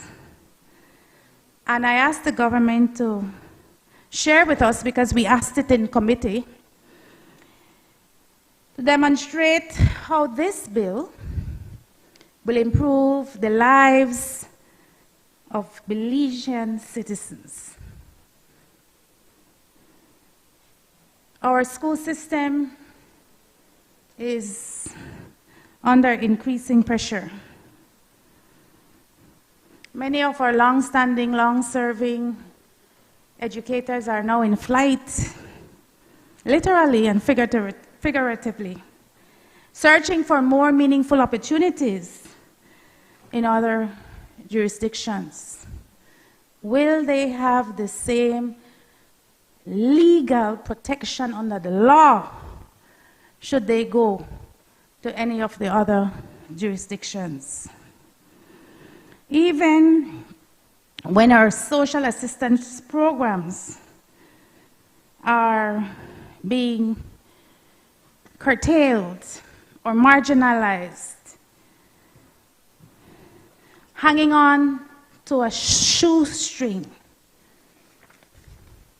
how do we then embrace as a legal requirement the needs of those who may decide to migrate to Belize? You see, Mr. Speaker, good intentions alone are not enough. And I understand when in Belize we have a big heart. We embrace and we have a history of embracing people from all parts of the globe. We have a diverse culture and a diverse people. But as we do that, we must ensure that our citizens are treated equally with the same level of openness and fairness and legal protections that we offer to others. Belize is duty-bound to fulfill its treaty agreements with CARICOM and other bilateral partners. But let us not do so at the expense of further marginalizing those who are not able to access the same services, particularly because the treaty calls for reciprocity. We don't have any reason not to support the bill. But we ask government to urge our officers or negotiators that when they attend these quoted meetings, they start fighting for the rights of Belizeans. That we press our other sister agencies and sister states to put their laws in place, use our law as the model law, because there's no model law for this initiative. We asked about it. We were told that the OECS countries may have something that could have been used but was not used. So we're taking the lead. But after the law is passed, let us actively engage the other 3 territories to ensure similar legislation, not administrative arrangements, because we all have that, but similar legislation is put in place to protect Belizeans. We urge the government, Ministry of Foreign Affairs and Foreign Trade, to provide the implementation framework as well as the monitoring and evaluation mechanism so that this Parliament can get regular reporting as to the impact that this bill will have on our national development. I don't see the rush, quite frankly, in putting these formal legal arrangements in place. And I would have preferred that all 4 countries sign off on those legislation at the same time. What's good for the goose is good for the gander. And so, Mr. Speaker, we, as a progressive nation, welcome and embrace our brothers and sisters from the Caribbean. And more than that, we are now making a legal obligation to them as though they are citizens of this country. And all we ask, Mr. Speaker, is that our government does the same for us. I thank you. I recognize the Honorable Prime Minister. It's been a long day, Mr. Speaker. Mr. Speaker, the leader of the opposition raised some points that they could be valid points. And yes, she's right that we have always been an open society. And I think the success of Belize is because you can see all kinds of people from all over the world coming to Belize and making Belize home. Unlike so many countries that when immigrants go, they are marginalized, and then they live in their own little corners, in their own little slums, and it creates a lot of social problems for them. And Europe is a perfect example where you have a lot of, for instance, people out from the Middle East. They moved, and they are not given the real opportunities as the other citizens. And so they become radicalized, and then you have all of these social problems. We don't see that here in Belize. I mean, the honorable member from Mesopotamia, I think you're a first-generation Belizean? You are first-generation Belizean or second? Your parents, first generation, your parents were born in... Huh? Yes, so you're a first-generation Belizean. And then look at him at the National Assembly. And who knows, he might take over the position over there as leader of the opposition. You just can't tell. The point I'm trying to make, that because we are an open society, people can come to Belize and make a life and become a part. Look at people from the Indian community, from India. The first generation, when they came in, they used to insist that their children marry other Indians. But now the third generation, now they're starting to find a Belizean girlfriend or Belizean boyfriend. And then they marry, they're intermarrying. I could show their in work. Yeah, wait, allow me, please. The point I'm trying to make, that we are an open society and we welcome people. So when we signed on to the free movement of people, it's an extension of what we are. And we are then opening up the doors to our brothers and sisters in the Caribbean, in this case on Barbados, Dominica, St. Vincent, and the Grenadines that have already signed in. Now, to allay the fears of people that they think that everybody are rushing to Belize, Mr. Speaker, since we began implementation on the 1st of October 2025, last year, so far the official reporting shows that we've had 83 CARICOM nationals that have entered under the free movement framework. And guess what? Of the 83 of them, only 2 of them are currently residing in Belize. Only 2. Because whilst we are part of the Caribbean, we're also different in many ways from the Caribbean.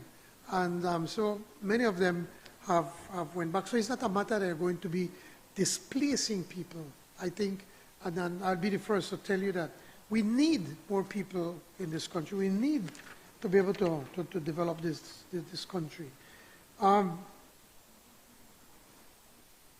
the issue as to when these other countries are going to move their legislation, well, they have a different parliamentary schedule or agenda than ours. But at the next heads meeting, I will ask them when is it that they're going to also implement. And it is about reciprocity, that they come here, they could access our programs. We go there, we'll access their programs. There's going to be absolutely no problem. If a Belizean citizen were going to go to Barbados to work, they will have the same access that their citizens have as we, the Belizean, when we go. That is why we've signed this treaty. So, Mr. Speaker, I think that it is something that its time has come. We need to be able to opening up more. We have always said we're brothers and sisters in the Caribbean, and we've always been talking about the single market and economy, and now this is another step in strengthening that community, the Caribbean community. So I accept the concerns that the leader of the opposition have, and there's nothing really serious more than, okay, when are these people going to sign? So I'm going to ask that question and probably could give you an answer later. So with that, I move. Thank you, Mr. Speaker.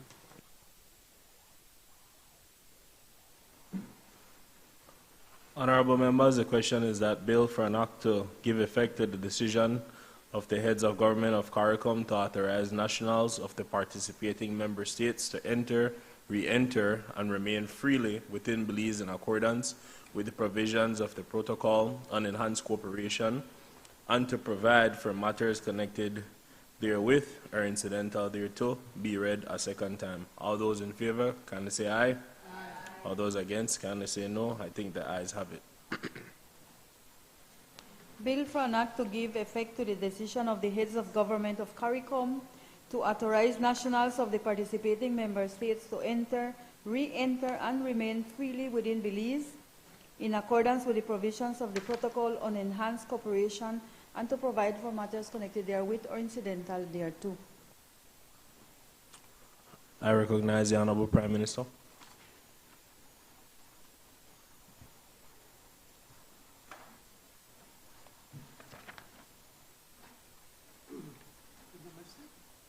Yes.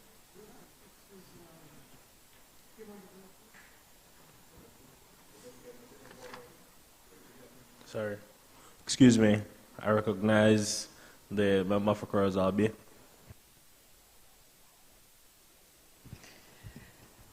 Good evening. Mr. Speaker, this is the Domestic and Intimate Partner Violence Prohibition Bill 2026. I move the second reading of a bill for an act to recognize the right of all persons to live free of domestic violence and intimate partner violence, to expand the powers of the court to make orders to support survivors, to increase accessibility to justice services, to fulfill Belize's commitments under international conventions for all persons to live free of violence, to repeal the Domestic Violence Act, Chapter 178 of the Substantive Laws of Belize, Revised Edition 2020, and to provide for matters connected therewith or incidental hereto.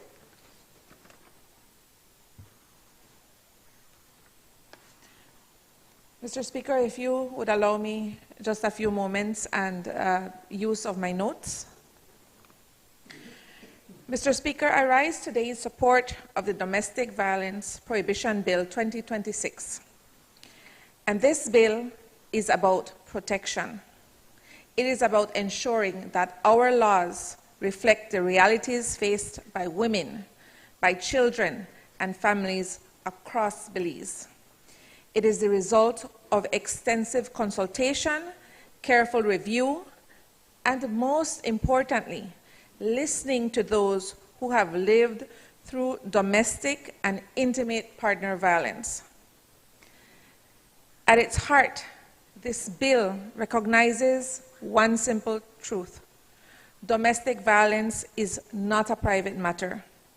It is a serious public issue that affects families, communities, and the country as a whole. For far too long, Mr. Speaker, many victims, especially women and girls, have suffered in silence. They have endured physical violence, emotional abuse, intimidation, stalking, financial control, and threats. Many have remained in dangerous situations because they lacked the support, the services, or the legal protections needed to live safely. The current Domestic Violence Act has provided important protections for many years, but experience has shown us where the gaps are. The reality of domestic violence has changed, and our laws must change with it. Mr. Speaker, this bill strengthens and updates our approach in several important ways. First, it expands who can be protected. Violence does not happen only within marriage or between people who live together.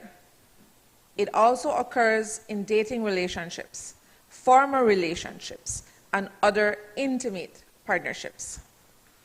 This legislation recognizes that reality and extends protection accordingly. The bill also recognizes forms of abuse that go beyond physical violence. It includes emotional abuse, psychological abuse, economic abuse, coercive control, and technology-facilitated abuse, including cyberstalking and online harassment. These forms of abuse are very real. They cause deep and lasting harm. In many cases, they are warning signs that violence may escalate. Mr. Speaker, this bill also makes it easier for victims to get help when they need it, because violence does not wait for office hours. Someone facing immediate danger should not have to wait until the next business day to seek protection. And this legislation removes unnecessary barriers, allows for more accessible application processes, supports electronic and virtual procedures where appropriate, and creates pathways for urgent intervention when someone's safety is at risk. Importantly, applications for protection orders will not depend solely on the victim coming forward. Police officers, social workers, and other authorized individuals will be able to apply in circumstances where the intervention is necessary. This reflects the reality many victims face: fear, trauma, intimidation, and dependence can and do make it difficult, or sometimes impossible, for someone to seek help on their own. Mr. Speaker, this bill also strengthens accountability. Laws alone do not protect people. Institutions do. And that is why the legislation clearly outlines the responsibilities of law enforcement officers, including responding promptly, conducting risk assessments, enforcing protection orders, and connecting survivors with available support services. Domestic violence cannot be addressed by one agency working in isolation. It requires a coordinated response. The police, the courts, social workers, healthcare providers, educators, community organizations, and government agencies all have a role to play. Survivors deserve a system that works together, not one that leaves them to navigate it all alone. And to support that goal, Mr. Speaker, this bill provides for multi-sectoral protocols that clearly define the responsibilities and interventions of each agency involved. Mr. Speaker, one of the most important features of this bill is its focus on the needs of survivors. Leaving an abusive relationship is rarely a simple decision. It is often a question of where will someone live, how they will support themselves and their children, whether they can access legal assistance, and whether they will be safe. This bill acknowledges those realities. It provides avenues for financial relief, counseling, legal assistance, relocation support, and other services that can help survivors rebuild their lives with dignity and independence. It also includes protections for privacy and safeguards designed to reduce further trauma during legal proceedings. Mr. Speaker, good policy must be informed by facts, and this bill strengthens our ability to collect and use data on domestic violence. Better coordination and more consistent data collection will help us to understand the scale of the problem, to identify gaps in service and direct resources where they are most needed, and to measure whether our efforts are making a difference. Mr. Speaker, this bill is about protection, it is about accountability, and it is about support. It broadens access to protection. It recognizes the many forms domestic violence can take. It strengthens coordination among agencies, improves access to services, and helps ensure that survivors are treated with dignity throughout the process. Most importantly, it sends a clear message that domestic violence will not be ignored and that those affected by it will not be left to face it alone. I therefore commend the Domestic Violence Prohibition Bill 2026 to this Honorable House and urge all members to support its passage. Thank you.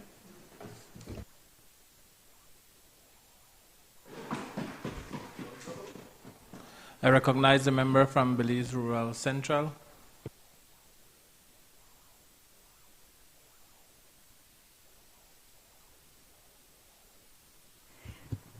Good evening, or shall I say good night, everyone. Mr. Speaker, thank you for being in the chair today.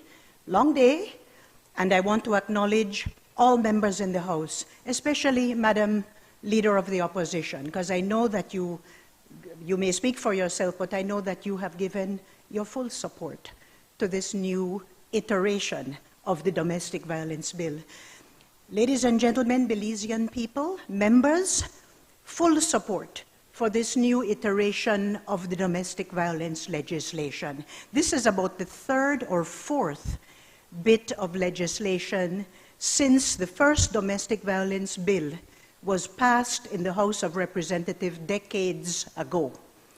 I'm pleased to say that I've been there and all along, and we have seen improvements to the legislation so that we can do our very best to protect those people who need protection the most. I am so pleased that the member for Corozal Bay has set out clearly the improvements in this bill. But I do want to refer, when we say the Domestic and Intimate Partner Violence Prohibition Bill, I am so glad that we are signaling in this House of Representatives this evening that there is to be equality and inclusion and non-discrimination. There is no one definition to family or intimate partner in Belize. And we, in the House of Representatives this evening, I think we are signaling the equality and inclusion across the board that must be our mantra if we are to believe in full human rights for everyone. Our LGBT plus communities must have the same kind of protection. It is not, a family is not just a woman and a man and children. We have many forms of relationships, and we believe, certainly I can speak for myself, I believe in equality and inclusion. I do hope that we can signal to the Belizean people our seriousness about the protection of everybody. Not because you might be different, not because you might be different in the eyes of somebody out there, not because you might be different in the eyes of certain faith-based communities, must you not be given the protection that our country believes in because of our human rights. Now, the persons who may apply, that category has been enhanced. Counseling orders are in the bill. There are interim protection orders by select senior justices of the peace now. We do hope that this can be rolled out very soon. The training is still taking place, and in the eyes of some people, it may be taking a bit longer than what we would like to see. But because it is always a work in progress of how we make enhancements and strengthening the protections that we give to people, I look forward to when the senior justices of the peace are fully trained and can give interim protection orders, especially over weekends and long holidays. We can't bring back the victims of domestic and intimate partner violence where there was fatality, but we can signal that with approaches to the court, with proper counseling and guidance, with the support of the Ministry of Human Development, Family Support and Gender Affairs, people can approach and get the protection and the support that is needed. We, of course, work with civil society members. And so I want to say that this is a great step in the right direction. We also have that hearings may be in person or virtual. We also have that a social worker may be present during proceedings. We have enhanced duties of police officers, and we even have that the existing criminal law can apply where appropriate. Ladies and gentlemen, members of the House, my colleagues, I won't take too long, but I do want to say this evening that this is an excellent step. It is excellent that we are doing our very best to protect all our Belizean people, and therefore I ask for the full support of this honorable House on both sides for our support and voting for the Domestic and Intimate Partner Violence Prohibition Bill 2026. Thank you very much, Mr. Speaker. I recognize the member from Mesopotamia. Mr. Speaker, permission to refer to my notes, please. Mr. Speaker, I rise today to speak on a bill that touches the very heart of what we represent in this House. The safety, the dignity, and the future of every Belizean family. And let me be clear from the very first start. This side of the House support protecting victims of domestic violence. We support it. Right, Paulina? Good. Fingers. Fingers. Without reservations. Member from Fujad, without reservations, without qualification, and without conditions. No woman should live in fear inside her own home. No child should grow up watching their mothers being beaten. No woman should ever feel that it is her right to raise a hand. No, sorry. No woman should ever feel it is her right to raise a hand against the person she claimed to love. Domestic violence is not a family matter to be kept behind closed doors. It is a public crisis. It is tearing our communities apart. The people of Mesopotamia have told me this themselves, not in statistics, in tears, in whispers, in conversations, in calls to my office when there is nowhere else to turn. I have sat with women who could not look me in the eyes because of the shame that was put on them was not theirs to carry. I have spoken to children who were afraid to go home, Mr. Speaker. So when this government brings a bill to strengthen protection for victims, I say, Mr. Speaker, this side does not oppose you on principle, and we join you. But, yes, we mean that. But joining you on principle does not mean we must be silent on the practice.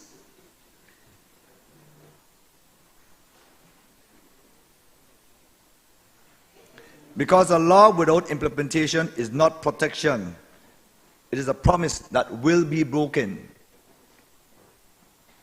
Mr. Speaker, let me share some facts with this House, because these are not just statistics. These are our neighbors, our sisters, our daughters. According to the Belize Crime Observatory, in 2025, there were 2,265 domestic violent reported cases. 6 a day, Mr. Speaker. 6 reports a day. And those are only the ones that are reported.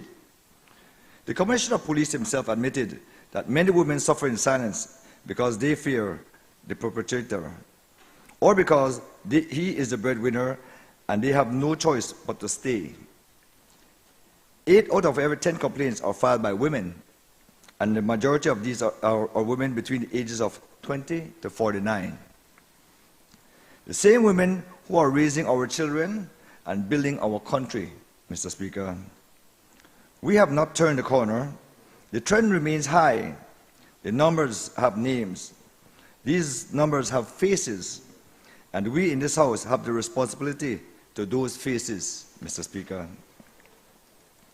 Mr. Speaker, one of the strongest features of this bill is that it finally brings our law into the 21st century on what domestic violence actually is.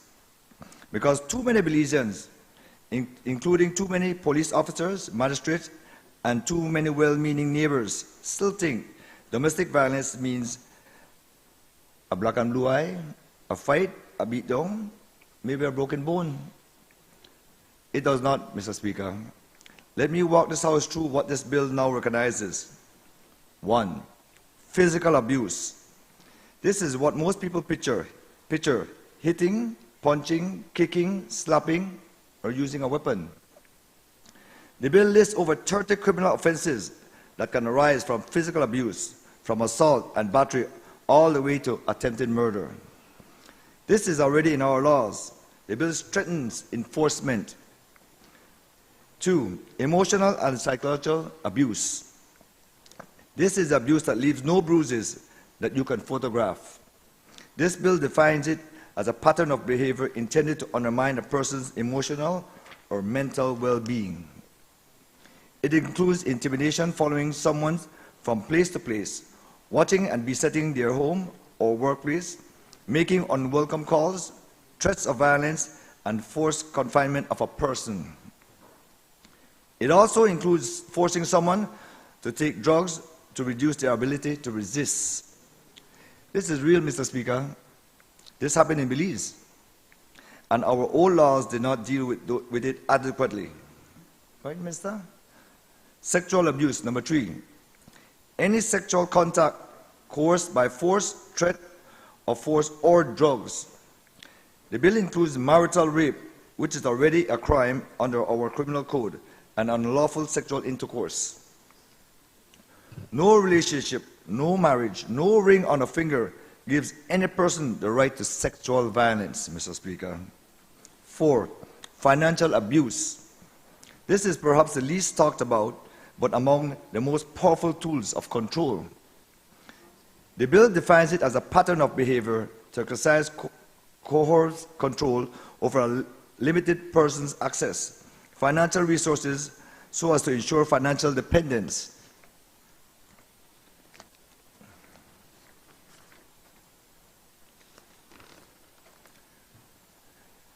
Think about it, Mr. Speaker. A man who takes his partner wages, a woman who is not allowed to have his or her own bank account, a person who is prevented from working. This is abuse, even if no hands is ever raised. 5. Technology-facilitated abuse, cyber stalking. Mr. Speaker, I'd like to go a little bit off track, with your permission, to give some relevant examples.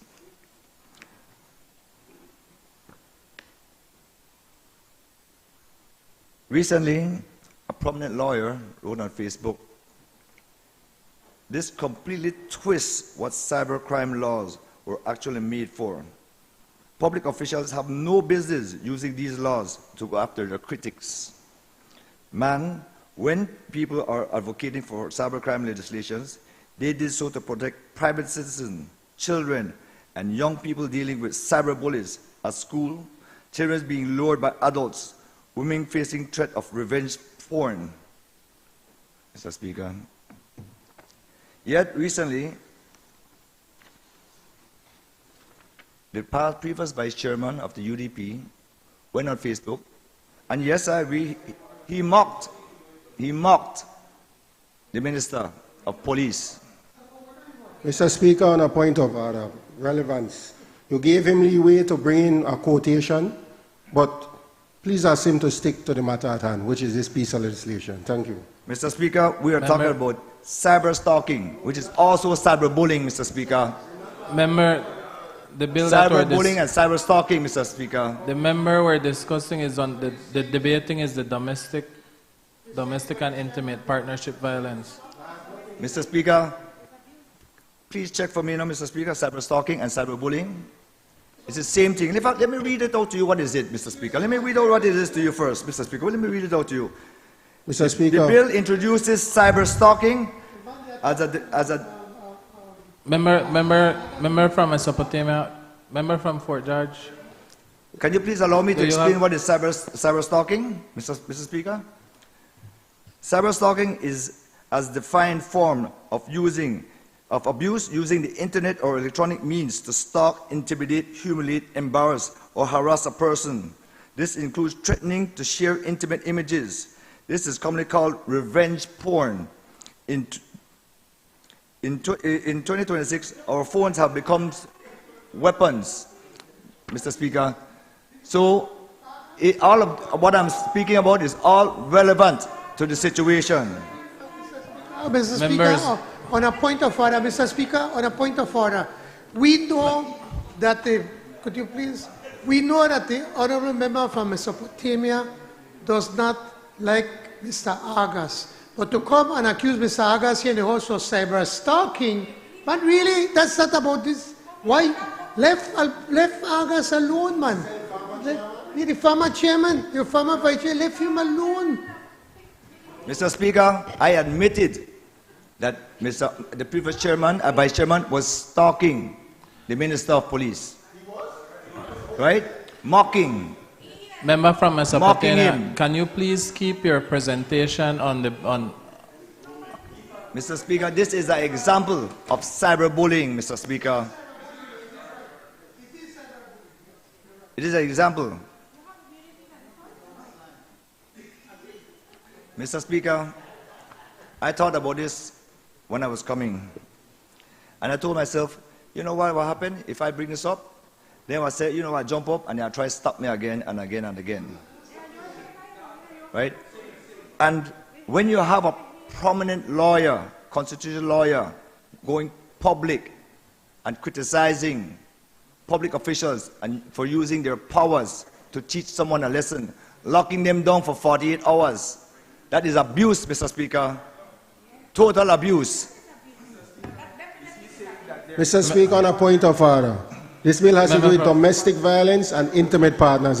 Is he talking about domestic violence or intimate partners? Please, man, let him stick to the relevant... I don't know. Member from Mesopotamia, can you please focus your presentation on the debate? Cyber stalking and cyberbullying, is it the same, yes or no?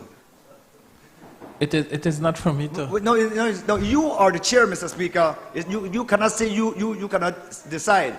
You decide if I continue or you decide if I do not continue. You are the chair of this House, Mr. Please Speaker. continue with the presentation with focus on the debate that we're having in regards to the bill. So I'm allowed to speak on cyber stalking, which equals to cyberbullying. Please proceed with your presentation. Thank you, Mr. Speaker. Thank you, Mr. Speaker. He has approved because it's the same. And yes, I agree, Mr. Speaker. Alberto mocked the minister. But that don't mean that the minister go and make a report and lock down the man. Cyberbullying is a bailable offense, and you could lock the man down, right? And give out station bail. But what did they do? They hold a man for what, 28? Look at another 48. And in some cases, they lock them down more than 48, Mr. Speaker.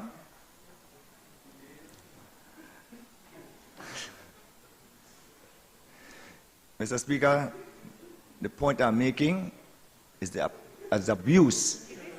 Bullying. Bullying.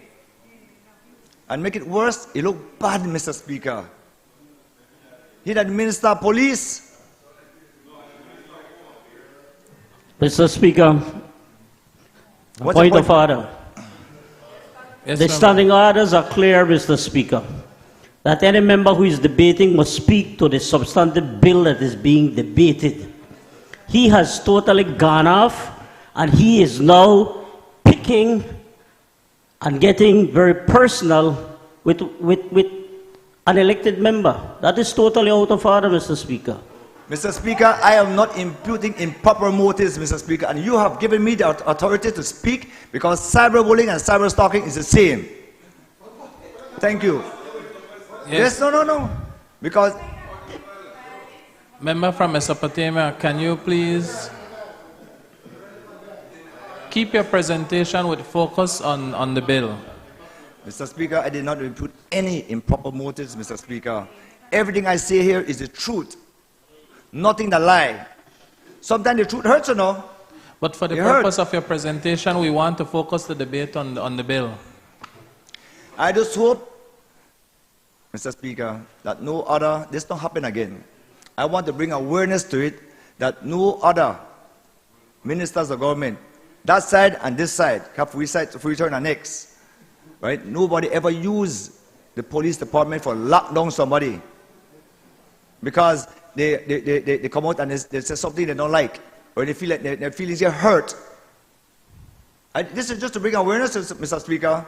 And just say how much they jump up like that over there try to stop me? Yes, member, but your presentation should be focused on the bill and the debate. Mr. Speaker, where you approve for me that cyber stalking and cyber bullying is the same, right? And he is trying to, the minister from Toledo is saying that I'm imputing improper motives. Anyway, Mr. Speaker, right? Mr. Speaker,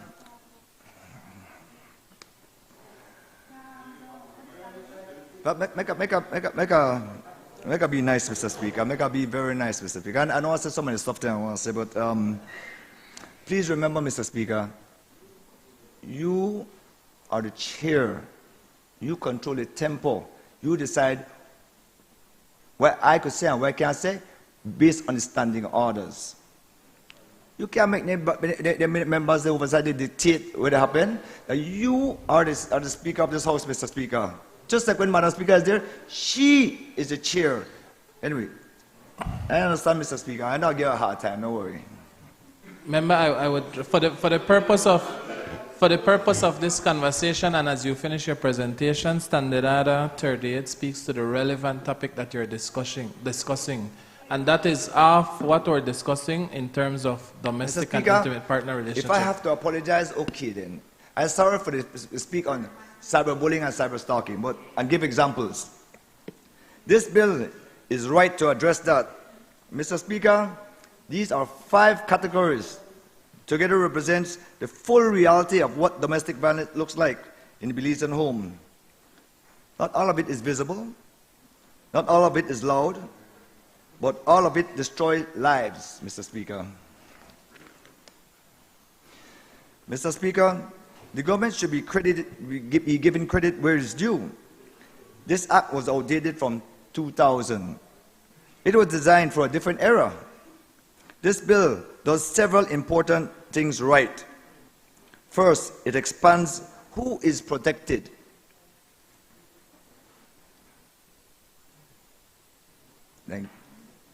Under the old act, protection was largely limited to spouses and cohabitants.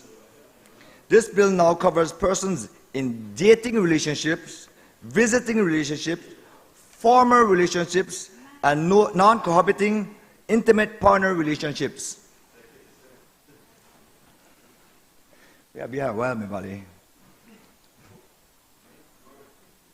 When I've done this, I go in the back and I'll get some nice nachos and just now. I got you right. And I buy some panadas and garnachos too. Because I talk about panadas today, and so I say our whole good panada shop will get some panadas. In Belize, where visiting relationships are deeply established social reality, this is not a legal technicality. This is just in catching up to how our people actually live, Mr. Speaker. Second, the penalties for breaching a protection order are meaningfully increased. Under the old act, the penalty were widely criticized as insufficient. Under this bill, the first offense carries a fine of up to $12,000 or up to 24 months in prison. A second offense carries up to $20,000 with 36 months. A third offense carries up to a conviction carries up to 10 years in prison, Mr. Speaker. This is real consequence. That message is sent. Third, the bill builds in select senior justice of the peace who can issue emergency interim protection orders for up to 72 hours when courts are closed on weekends, nights, or in emergencies. This matters because violence does not keep court hours. Fourth, the bill mandates police duties include annual refreshers, training on domestic violence, mandatory reporting, follow-up visits, and the obligation to assist victims in accessing support services. That means the police must help. For the first time, a police officer who willfully neglects these duties commits an offense and can be fined or imprisoned.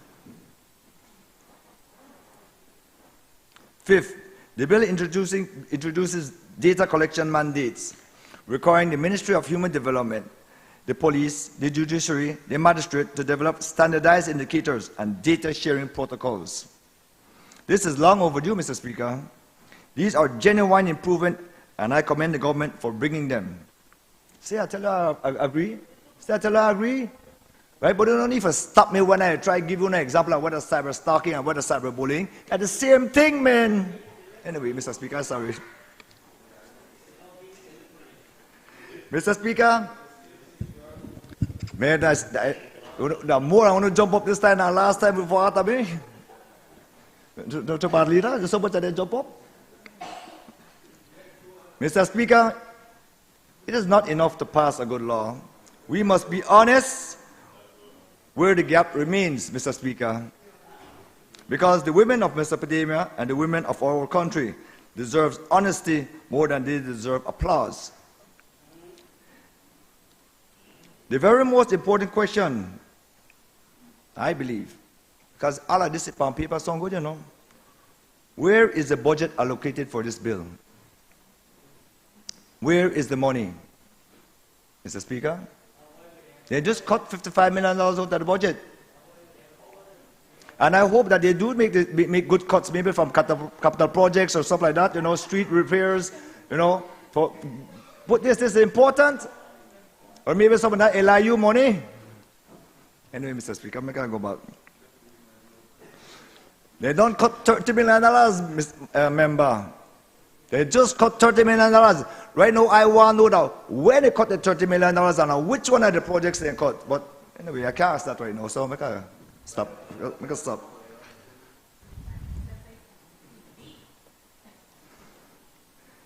And I hope the PM doesn't use gas tax as an excuse.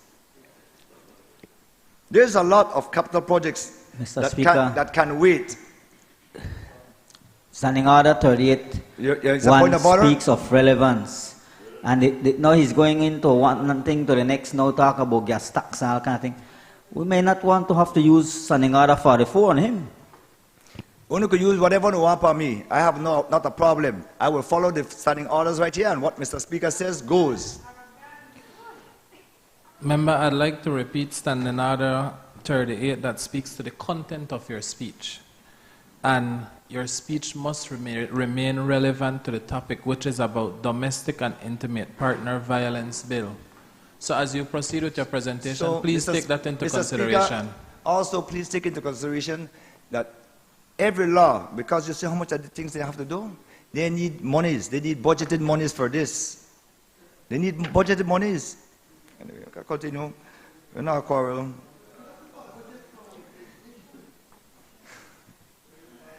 The bill mandates that the Ministry of Human Development shall encourage the establishment of and support shelters for victims. It shall establish programs for counseling. See, all of this they have to do, Mr. Speaker. This page just stick right there. It shall provide training and orientation for persons who assist victims. Those are beautiful obligations on paper, but they are toothless without a budget line, Mr. Speaker.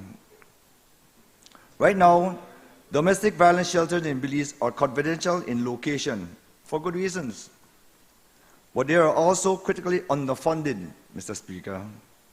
Organizations like the Women's Department and the Belize Family Life Association does great work with inadequate resources. The gender-based violence referral pathway exists, but it requires funding to function. Minister Garcia herself has acknowledged that the cases do not capture the full extent of the problem. So as this government directly, in the estimates for fiscal year 2026-2027, how much has been allocated to fund the infrastructure this bill demands? All I'd ask, Mr. Speaker, that if they make the proper preparation and make the proper budgeting, to make sure that we have the money for implement this bill. We don't want to implement this bill and make it look all nice, but we don't got no teeth behind it, Mr. Speaker. That's all I do, you know. You know, try to ridicule the government. Me, I agree with the bill. All I said, how you fund it. But what is the shelter budget? What is the counseling budget? What is the training budget for police and magistrates? A survivor cannot sleep inside a law book, Mr. Speaker. A frightened mother cannot hide inside a press release. The bill is admirably specific about what police officers must do. They must respond to every complaint. They must conduct follow-up visits. They must make referrals. They must be trained annually. And crucially, police officers who willfully neglect their duties commit an offense. Say, Minister, I'm trying to help you promote this bill. I'm really trying to help you. And the police need to do their job to make sure that enforcement is good. All I'm saying, Minister, is that probably they never budget the money, and I hope they budget the money. All I'm saying, I agree with everything else.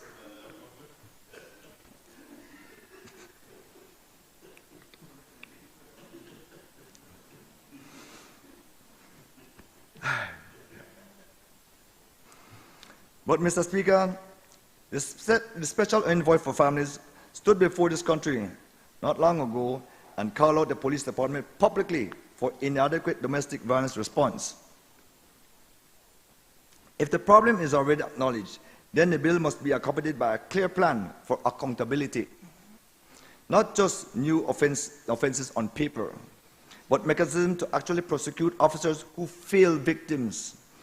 Who will investigate those complaints? The National Women Commission Complaints Form exists. Will it now have teeth? The bill includes some important new categories: visiting relationship, dating relationships, as I mentioned earlier, but provides no statutory minimum duration for either. That's a real concern. A visiting relationship is defined as a non-cohabiting intimate partner relationship. A dating relationship is implied within. The courts are directed to look at the length of the relationship, frequency of contact, involvement, and whether parties publicly or privately acted as a couple. Real abuse happens in short-term relationships too, Mr. Speaker. It happens. You know, it happens in common law and husband and wife. It happens in short-term relationships too. I do not want a statutory minimum that shuts out a victim who was only with someone for 2 months, like I explained earlier. But I do want government to consider whether guidelines, not binding minimums, but judicial guidelines could improve consistency across our magistrate courts. Without any guidance, outcome may vary dramatically from one district to the next.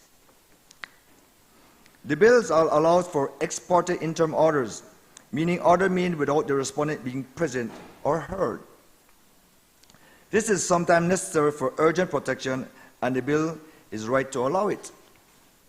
But this House should be on the record that these powers come with responsibility. When a person can be ordered out of their own home within 72 hours before they have been heard based on an allegation, we must ensure that the system also provides rapid access to the court for that person to respond. The bill provides for a hearing within 21 days of an interim order.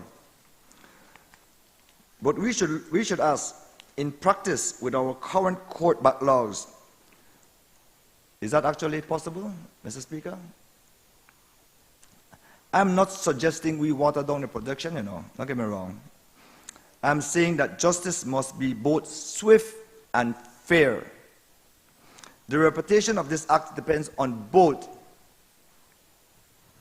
Mr. Speaker, the data clearly shows that overwhelming majority of domestic violence victims in Belize are women. It is not in dispute, and I'm not saying, I am about to say, should be read as a diminishing the reality. But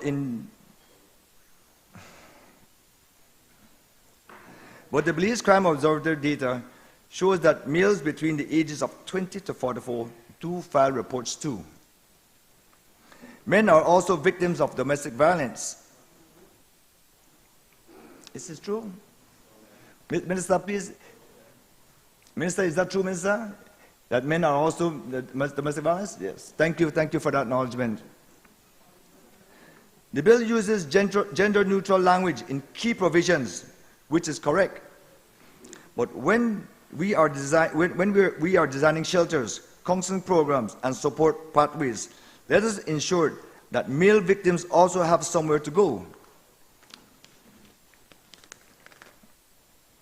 Mr. Speaker, I don't only criticize, like I always say. I always make recommendations also. I don't criticize this bill, Mr. Speaker. I agree with everything that the bill says. All I'm asking in general is the money budgeting for make all and anything happen?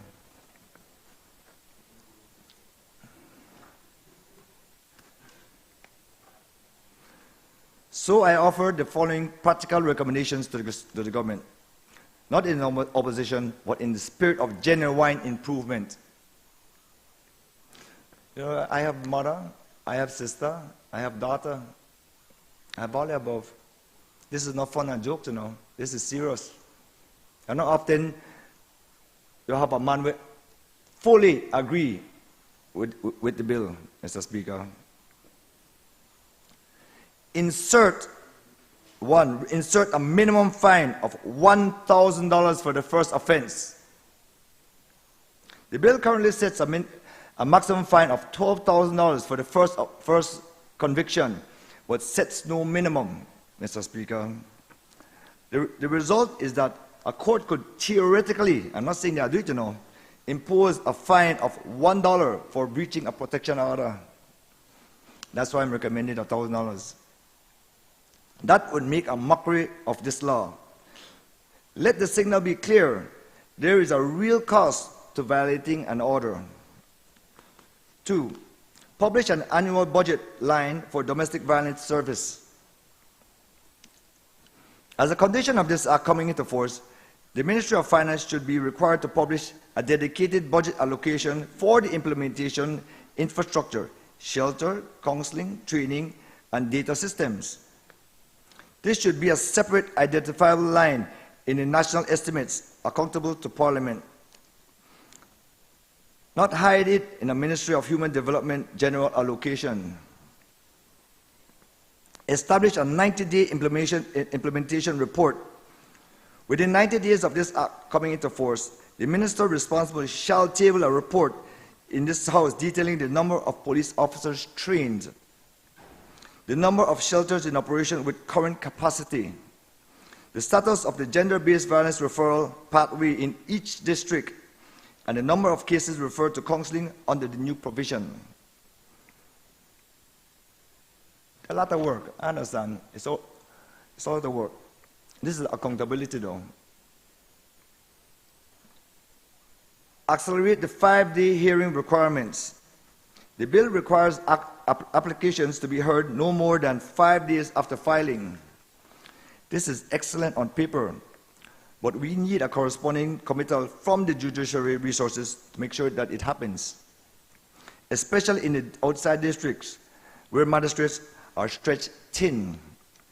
I ask the government to commit that the judiciary will be resourced to honor the 5-day window.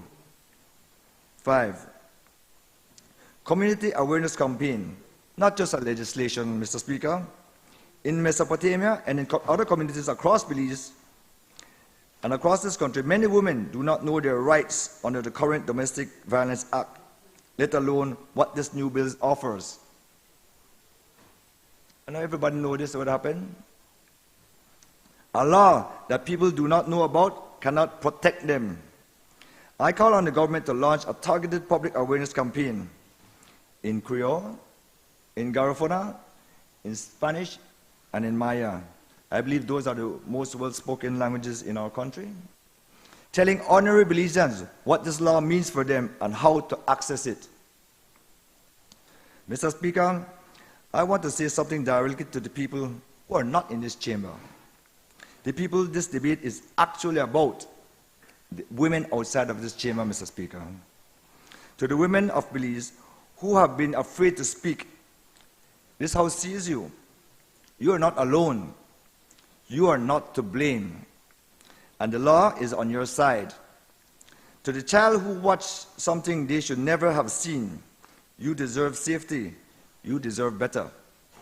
To the man who has never told anyone what happened behind closed doors, there is no shame in seeking help, and this law is here to protect you. But I also want to say this, Mr. Speaker. A bill passing in this chamber does not automatically make it any safer for anyone. Safety requires officers who respond. Safety requires shelters with beds. Safety requires courts that actually hear the cases within 5 days. Safety requires a society that stops telling victims to go back and work it out. This bill takes us closer to that safety, but only if this government follows through. Mr. Speaker, this bill puts obligations on the ministry. The ministry shall encourage shelters. The ministry shall provide training. The ministry shall establish data collection. The ministry shall coordinate the National Gender-Based Violence Referral Pathway. We on this side do not vote against those obligations. We vote for them. We support it, Mr. Speaker. And because we vote for them, we will hold this government accountable. If in the next 6 months the shelters are still underfunded, if the police still failing to conduct follow-up visits, if the magistrates are hearing cases months after applications instead of 5 days, this side will come back to this floor and ask, where is the implementations you promised? Pass the bill, fund the bill, fund the bill. Not only pass the bill, make sure you fund the bill. Train for this bill, and then let us live up to this bill. Because the women of Mesopotamia and the women of this country deserve more than a law. They deserve a government that honors it, Mr. Speaker. This side supports the principle. We call on the government to match the words on the paper with actions on the ground. For the women of Mesopotamia and the women of Belize, for the children of this nation. Thank you, Mr. Speaker. I recognize the member from Albert. I know it's been a long day, and I promise to be short. I do think it's important, though, that I rise to declare my public support for the Domestic Partner and Intimate Partners Bill 2026. While we're not aiming for perfect, or while we should aim for perfect, we should not allow the perfect to undo the good. This bill, Mr. Speaker, is a step in the forward direction for Belize. Mr. Speaker, I rise on behalf of 5 women who, within 18 days last October, were victims and whose names and stories should be forever etched in our social psyche. I speak of Chanel Faber, 42, whose partially decomposed body, missing both arms, was discovered in a garbage bin on October the 4th. I speak of Kira Gentle, 26, a young woman I personally knew.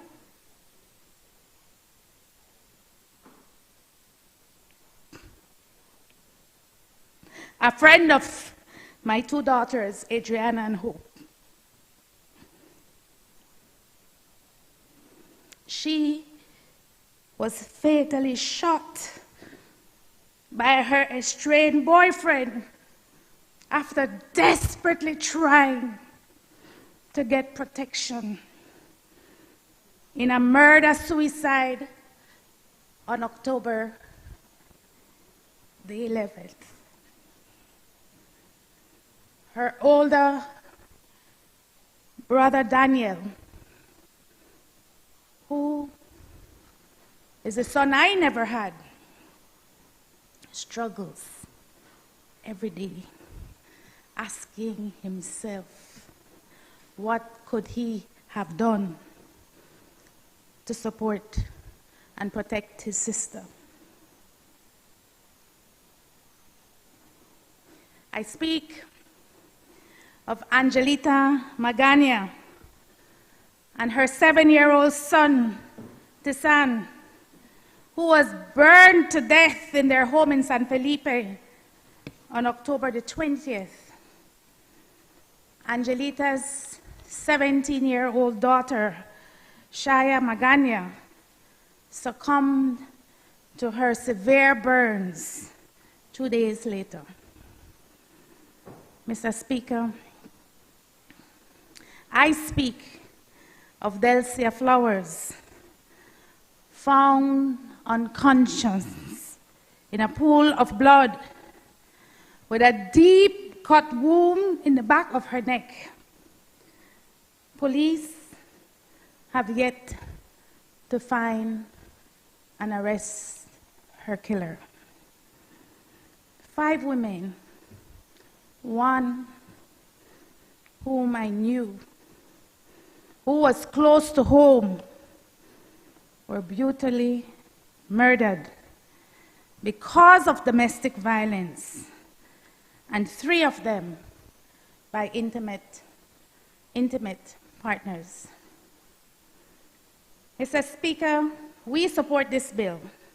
Those of us on this side support this bill on behalf of the thousands of women and men, approximately 5,000 cases each year, who have come forth seeking support from the agencies that have been established to protect them, and the many more who suffer in silence that we cannot count, too afraid to take the risk of seeking help. Violence against women, violence against children, violence against intimate partners, violence against any vulnerable person has no place in our Belizean society. Mr. Speaker, like the instigators of gun-related violence that continues to plague our communities, our towns, our streets, our neighborhoods, we must all adopt a zero-tolerance policy for perpetrators of domestic and intimate partner violence.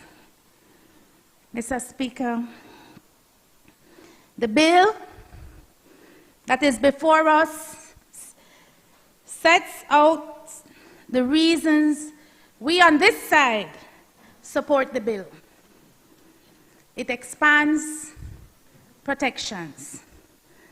It recognizes new forms of abuse, including cyberstalking, coercive control, financial and psychological abuse. It improves access to justice, allowing for virtual hearings, electronic filings, creating mechanisms for fee waivers where applicants simply cannot afford the filing costs. It supports speedy trials and provides a framework for coordination among multi-agencies. This bill expands the powers of the court, designed to place the safety of all victims first. It allows for third-party applications. And it establishes data sharing arrangements among government agencies aimed at improving policy decisions and service delivery. Mr. Speaker, as we have experienced several times before, legislation passed is only as good, is only as effective as the environment in which we must operate. This bill assumes a level of technological readiness within the existing infrastructure. The bill assumes that there is the requisite training and coordination mechanism for seamless delivery. The bill assumes that the implementing agencies have the resources and the wherewithal to both absorb and execute new responsibilities. Mr. Speaker, this bill provides extraordinary powers to the police, extraordinary powers that require extraordinary safeguards. These powers require proper oversight to avoid what has become, for all too many, a misuse of power and abuse of authority by those who are sworn to protect our citizens. Mr. Speaker, those of us on this side are prepared to advocate for and support a budget allocation to ensure that the enforcement tools, that the training, that the coordination mechanisms can be put in place post-haste. The bill, Mr. Speaker, provides for statutory rights and interventions. And equally important is our ability to implement these rights and interventions consistently across all jurisdictions in Punta Gorda, Dangriga, Corozal, Orange Walk, San Pedro, and in our rural communities. Standards of services in this regard should not differ on where you live. Mr. Speaker, as I did in committee, I now place on public record our recommendation that the relevant ministries who are tasked with this multi-sectorial, multi-agency approach to mitigating domestic and intimate partner violence put in place a clear, measurable, time-sensitive implementation plan that allows for minimum technological standards and for statutory guidelines and court modernization in all jurisdictions. This bill, Mr. Speaker, as I close, places Belize ahead of several jurisdictions in the region. Domestic and intimate partner violence destroys lives. It destroys families. It inflicts deep-seated pain, and it robs our nation of its human potential. We support, Mr. Speaker, stronger protection for victims. And we support, Mr. Speaker, greater access to justice. We support holding perpetrators, regardless of who they are, accountable. We believe, Mr. Speaker, that legislation must be accompanied by implementation, resources, safeguards, and accountability. It is without question, unequivocally, that we support the objectives of this bill. Those of us on this side, my colleagues and I, and those we serve and represent, support systems that genuinely protects the vulnerable. We support systems that support survivors. And we support systems that strengthen Belizean families. However, these families are defined. I thank you, Mr. Speaker.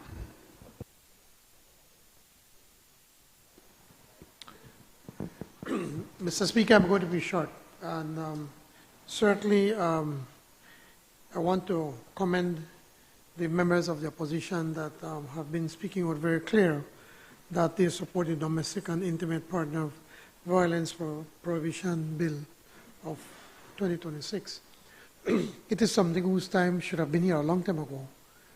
It's unfortunate that we have this culture where men feel that they can abuse either physically, financially, or mentally women, and that is totally unacceptable.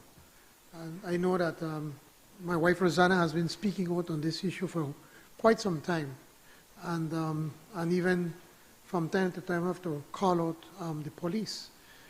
You all made the point on the police department. I think that there are many people in the police department that are trying, but there are some that still can't get out of that culture, of that macho culture. And also in some instances where the police gets frustrated because the woman initiates a case, but then when things cool off, they come back and say, I want to withdraw those charges. So policemen, especially, would many times say, oh, you're not just a fighter, that man and wife thing. It's not man and wife thing. If a woman is upset and saying they want protection, they should get protection. So I want to commend both Minister Garcia and Minister Valderramos, who are the architects of coming up with this program, or the amendments to this bill, and for us to be able to find a way where women can get protection orders very quickly, that even in the weekends that you could use a senior justice of the peace that can go and sign the documents so that these men, in most instances, it's men, that they can be held back. Member from ESOP, you did a very long presentation. You made a lot of good points, but you don't put a budget in legislation. Maybe you were calling out to make the point that it will require more funding, and yes, it will require funding, but like in everything, the pie is the pie. I mean, I wish you could, we're trying to grow the pie as quickly as we possibly can, but we'll do everything possible to be able to provide the necessary support and to protect and defend our women. And to the leader of the opposition, the passionate plea, I can sense the passion and the pain when you're talking, especially about the young lady that was good, that you knew well. That has happened to pretty much all of us in this room, that we have some family member that has suffered under this. That is why, Mr. Speaker, everywhere I go and I speak to women, especially to the young women, I always telling them, stay in school. It's important for you to go to high school and sixth form and also to college if possible, and that we should do everything possible to help them to get there. And when I tell them, and do you know why? And they say, why? I said, because someday you're going to have a partner. And if you can't protect yourself, if you do not have a good job, you're going to be trapped. Because there are many instances when women would love to leave, but they can't leave because they just don't have where to go. They come from a poor family. They have children to feed, and they just can't get a job that would be able to take care of them. So I encourage them to do that, I said, because then it gives you that independence that if you want to leave, you can walk out and still fend for yourself and your children. But it is unfortunate that there are cases where men just become psychos and feel that they cannot leave. Or this woman kind of belongs to them. And this is where now I'm happy that we're making it so much easier to take out a protection order against these women. So I want to commend them. I commend you all for the support, and I thank everybody for supporting this bill. Thank you.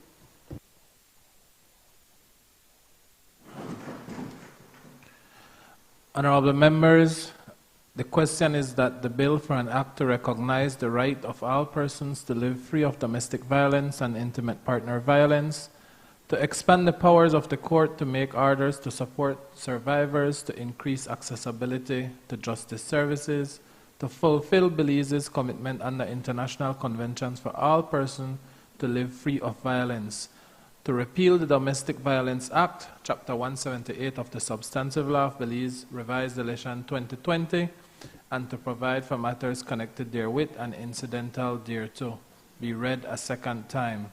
All those in favor kindly say aye. Those against kindly say no. I think the ayes have it.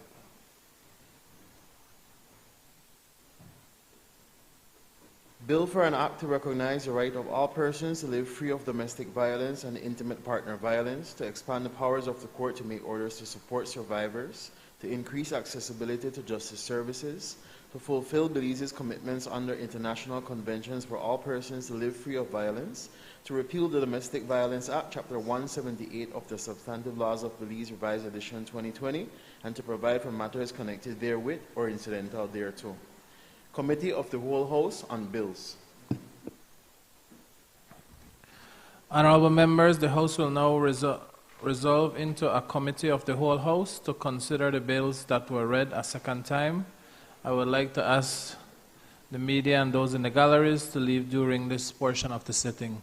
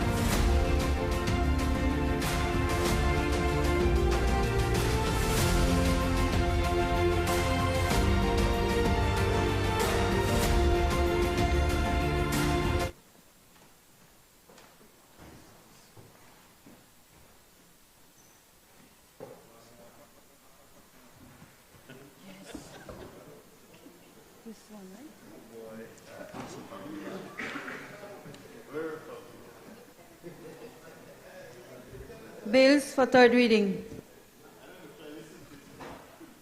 I recognize the Honorable Prime Minister. Mr. Speaker, can we just approve everything and adjourn and we could go home? Mr. Speaker, I rise to report that the Committee of the Whole House has considered the National Health Insurance Authority Bill 2026 and passed it without amendment. I now move the third reading of that bill. Honorable members, the question is that the bill for an act to repeal the NHI provisions contained under Part 7 of the Social Security Act, Chapter 44 of the Substances Law of Belize, Revised Edition 2020, and place them under this Act to establish the administrative framework and other necessary mechanisms to enable the provisions of equitable, accessible, affordable, and quality health care services to all eligible persons for the attainment of universal health care coverage, to facilitate people-centered health care that meets the needs of the population, to promote efficiency in healthcare administrative operations, to enable sustainability through appropriate allocations of resources in healthcare, and to provide for matters connected therewith and incidentals thereto, be read a third time. All those in favor, kindly say aye. Aye. Those against, kindly say no. I think the ayes have it. Bill for an act to repeal the NHI provisions contained under Part 7 of the Social Security Act, Chapter 47 of the Substantive Laws of Belize, Revised Edition 2020. I recognize the Honorable Prime Minister. Mr. Speaker, I rise to report that the Committee of the Whole House has considered the Caribbean Community Free Movement and Contingent Rights Bill 2026 and passed it with amendments. I now move the third reading. Honorable members, the question is that the bill for an act to give effect to the decisions of the heads of government of CARICOM to authorize nationals of the participating member states to enter, re-enter, and remain freely within Belize in accordance with the provisions of the Protocol on Enhanced Cooperation and to provide for matters connected therewith and incidental thereto, be read a third time. All those in favor, kindly say aye. Aye. Those against, kindly say no. I think the ayes have it. Bill for an act to give effect to the decision of the heads of government of CARICOM. I recognize the Honorable Minister of Human Development, Family Support, and Gender Affairs.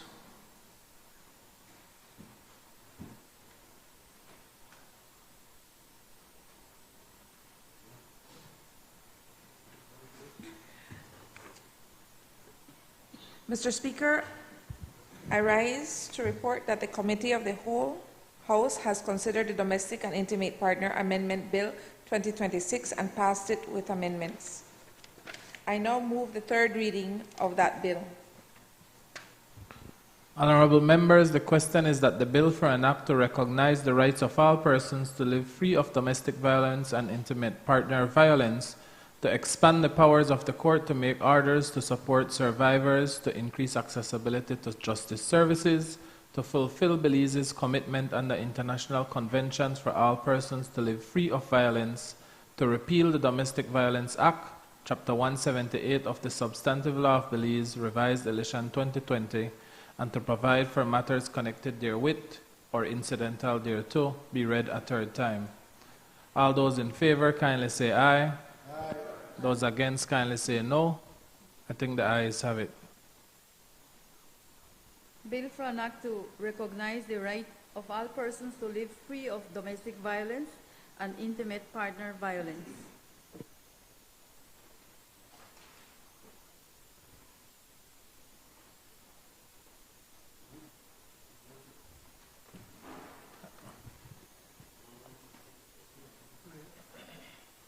I recognize the Honorable Prime Minister.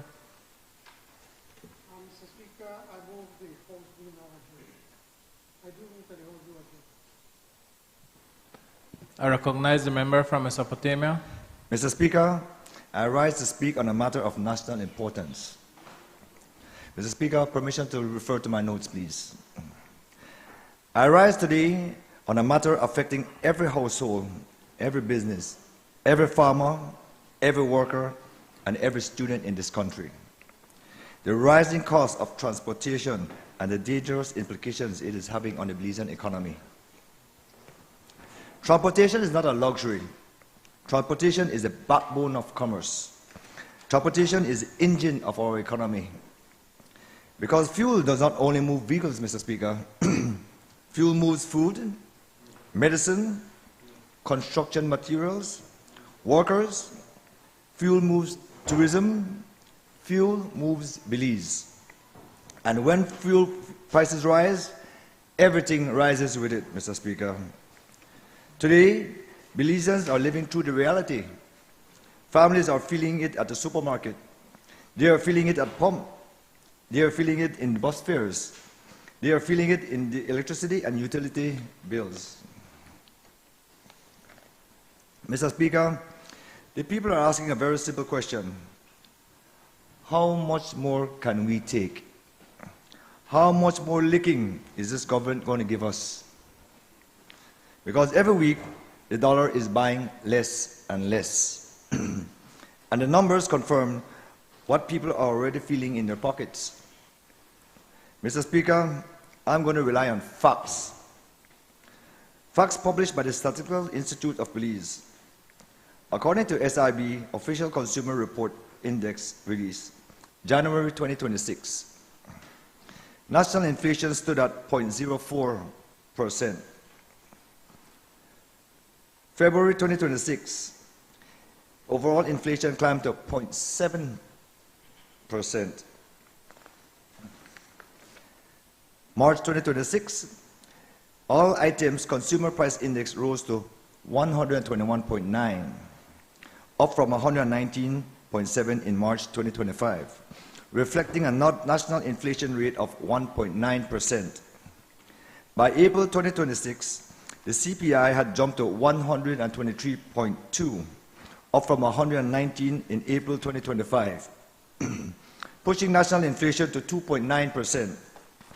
And the single largest driver of that April spike, Mr. Speaker, is transportation costs. Up 8% year on year and 4.2% in the single month between March and April 2026 alone. Transport, food, and housing-related expense together accounted for more than 3/4 of the overall rise in consumer prices in April. When government says inflation is under control, I say, go ask the bus riders. Go ask the taxi man. Go ask the mothers buying groceries. Go ask the farmers trying to move produce. Go ask the small business owners. Because the reality on the ground tells a different story from what we sometimes hear from the government. Mr. Speaker, let me put fuel prices increase on the record with every figure sourced so no one can dispute what is happening at the pump.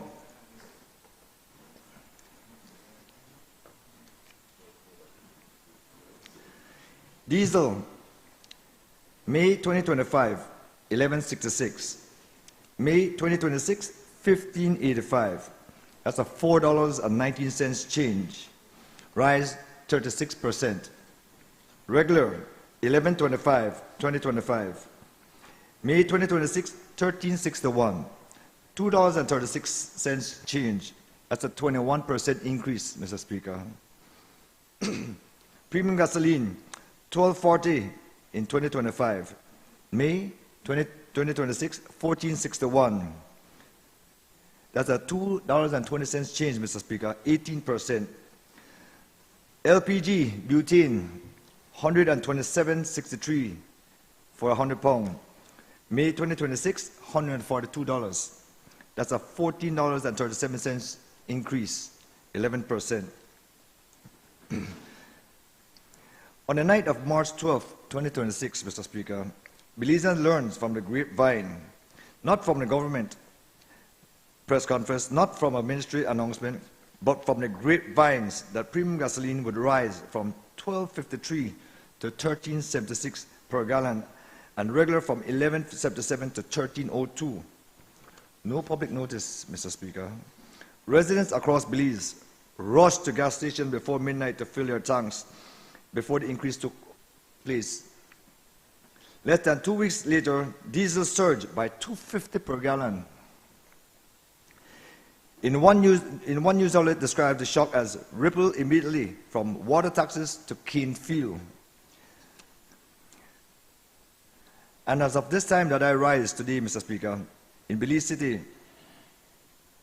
premium stands at $15.46. Mr. Speaker, these increases do not stop at the gas station. They spread through the economy like wildfire. When diesel rises, truckers pay more, the farmers pay more, the bus operators pay more, the store owners pay more, and eventually, the Belizean consumer pays more. Mr. Speaker, I want this House to look at what our neighbors are paying for fuel, because this comparison is one of the most powerful arguments that something is structurally wrong with how fuel costs are managed in Belize. In Belize, like I said just now, $15.46 per gallon. Guatemala, $10.90 per gallon, 30% cheaper. Honduras, $10.14 per gallon, 34% cheaper. Panama, $9.54 a gallon, 38% cheaper. El Salvador, $8.96, 42% cheaper. Mr. Speaker, even if they get a better price for large orders, all in a bulk, it can't be that much of a difference, as the PM stated, as one of the reasons fuel cost is so high in Belize. Every single one of our Central American neighbors is paying dramatically less for the same fuel from the same international market. A Belizean in Corozal can see cheaper fuel across the Rio Hondo into Mexico. A farmer in Cayo knows fuel across the western border is 30% less. And our fishing communities in the south pay past $14 in gallon can look to Honduras and see fuel at roughly $10.40 a gallon. And yes, Mr. Speaker, I understand that Belize imports refined petroleum products and does not have a domestic refinery. I understand the global oil market is volatile. I understand the acquisition cost doubled from January to May 2026. I will get to that though. But understanding the cause of the problem and having no plan to address it are two different things. And that is where the government falls short. Mr. Speaker, according to figures released by the Financial Secretary, the landed cost of imported regular gasoline into Belize rose from $4.62 per gallon in January 2026 to $9.39 in May. Diesel climbed from $5.44 to $10.11 in just 5 months. The raw cost of bringing fuel into Belize before a single cent of tax is being doubled. The government has responded by cutting fuel tax. Excise tax on regular fuel were reduced from $4.80 to $3.81 per gallon. Diesel taxes were also cut. That is just excise tax being cut, Mr. Speaker. No reduction in GST or ET. The Prime Minister confirmed that the government has already lost approximately $80 million in fuel revenue. What the PM failed to mention is that the environmental tax and GST tax is a percentage tax. So the higher the acquisition cost, the more ET and GST the government collects. So in reality, the government did not lose $80 million as was claimed. Environmental tax and GST made up for majority of the loss.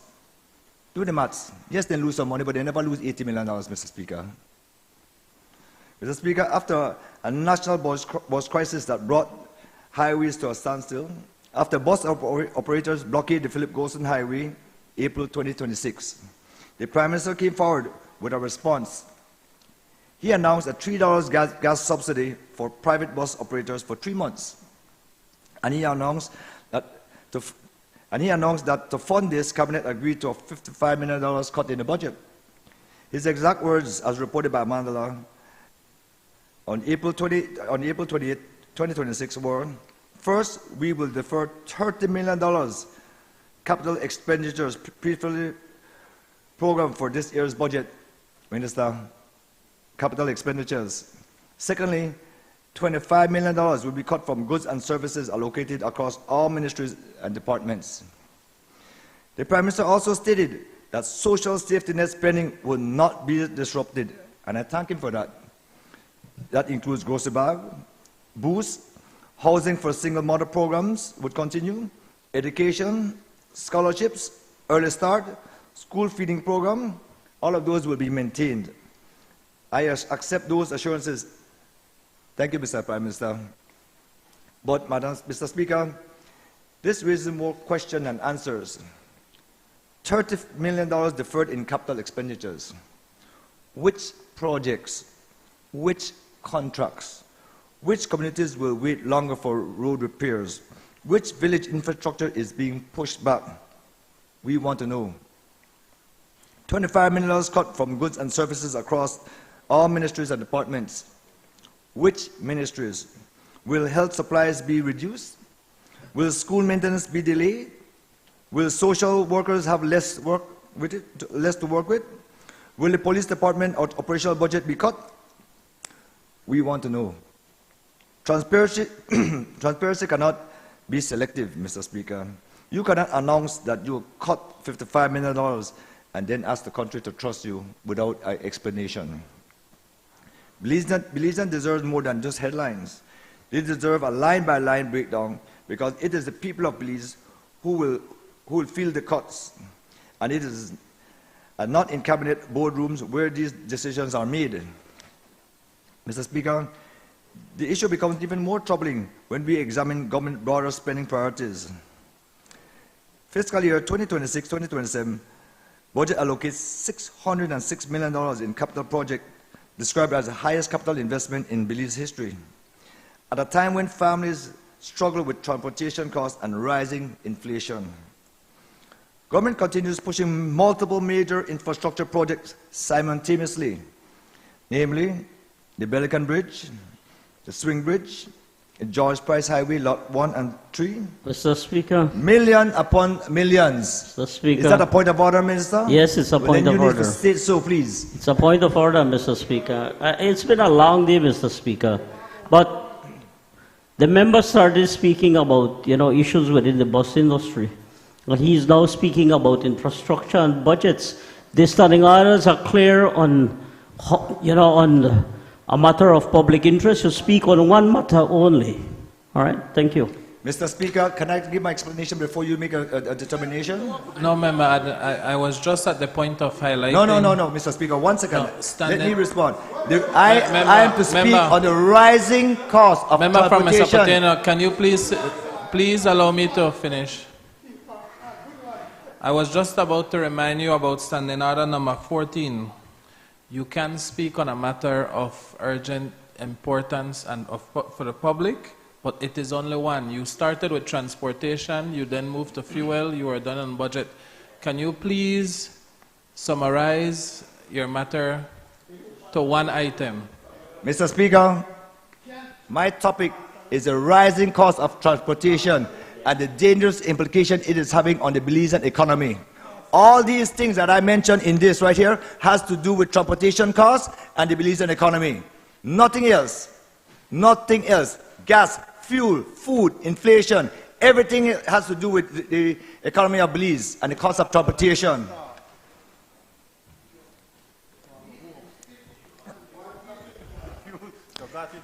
You see, ministers, Prime Minister, my topic, when I said it out earlier, and I read it out to the Speaker, is the rising cost of transportation and the dangerous implication it is having on the Belizean economy. Everything that I'm saying has to do with the Belizean economy. Fuel price, tax price, inflation, everything that I say has to do with it. Just let me make and finish it and then we're done, boss. Right? A minister from Toledo, when you get up and you want to interrupt me, it's a point of order. Okay, so you need to say it, I need to remind you. Yes, but member from Mesopotamia, I must remind you, you're standing on a point of adjournment, which is one point only. So if it is on transportation, please continue your presentation on transportation. Mr. Speaker, how the transportation move, Mr. Speaker? How the transportation move? That way move it. I find the notes there where I just tell you about just now. Enough. Enough, you know why enough? Because the people they suffer with these high gas prices. We need to bring awareness. We need to bring down the gas price. No. One thing I know do I understand. Whatever I say is important to this country. My topic is what I just said just now to the minister just now. The rising cost of transportation and the dangerous implication it is having on the Belizean economy. That is my topic.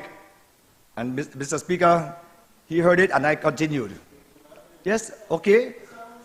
Good, thank you. Millions upon millions being spent simultaneously. And the government will say these are grants and loans. And there is some truth to that, Mr. Speaker. But Belize will still spend tens of millions of dollars and assumes long-term debt obligation that burdens the Belizean people and adds to the national debt, which the budget itself already projects at 66.7% of GDP.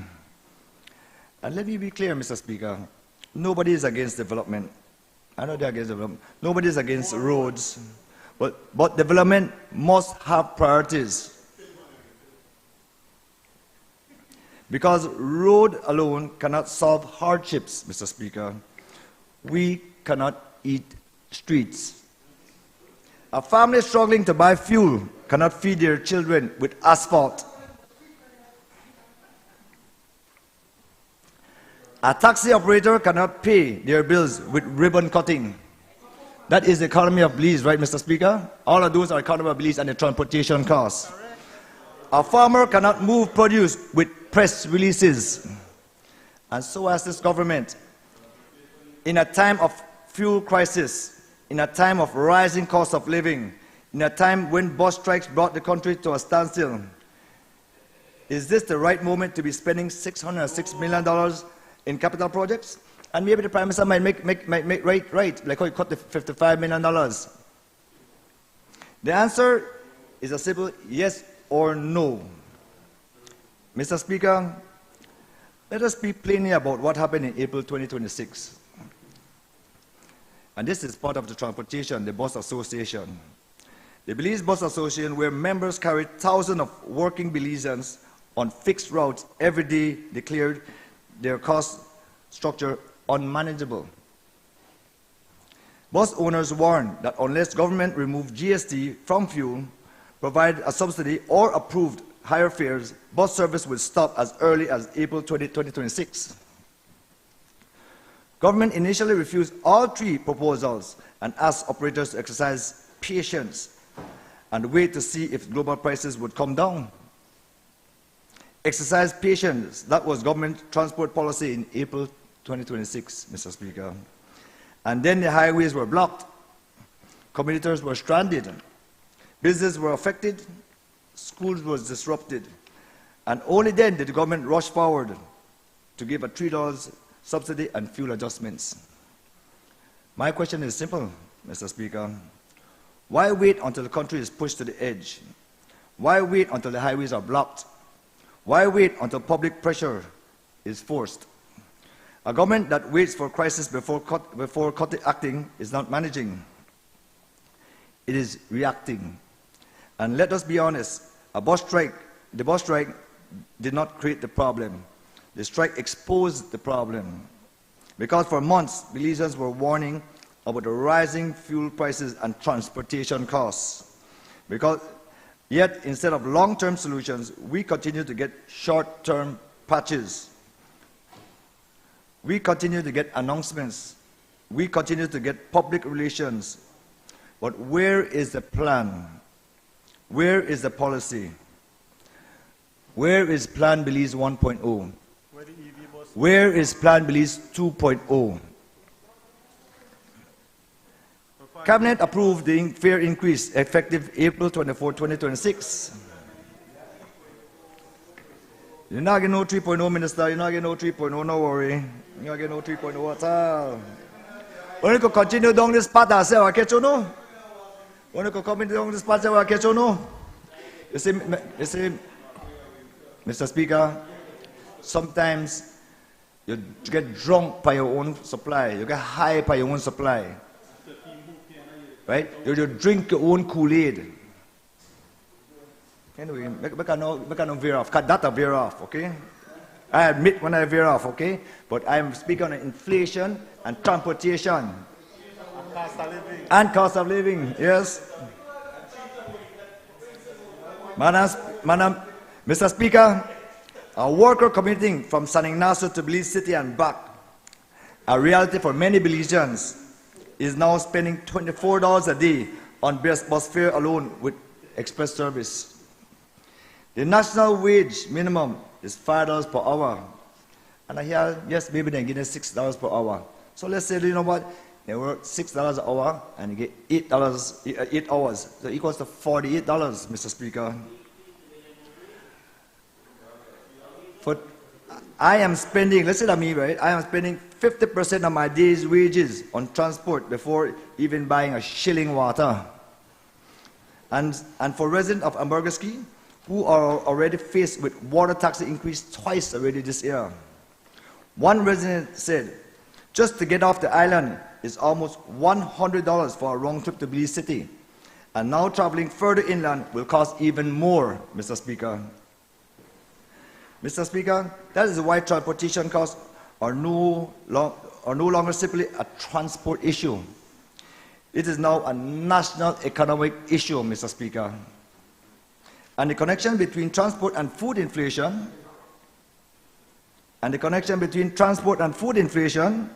is direct and documented. The SIB, Statistical Institute, April 2026 Consumer Price Index confirmed that food and non-alcoholic beverages rose 2.6% year on year. This is because the transportation costs gone up, Mr. Speaker. Driven by increase in meat, sugar, coffee, soft drink, and fruits. I will speed up my preparation process so we could go, okay? Sugar recorded one of the steepest increase, rising by more than 19%. Only 8 o'clock, man. Johnson closed 10. Right about open right here.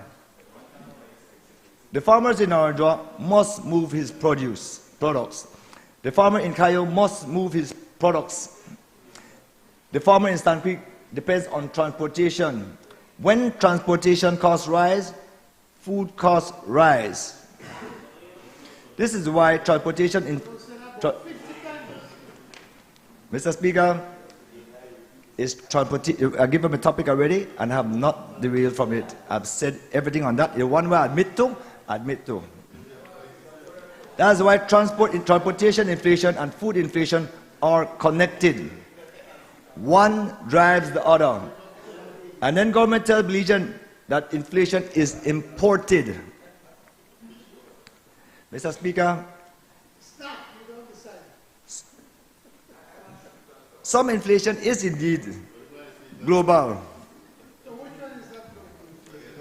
We understand that, Mr. Speaker. We understand that.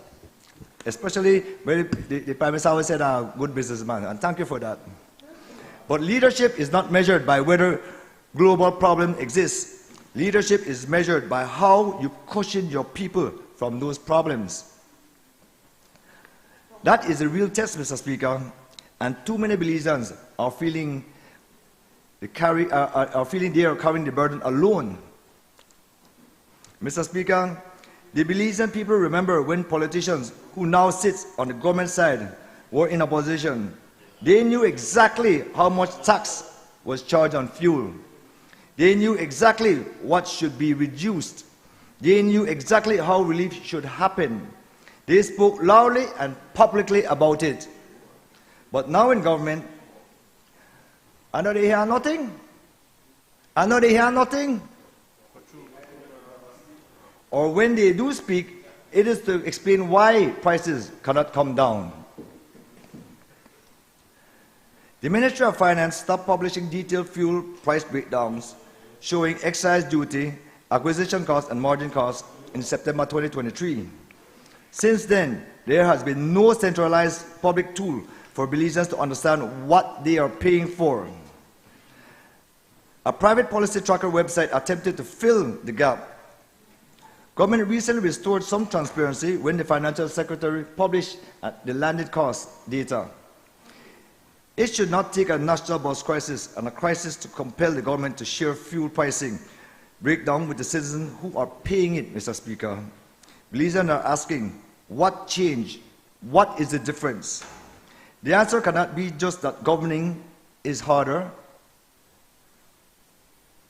The country deserves transparent, regular fuel price communication from the Ministry of Finance. People need to know when they pay for, and just slap a tax on it and they don't know what happened. Not leak documents. The only way we know when gas rise is when documents get leaked, Mr. Speaker. Nobody will tell me nothing.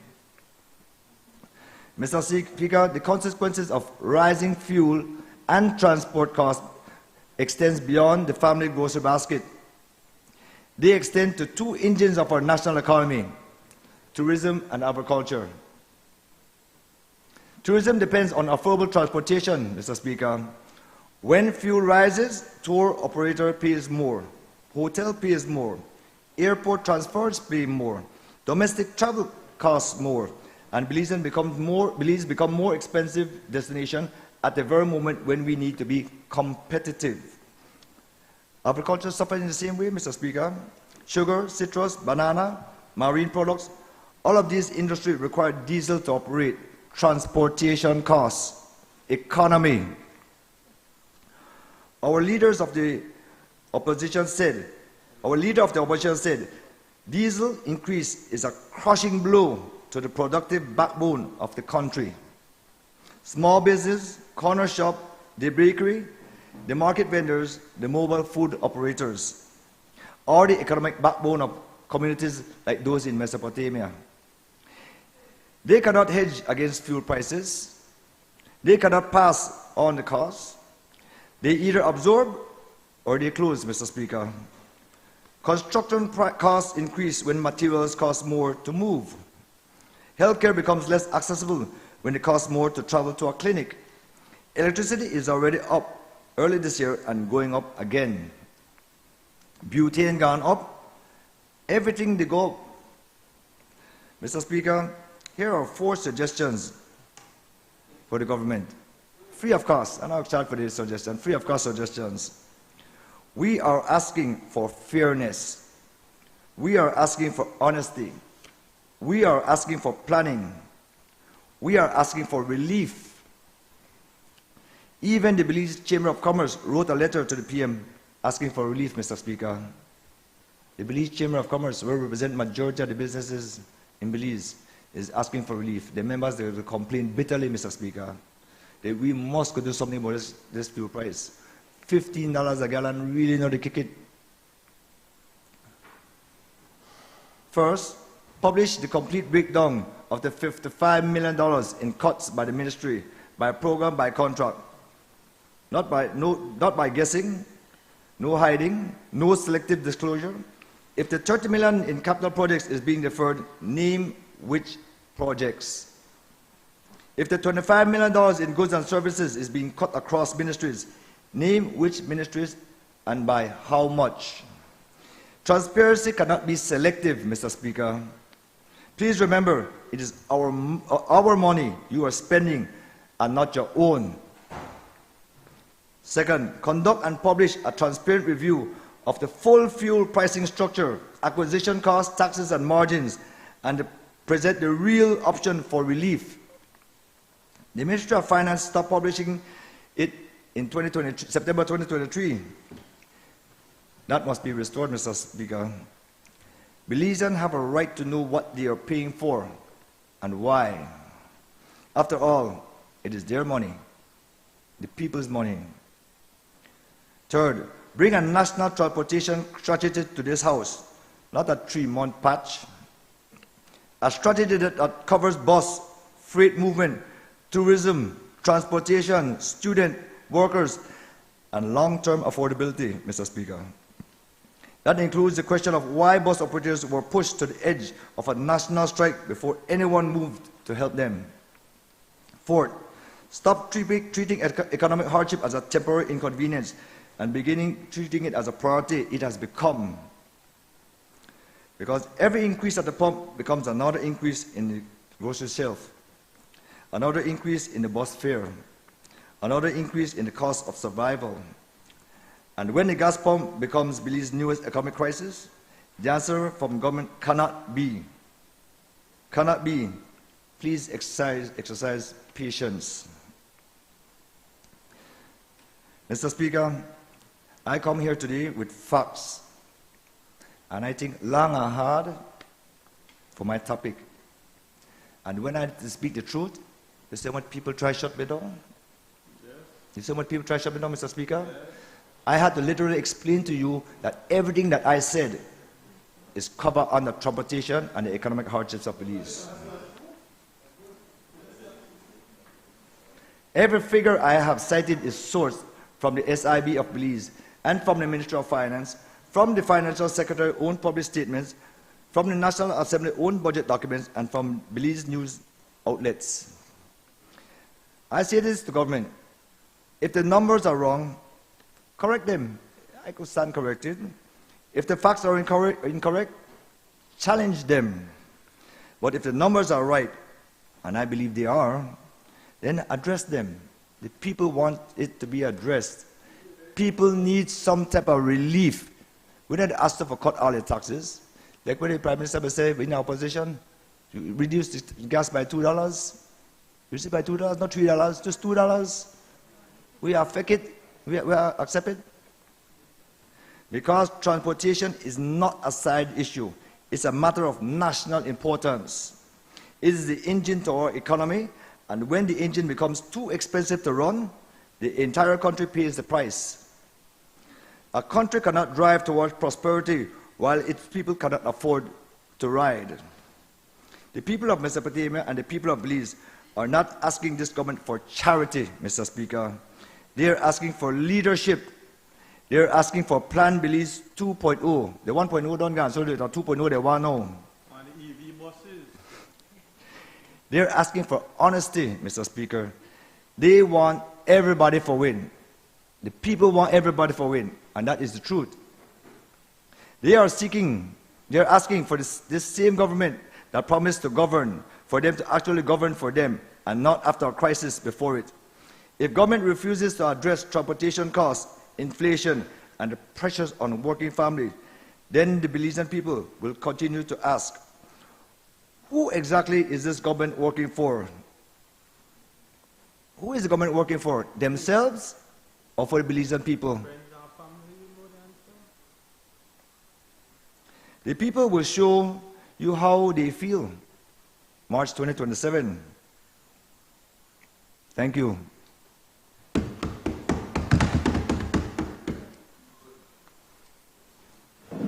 I recognize the member from Dangriga.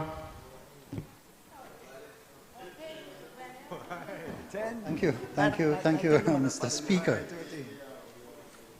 I have quite late, but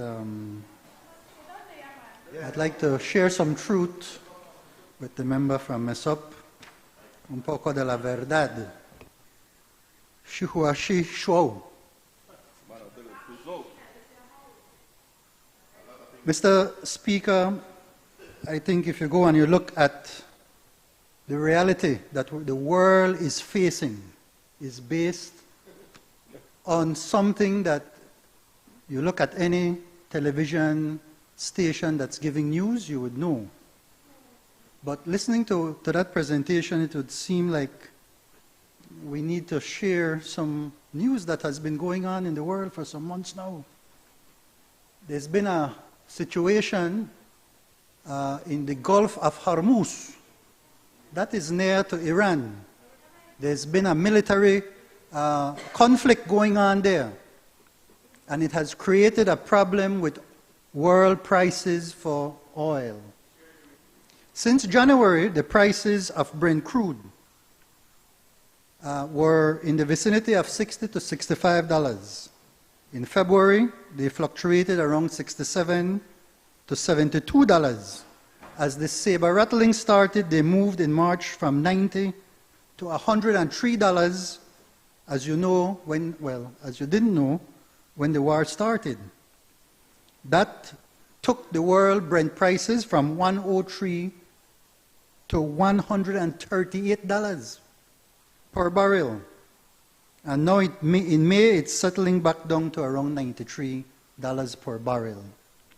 If you go to any country, if you go to any country, next door, everywhere, you will see the impact of this on the price of fuel at the pump.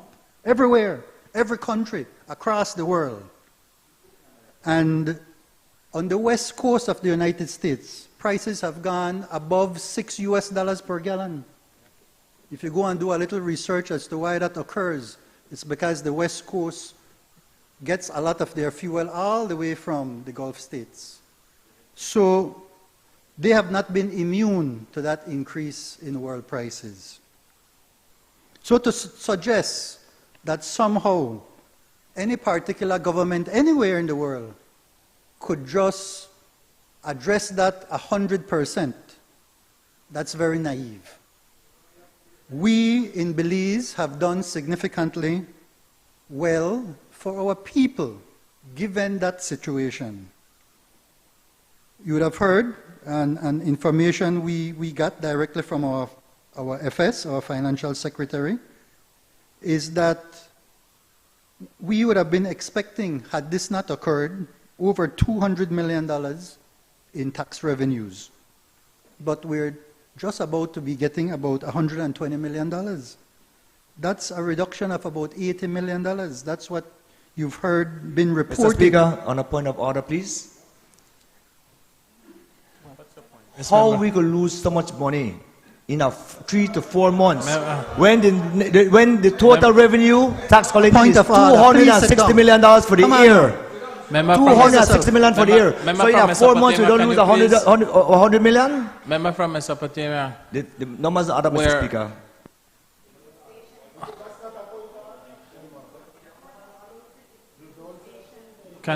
You look like when you hear the truth that you jump up, my brother. Relax, take it easy, man.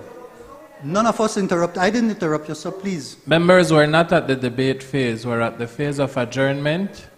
Can the member for Dangrega please finish his presentation? Thank you so much. And thank you so much, Mr. Speaker. I won't be too long and burden us much more here.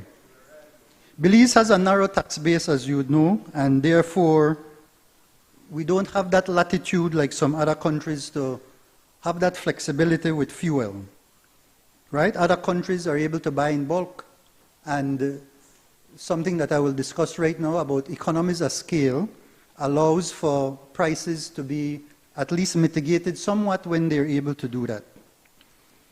Now you've mentioned quite a bit about the bus operators. We have tried very, very, very hard on this end to accommodate the bus operators. And in fact, we had a presentation to your colleague from Queen Square. I thought you were handling the bus thing, but I see you handed it over. And what we've done is that in the first instance, we received the letter from the Bus Association. I presented that to the cabinet, and it was a situation where at that point in time, we were not sure how the prices would have gone, but we made the commitment that if prices would be going up, that we would consider one of those 3 points that they asked.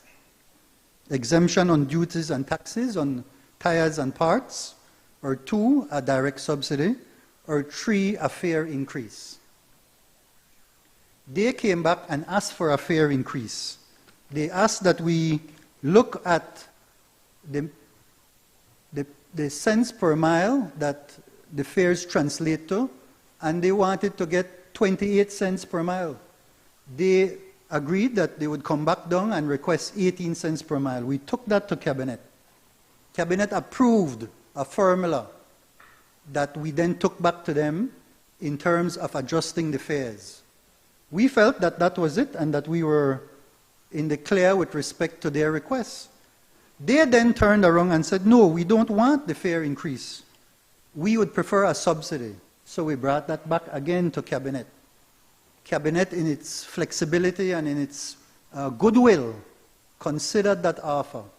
that request. And that is where, in the negotiations with them, we came up with the $3 per gallon subsidy for 3 months. And so we are already a month into that subsidy.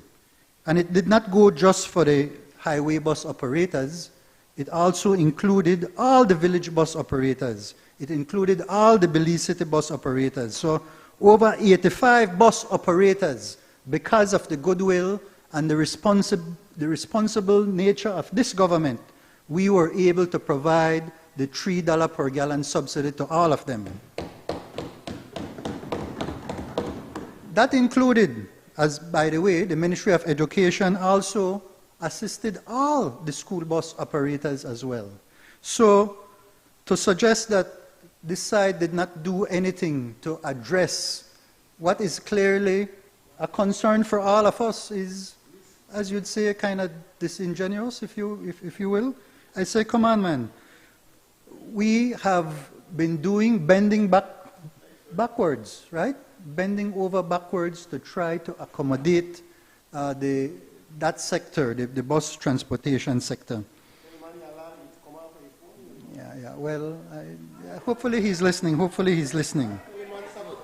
And then because, we don't want to stay here too long, I just want to hit the highlights. No, I think he's checking, he's checking to see if there really was a war in the Gulf. No, he's checking how much people say I sound good. All right. So, future focus, that is what the Briceño administration is about. That is what Plan Belize 2.0 is about, being future focused. That is why the plans for the national bus company are unfolding, and you're seeing it day by day. Something that you all said was impossible is now a reality in this country. And we are moving in good timing for electric buses. That is precisely what we're moving on to. And what has happened is that when we brought in all the buses from the different operators, we already knew there were going to be a lot of the buses in a state of disrepair. That is why we had to work so hard to make the change. And so in the interim, the national bus company will be acquiring about 15 to 20 newer diesel buses to replace the old buses that are there, because it takes time for the EVs to get here. The EVs are not getting here until the end of the year. The member from Queen Square, we invited you to our ministry and we had a good conversation. We explained the whole plan. We invited all of you, but you were the one who showed up on behalf of your party, and we were glad to have you there along with a senator colleague. And we explained the whole thing, right?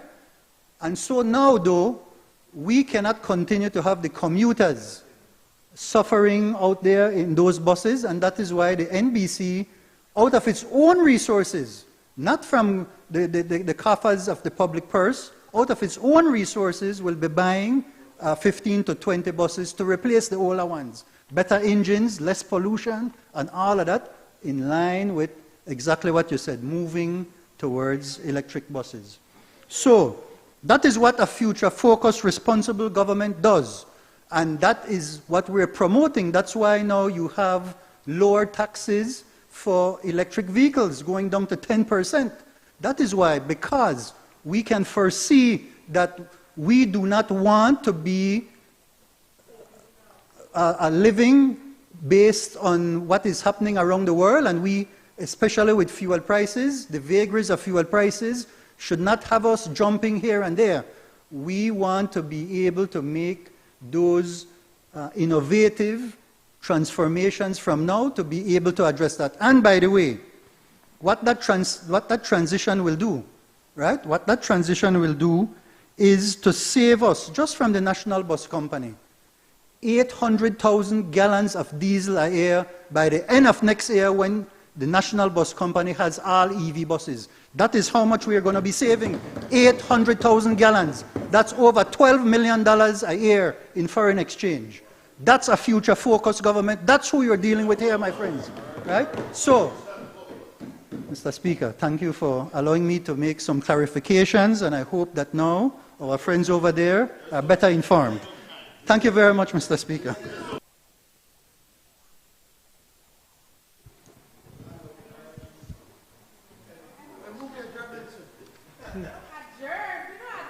I recognize the member from Queen Square. Honorable PM, look like you have somewhere to go tonight, early.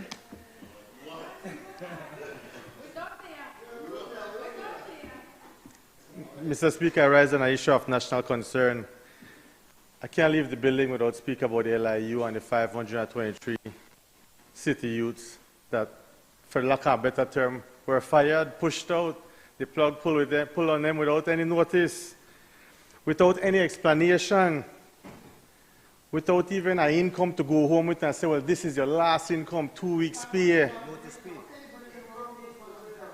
I gather not even the LIU management team, Madam Mr. Speaker, not even the LIU management team, we know the rug they get pulled from underneath their foot. That's how bad it was there. This PUP government owes an apology to all the youths in Belize City that they did this to. More than that, this PUP government was this nation a successful LIU program. It's very, very critical in Belize City that we implement a successful LIU program. Instead of relying on police arrests and police enforcement, we saw the LIU program rise when the government got in 2020, 2021, sometime around there. He brought new strategy. It attempted to address gang violence and crime in a new way, not just by arresting the youth and push them to jail. I think past minister from Caribbean Shores certainly knows that program well. It would be interesting, Mr. Speaker, to hear his position on how they push out the youths today, because this now program he has worked on for 5 years, not 6 months like the current minister right now. So if anybody knows about this program, I would want him to stand up. Belize City member, stand up and speak on this issue. Let me put the LIU budget into perspective. The national budget stands at $1.9 billion. The Ministry of Home Affairs receives approximately $115 million a year. The LIU program, if I have it right, gets around $3 million. That accounts for 0.1, not 1% of the budget, 0.16% of the budget. Now, when one part of the budget is so minuscule, 0.16, and you're willing to just destroy that without think, something has to wrong with this government. We need a plan for the LIU, but we also need a bigger budget for the LIU. Or else we are continuing down the tracks of becoming like a Jamaica, like other nations in Central America, whereby crime continues to be rampant. I know it's frustrating when you see youths take the money, do what they want with it. Some of them even use the money from the program and buy criminal. I make no excuse, that's wrong. But we can't just give up on the youths for the wrong. We have to be a government to try to save everybody. Everybody for win. Then, most interesting, the Minister of Home Affairs present one in a budget estimate boasts $5.3 million, saying we have investment in the youth and the anti-violence program. I would have never believed 2 months ago, right in this honorable house, we were boasting about this program. Now tell me, what could happen if we could just drop this program in the water? Show me an MIE, show me something to justify, because this look crazy in my mind when I try to picture it. We not just walk away from the youth without an explanation, without a reason.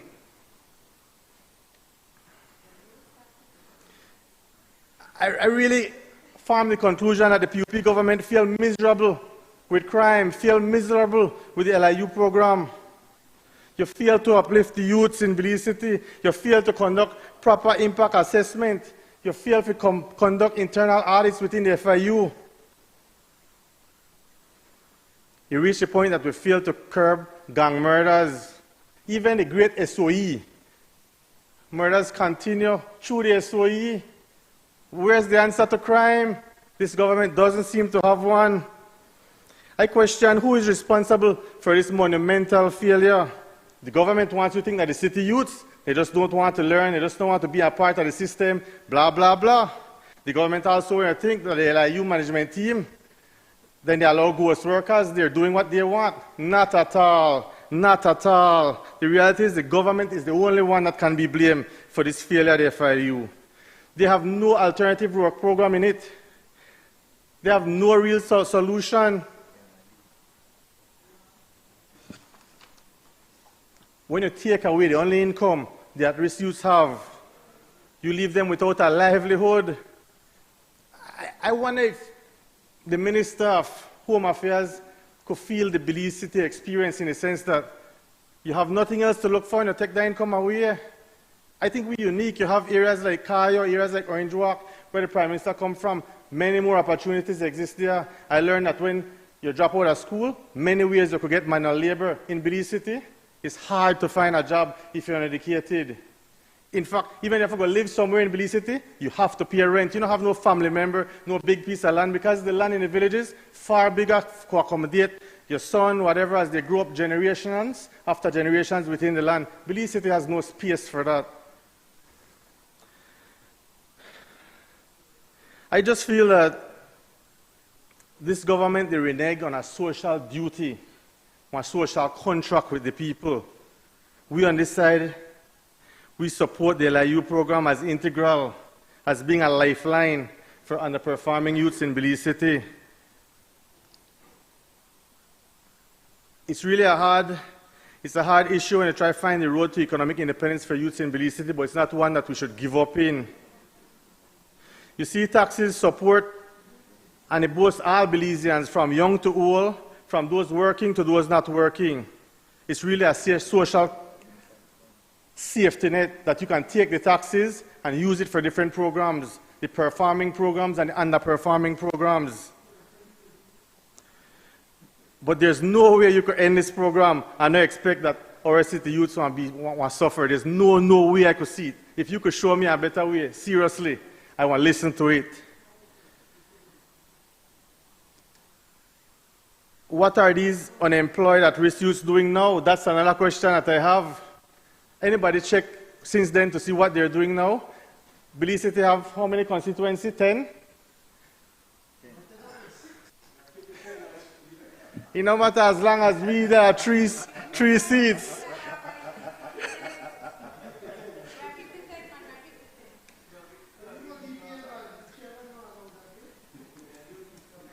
Member from Queen's Square, please continue. Yes. Imagine, Mr. Speaker, a young man just starting his family. The first thing I need to think about, how you feed the family, you have to earn. As much as they have other programs within LIU, you need to earn. You could give an educational after-school programs, you could give him whatever, but you have to earn. Member from Lekai, he knows the gang situation in Belize City, just like I do. We're home to gangs in Belize City. I expect we hear DPM step up and say, no, we have to solve this problem because he mess up. Albert, we all have it. I believe even member for Fort George, we know what it is in this city. It's different in this city. Orange Walk don't have it the same way. Belmont Pan, Kayo don't have it the same way. Member for Port Loyola, stand up. This is your moment for shine. I just feel that they want to do whatever. I could imagine as a youth, grow up in a Queen's Square, I had an opportunity because my mom and dad, they were there at me every step of the way, walk me to school, walk me back home from school because the gang element, always they invite you, you know, step on the side, come with me. If you want to make something easy, I have this for you. Literally to standard 6. I had to get walk home. I'm sad when I see everybody go home, boys and girls walking happily. Watch who they had to gate for me. Mommy and daddy to wait for me every evening. But that's what it takes to come out. I'm glad, yes, and I'll deny that. But I want more people to have the opportunity to come out. That's why I make this stand today. I think the government could put on a thinking cap, create like an LIU board. We have members from the opposition as well as social partners to get a full feeling for everybody how we could deal with this issue because that's a national issue. We also need a non-political interference. I asked the PM seriously talk to the members from Parliament. We keep going down in place and say, please make sure this one have a job. Please make sure that one get fired, because I see and talk to the UDP member before election. We got to stop play politics with crime. I can tell you this from personal experience in Queen Square. Guys from the streets say, I don't want to talk to you because they have cut me off of the program. We have to implement a strategy. Bring an M&E plan. Monitor it, evaluate it, bring a report, make we understand what happened. But you can't tell me 2 months after the budget read, after we celebrate, something gone drastically wrong, that we just kick it away completely. It makes no sense in my view. The opposition believes the LIU work program was a good plan. As your representative for Queen Square, I asked the PM to reconsider. I asked the Minister of Home Affairs to reconsider. That's it for me, guys. Thank you.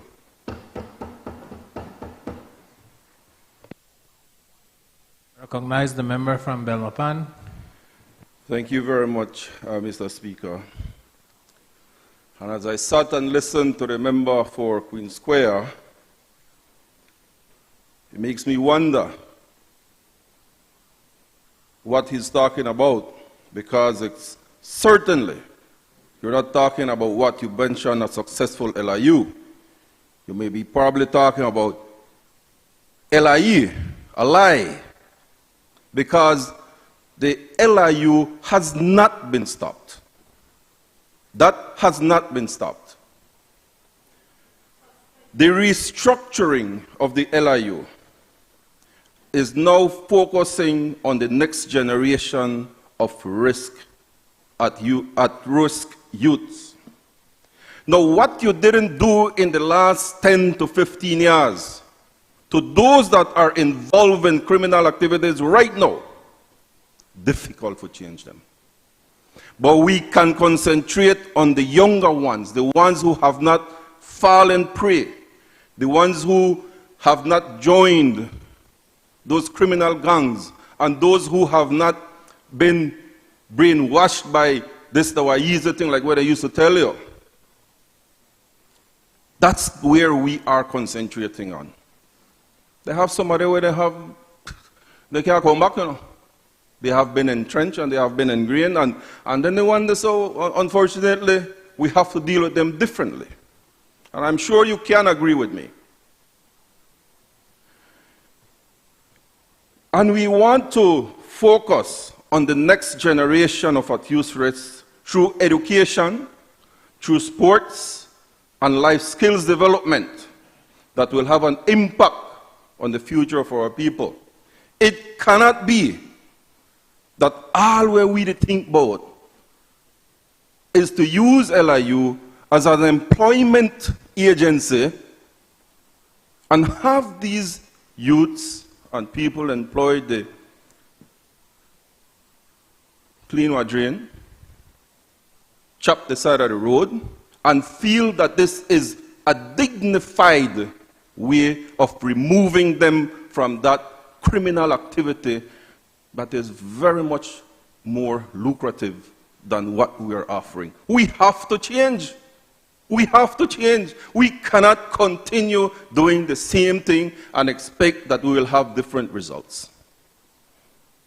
And I really looked hard at the LIU. I really looked hard at the LIU because last year we spent $6 million.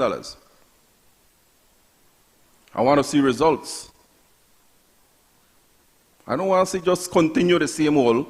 I want to see results. And I want to see a reduction in crime. Results should be reduction in crime. Results should be these youths given the opportunity of doing something better, making sure that they can tend for themselves, not keep them on a social program forever. We can't do that, man. We have to give them something better. And those youths, and I have told them, nobody never stop this thing abruptly, you know. This is months in the making. This is months in the making. And we said, you know what? No, we just can't pull the plug and up here on next month. But look at how we can restructure the LIU. LIU are not just one big employer. We need to do things different. We need to concentrate on those young people who don't have the opportunity, and right now more than ever you could go to school, if you want to. You want to have that, you want to change. You want to make sure that we get these youths who want to go to school. And we will give you the opportunity, We sponsor trade school programs. We'll support with placement after graduation. We'll support with entrepreneurship in building constructions and other small. We were discussing this with LIU and those in charge, and I said, listen, tell me something that their people can do. Not going to tell me that they have more drains than need for clean, because that's not what I believe. That's not what I think. Give me something better. And we are now focusing in those same areas and getting these youths who want to go and learn a trade. Somebody, listen, right now, construction, for example. It's one example that came up. Cement blocks. We don't have enough. Construction's all over the place. How much will it take to teach them guys to do a cement factory? Give them something dignified. I know I'm saying they go chop no yard and clean no drain. Give them something that they can feel good about themselves. How many chairs do we use every year in all our schools? And I talked about Belize City, how much primary school is there? Can't we teach these guys how to be carpenters and how to build a chair on this and supply? I think we can do a lot more. And this is a task that I have given to LIU. We know to stop the intervention part of it. And let me tell you something. During a visit to the ones that are at Colway Foundation,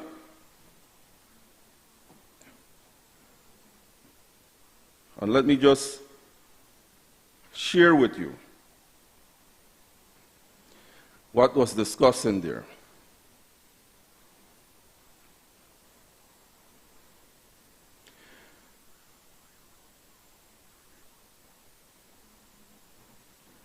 After discussing with them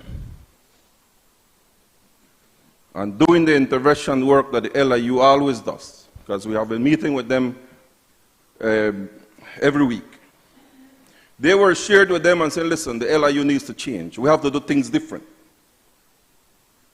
And this is what I was reported, and this is what was felt in that meeting. The detainees responded with excitement at the possibility of moving from drain cleaning type employment into more dignified and sustainable work. Many of them immediately began to see themselves not just as workers, but as persons capable of being trained, producing goods, earning income, and contributing to something constructive. Several of them also spoke about their own small business interests and ideas.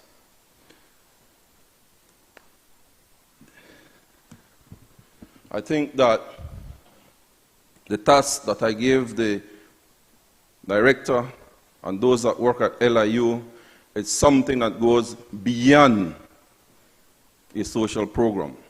It is something that I want to make sure that we give the youth an opportunity to move away. Because if they have something better than what they're doing there, they will go for it. But if they don't, they will go right back into the same criminal activity that they have been introduced to. And I've been speaking to my colleagues as well. And I see the need. As I said to them, LIU is not over. It's a good program. It is something that is needed. As I mentioned before, the intervention part of it is being done. But we need to restructure and reevaluate, because you know something, it is hard-earned Belizean taxpayers' money that is being spent. People who work hard. people work hard to contribute to the LIU, and there must be a way to remove these youths from that lifestyle. And we can't do it the way we are doing it before. And we're going to move forward, structuring and making sure that these people are given an opportunity to better themselves and better their families.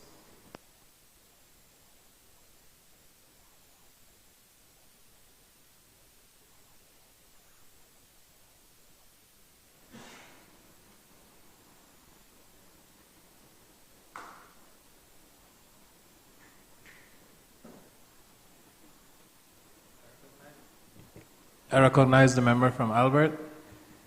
Thank you, Mr. Speaker. I know it has been a long day, and I don't intend to be too long. But I do think it's important that we take stock, all of us, on what seems to be becoming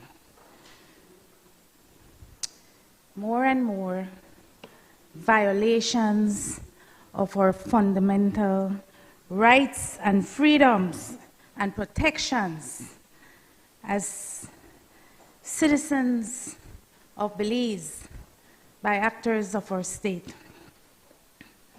This right here, I think we should be all familiar, is the Belize Constitution, Mr. Speaker, Chapter 4 of the Laws of Belize, Revised Edition 2022.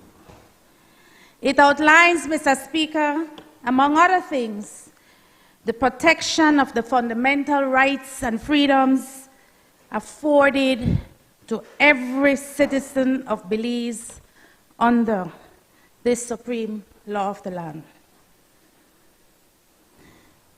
Mr. Speaker, I wish to outline a matter that is growing, that came into sharp focus over the past weekend.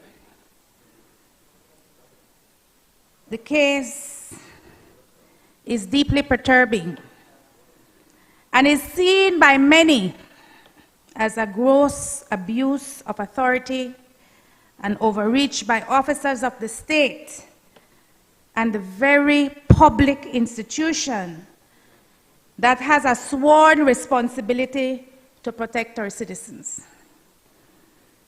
It is as though, Mr. Speaker, that the escalating violent crime, the many cases of domestic violence against women and children, the growing number of home evasions, theft and daylight robberies, the urgent need for greater police presence in the neighborhoods in spite of the SOE that is now in place are not enough issues to keep the relevant authorities engaged and fully occupied. For any Belizean to be treated in a manner that violates their fundamental rights and freedoms in this country. On a point of order, what is the issue that the honorable leader of the opposition is bringing up? Because it's supposed to be one urgent matter and it's been going on over the place and we still don't know what she's talking about. Well, you weren't listening, member for Orange Walk Central. The matter of national concern is the violation of our fundamental rights and freedoms by actors of the state. If you listen, you might learn a thing or two.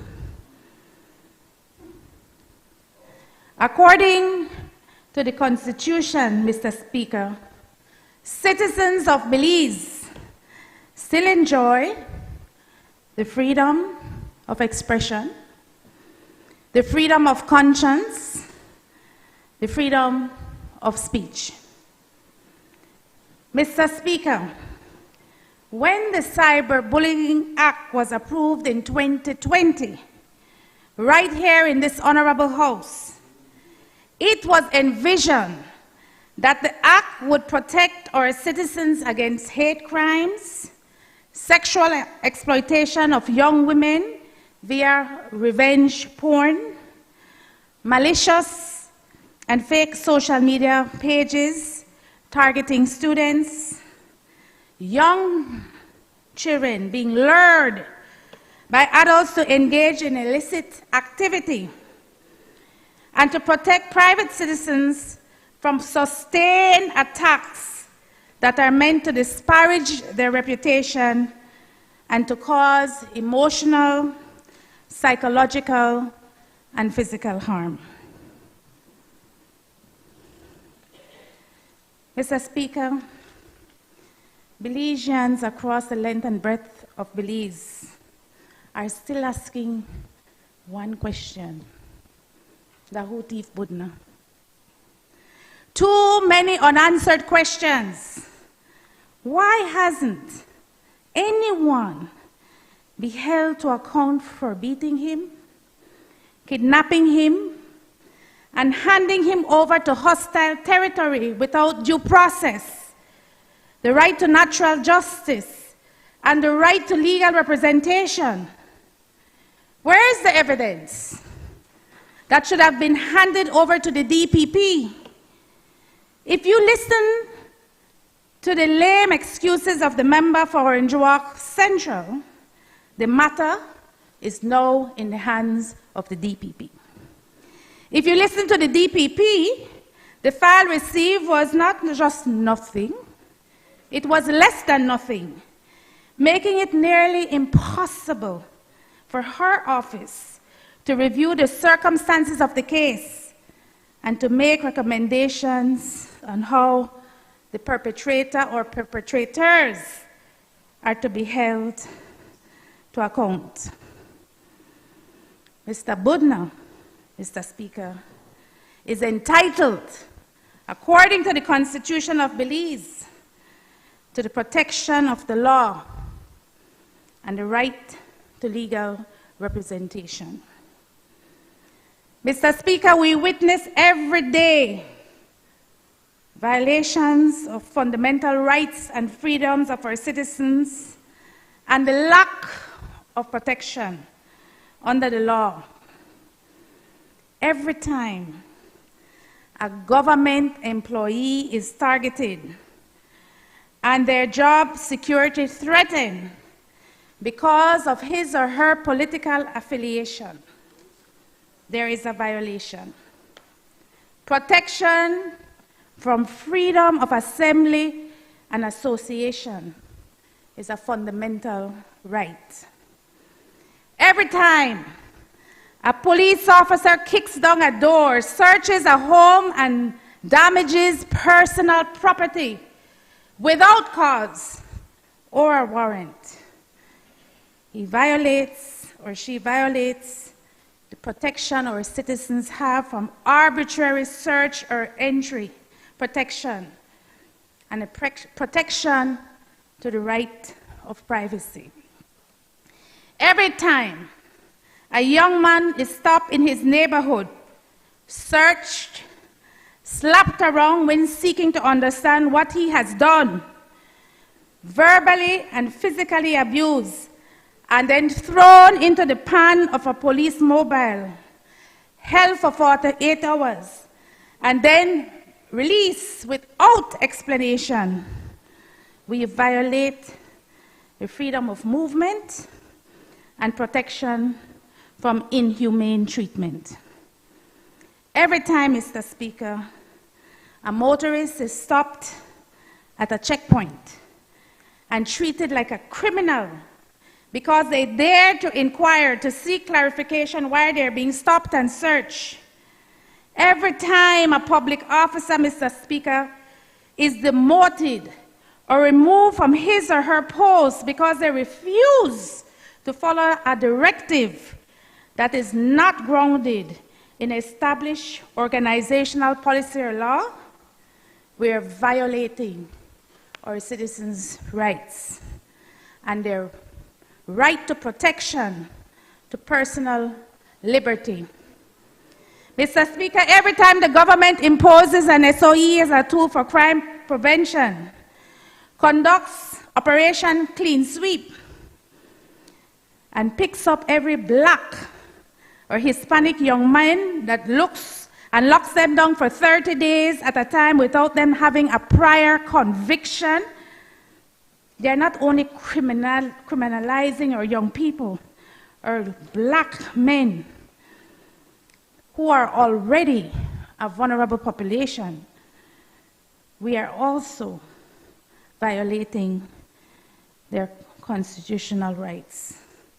Protections of persons detained under emergency laws and protection from discrimination on the grounds of race. Our black men are profiled every day. Mr. Speaker, every time a piece of crown land is taken away from a leaser and reassigned to a political crony because of their political affiliation or the constituency they live in, their fundamental rights, freedoms and protections and privileges are being violated as a citizen. The Constitution, Mr. Speaker, affords all citizens protection from arbitrary deprivement of property.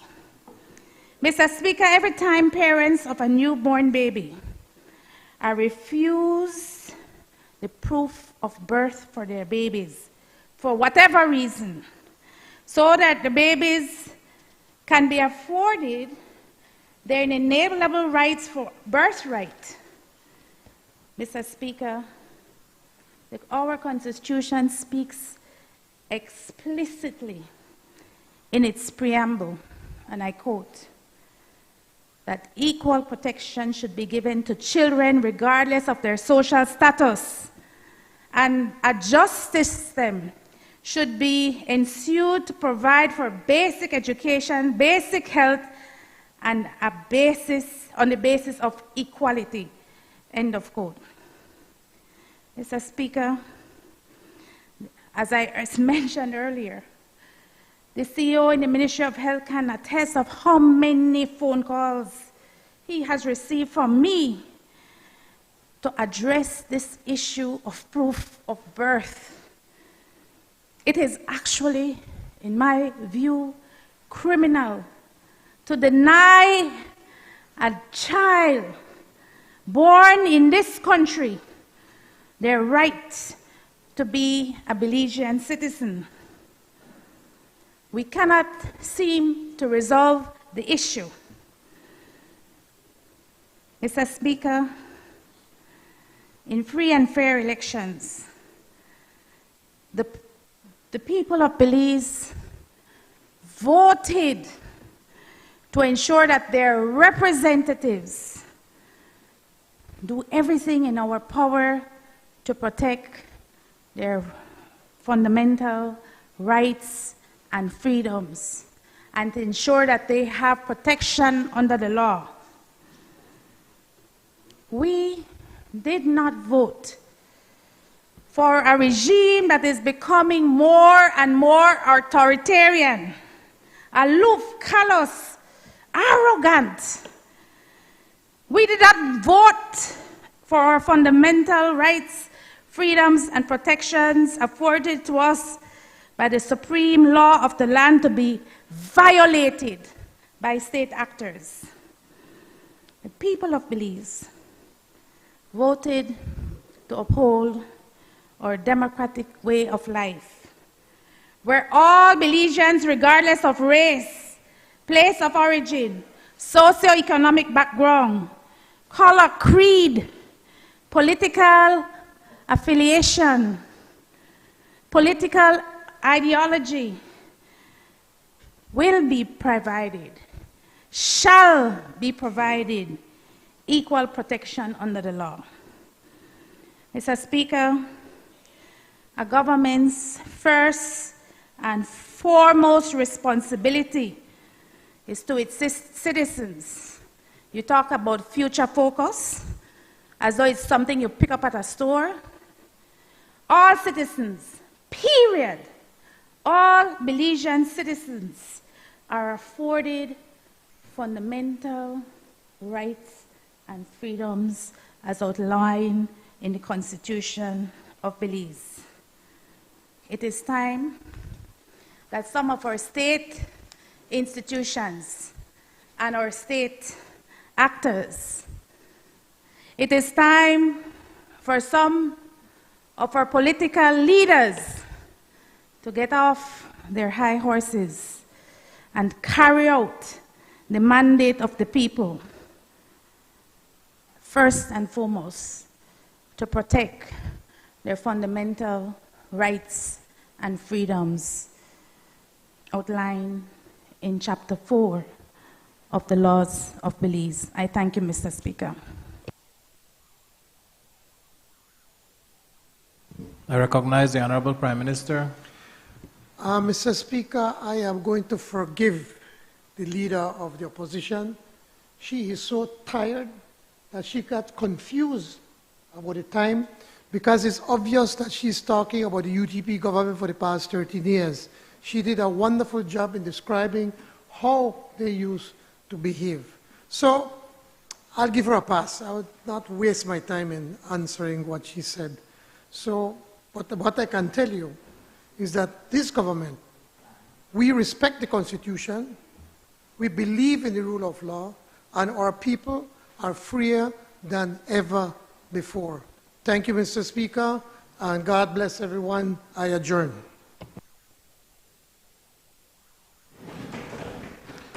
Honorable members, the question is that the House now do adjourn. All those in favor, kindly say aye. Aye. Those against, kindly say no. I think the ayes have it.